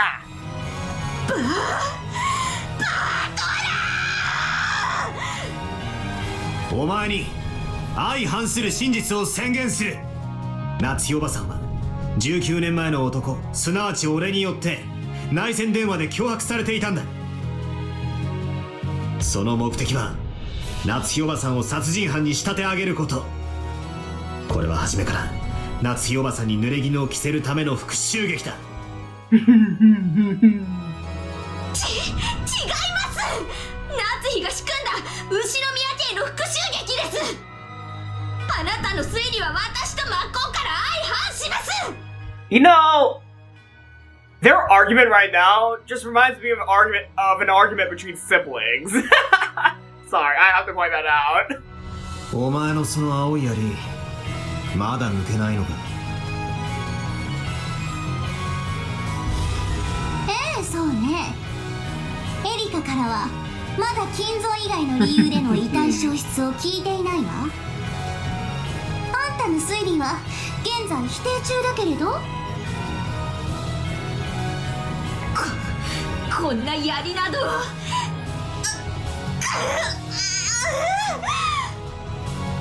文人どもめ、邪魔だ。The deeply piercing blue spear and the 7 red stakes tormented her theory. They won't come out. They won't come out. 修正とエリカの推理の誤りを認めるわ。そんな我が主。 This is what happens when you're too arrogant. Watching Erika's face contort with pain as she struggled to escape from the spear, Bernkastel declared this with a disgusted expression. For all intents and purposes, it was as if Bernkastel had acknowledged Erika's defeat herself. With eyes of shock and despair, Erika looked up at the master, who no longer had any confidence in her victory. あんたのプライドなんて知ったことじゃないわ。いつまでその無様な姿を晒す気なの？私と同じ青い髪を許された分身がいつまでそこで貼り付けになっているつもり？ So finally we get an answer to that question. For years I've been wondering about the hair color. So it is blue! It is blue! For years I've been asking those questions! The hair color is blue! Oh my god. After all these years of seeing Rika... Yeah, sorry, Higurashi spoilers, but you know what? After all these years of seeing Rika, I wondered if her hair was blue or not. Finally! The answer is here! Her hair is blue! Oh my god. I'm sorry, but that's actually been a question I've been having for like over a fucking decade now. For almost a decade now, I had that question. Was her hair blue or not? Finally it's been answered. Finally it's been fucking answered. 私自らがやはり降臨しなきゃダメなのかしら。やはり駒なんていらないわ。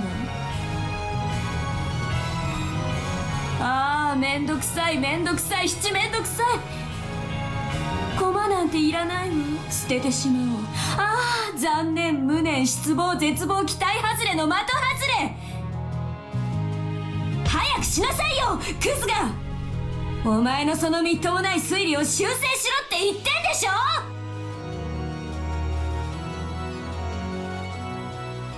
She is angry!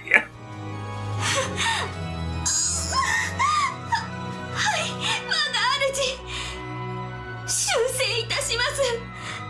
我が推理を修正いたします。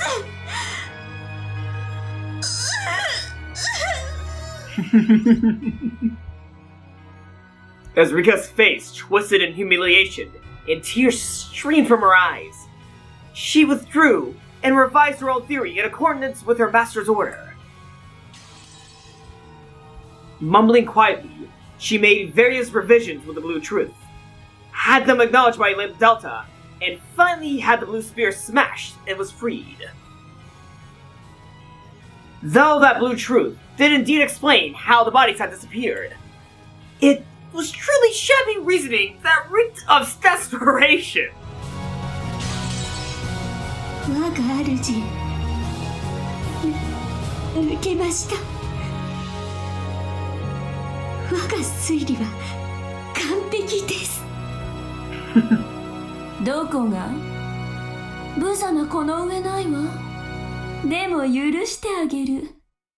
あんたのその顔と推理がとっても情けなくて笑えるから。You know what? I'm happy they're not telling us Erika's theory right here, because you know what? I feel like it should be as ridiculous as Battler's. Yeah, I feel like it should be as ridiculous and silly as Battler's had been at the 4th game. Oh man, yes. That's my interpretation. They're silly theories. She's saying there's like a... I don't know what she would say. You know what? No. I'm not even gonna try saying what I think she might have said, because you know what? I think that should be up to interpretation forever. So yes, in the comments down below, if you want to share what you think Erika's theories are for this game, the most shameful, silly theories, put them down in the comments below. I've been recording it a little bit too long, so my voice is slowly disappearing, so hopefully I can survive the rest of this recording. Because I feel like we're close to the end. I want to go to the end without losing my voice.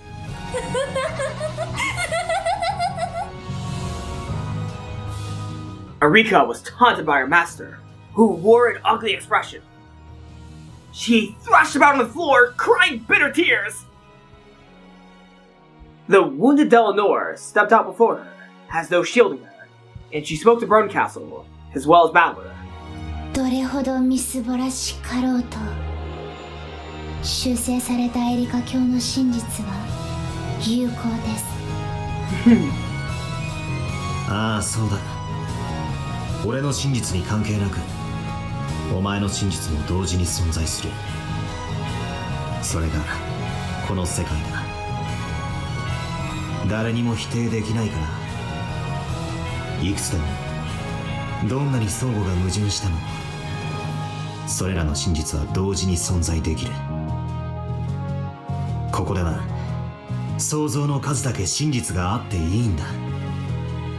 それを誰も一方的に否定してはならない。はい、そうです。エリカ教の真実は私が誰にも否定させません。ドラノール。このドラノールある限り、その真実をお守りいたします。どんなにみすぼらしくとも、私はその真実を嘲笑いはしません。Well, at the very least, she stands by the person who summoned her. I like Dlanor.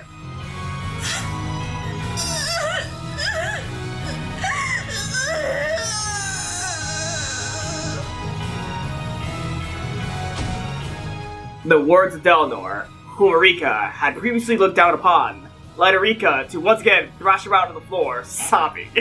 そして唯一の真実が存在しない限り、全ては闇の底だ。すなわち俺の推理もエリカの推理も否定不能であると同時に唯一の真実でもない。否定できないが絶対でもないあやふやなものだ。 Hell yeah. 確定しない以上、魔女幻想はまだ存在してる。それを暴くことが許されてるのはエリカでなければ貴様らでもない。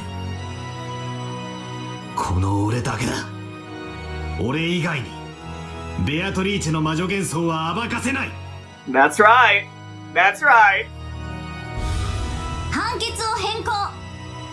後宮バトラの示した真実によりエリカの真実の唯一性は失われた。しかしエリカの真実は否定不能。よって2人の真実は並び立つ。第5のゲームの決着を撤回。ゲームはイーブンに戻るわ。そしてゲームマスターは私から黄金の魔術師後宮バトラに移る。後宮バトラ前へ。あんたを新しいゲームマスターに任命するわ。承諾する？ Of course I will! するわよね。しなさい、新しい無限の魔女。ああ、俺が新しいゲームマスターだ。第6のゲームは俺が紡ぐ。エリカ、今度こそ俺と決着をつけようじゃねえか。立て。立ちますとも。この屈辱、晴らす機会を与えたことを後悔させましょう。 So that we can embarrass you again? No, I'm not gonna ruin that. We get to embarrass you again in the next game. Maybe, if you come back. I'm betting you're coming back since you're still here. 我が主、第6のゲーム。 Yes! Yes! Yes! Say yes! 戦う機会をお与えください。 Say yes! Say yes! I want her to cry again! What the hell's wrong with me?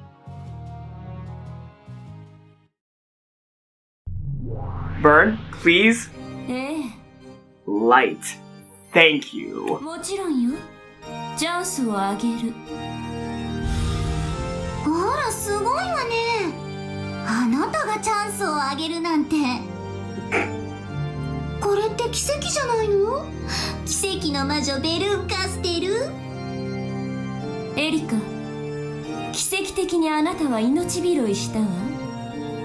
第6のゲーム、バトラのゲーム、何としても暴きなさい。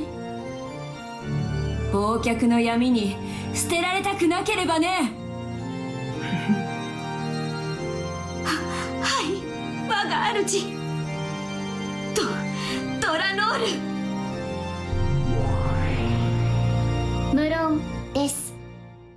次なるゲームにても全力を尽くします。 Please do so.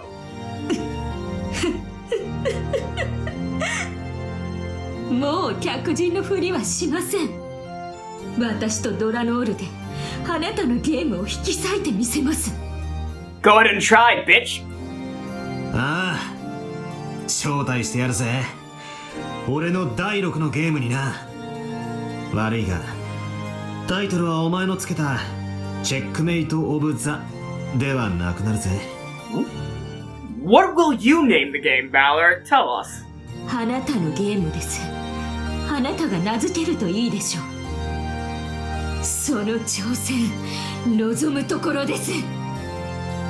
私はフルドエリカ、魔女である以前に探偵。あなたがこのゲームの新たな支配者であることを認め、そして宣戦布告します。絶対に暴いてやる。殺してやる。黄金の魔術師後宮バトラー。 Man, it's been forever since someone's yelled at Battler like that. ああ、存分にかかってこい、フルドエリカ。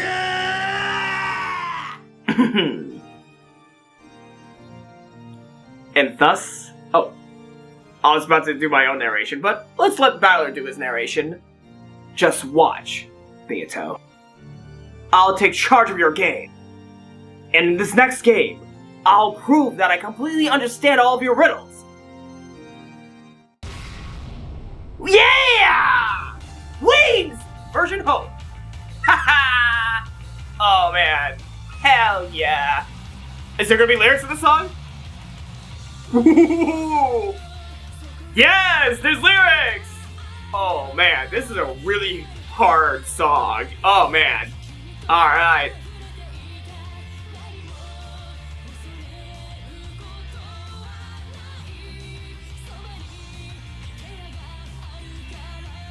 I don't know how to play drums, but I'm just doing air drums.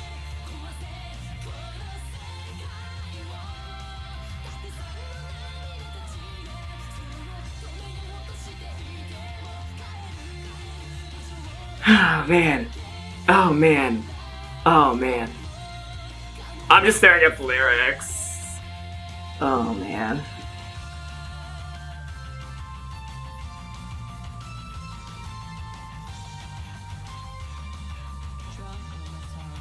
I know there's whispering in my ears, but I hear the lead motive.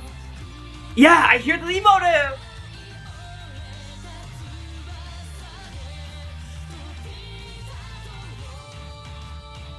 Yeah, I heard a lead motive in that song. Alchemist, the Entertainment Tribes, Umineko, no, Nakukor ni Ichiro, Nocturne, Truth and Illusions, Chiru. I don't know why I pronounce it like that. Holy fuck. And that was episode 5. That was episode 5. Holy shit. Yeah, it topped number 1. It topped number 1. It topped number 1. Alright. Alright. Yes, episode 5 character sheet. Here we go. Hold on. Damn it! Damn it! I can't do it! Damn it! Alright. Okay, so... I already read these, yeah. I already read these, so I'm just checking if there's been anything new added. Hold on. Yes. So many people told me I forgot to do that last time. So this time, I revived Chester 556. A quiet girl who is always being teased by everyone. But that is because they all love her very much. The trumpet is her specialty. Everyone skips to her lively tone.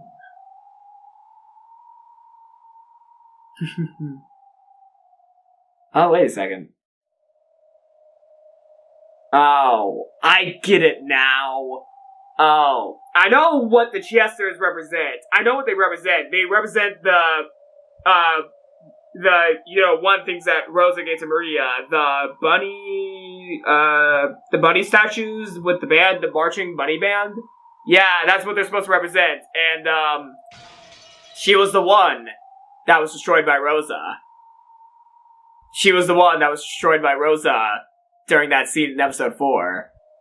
I get it now. I get it now. Because, come on, the marching bunny, corpse, I don't remember what exactly Maria called them, but she said that they're a marching band of bunnies. She has a trumpet. Come on, let's revive her. Her trumpet, the trumpet is her specialty. That's a marching band sort of thing. Yeah, that's what they're supposed to represent. But also, they could represent, guns as well. Since, come on, the scheme of 45, 410, 00, those are types of guns, or bullets? I don't know guns at all. I don't know guns at all. Yeah, I don't know anything about that. But yeah, anyways, wait, hold on.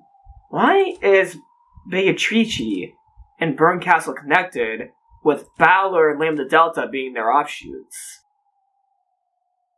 That's interesting. You know what? Up until this part of the game, I was actually going to place this episode at number 7 on my favorite visual novels list. Because I'm going to be honest here, up until the last chapter, it was an alright story. It was an alright story. Not my favorite Umineko, because I liked episode 4 and 3 more. But once we got to the final chapter, where Battler finally had the realizations that Beato wanted him to get to, this game was an automatic fucking one. It was the last chapter that got me. It was the last chapter that got me. It paid off quite well. The last chapter paid off the most.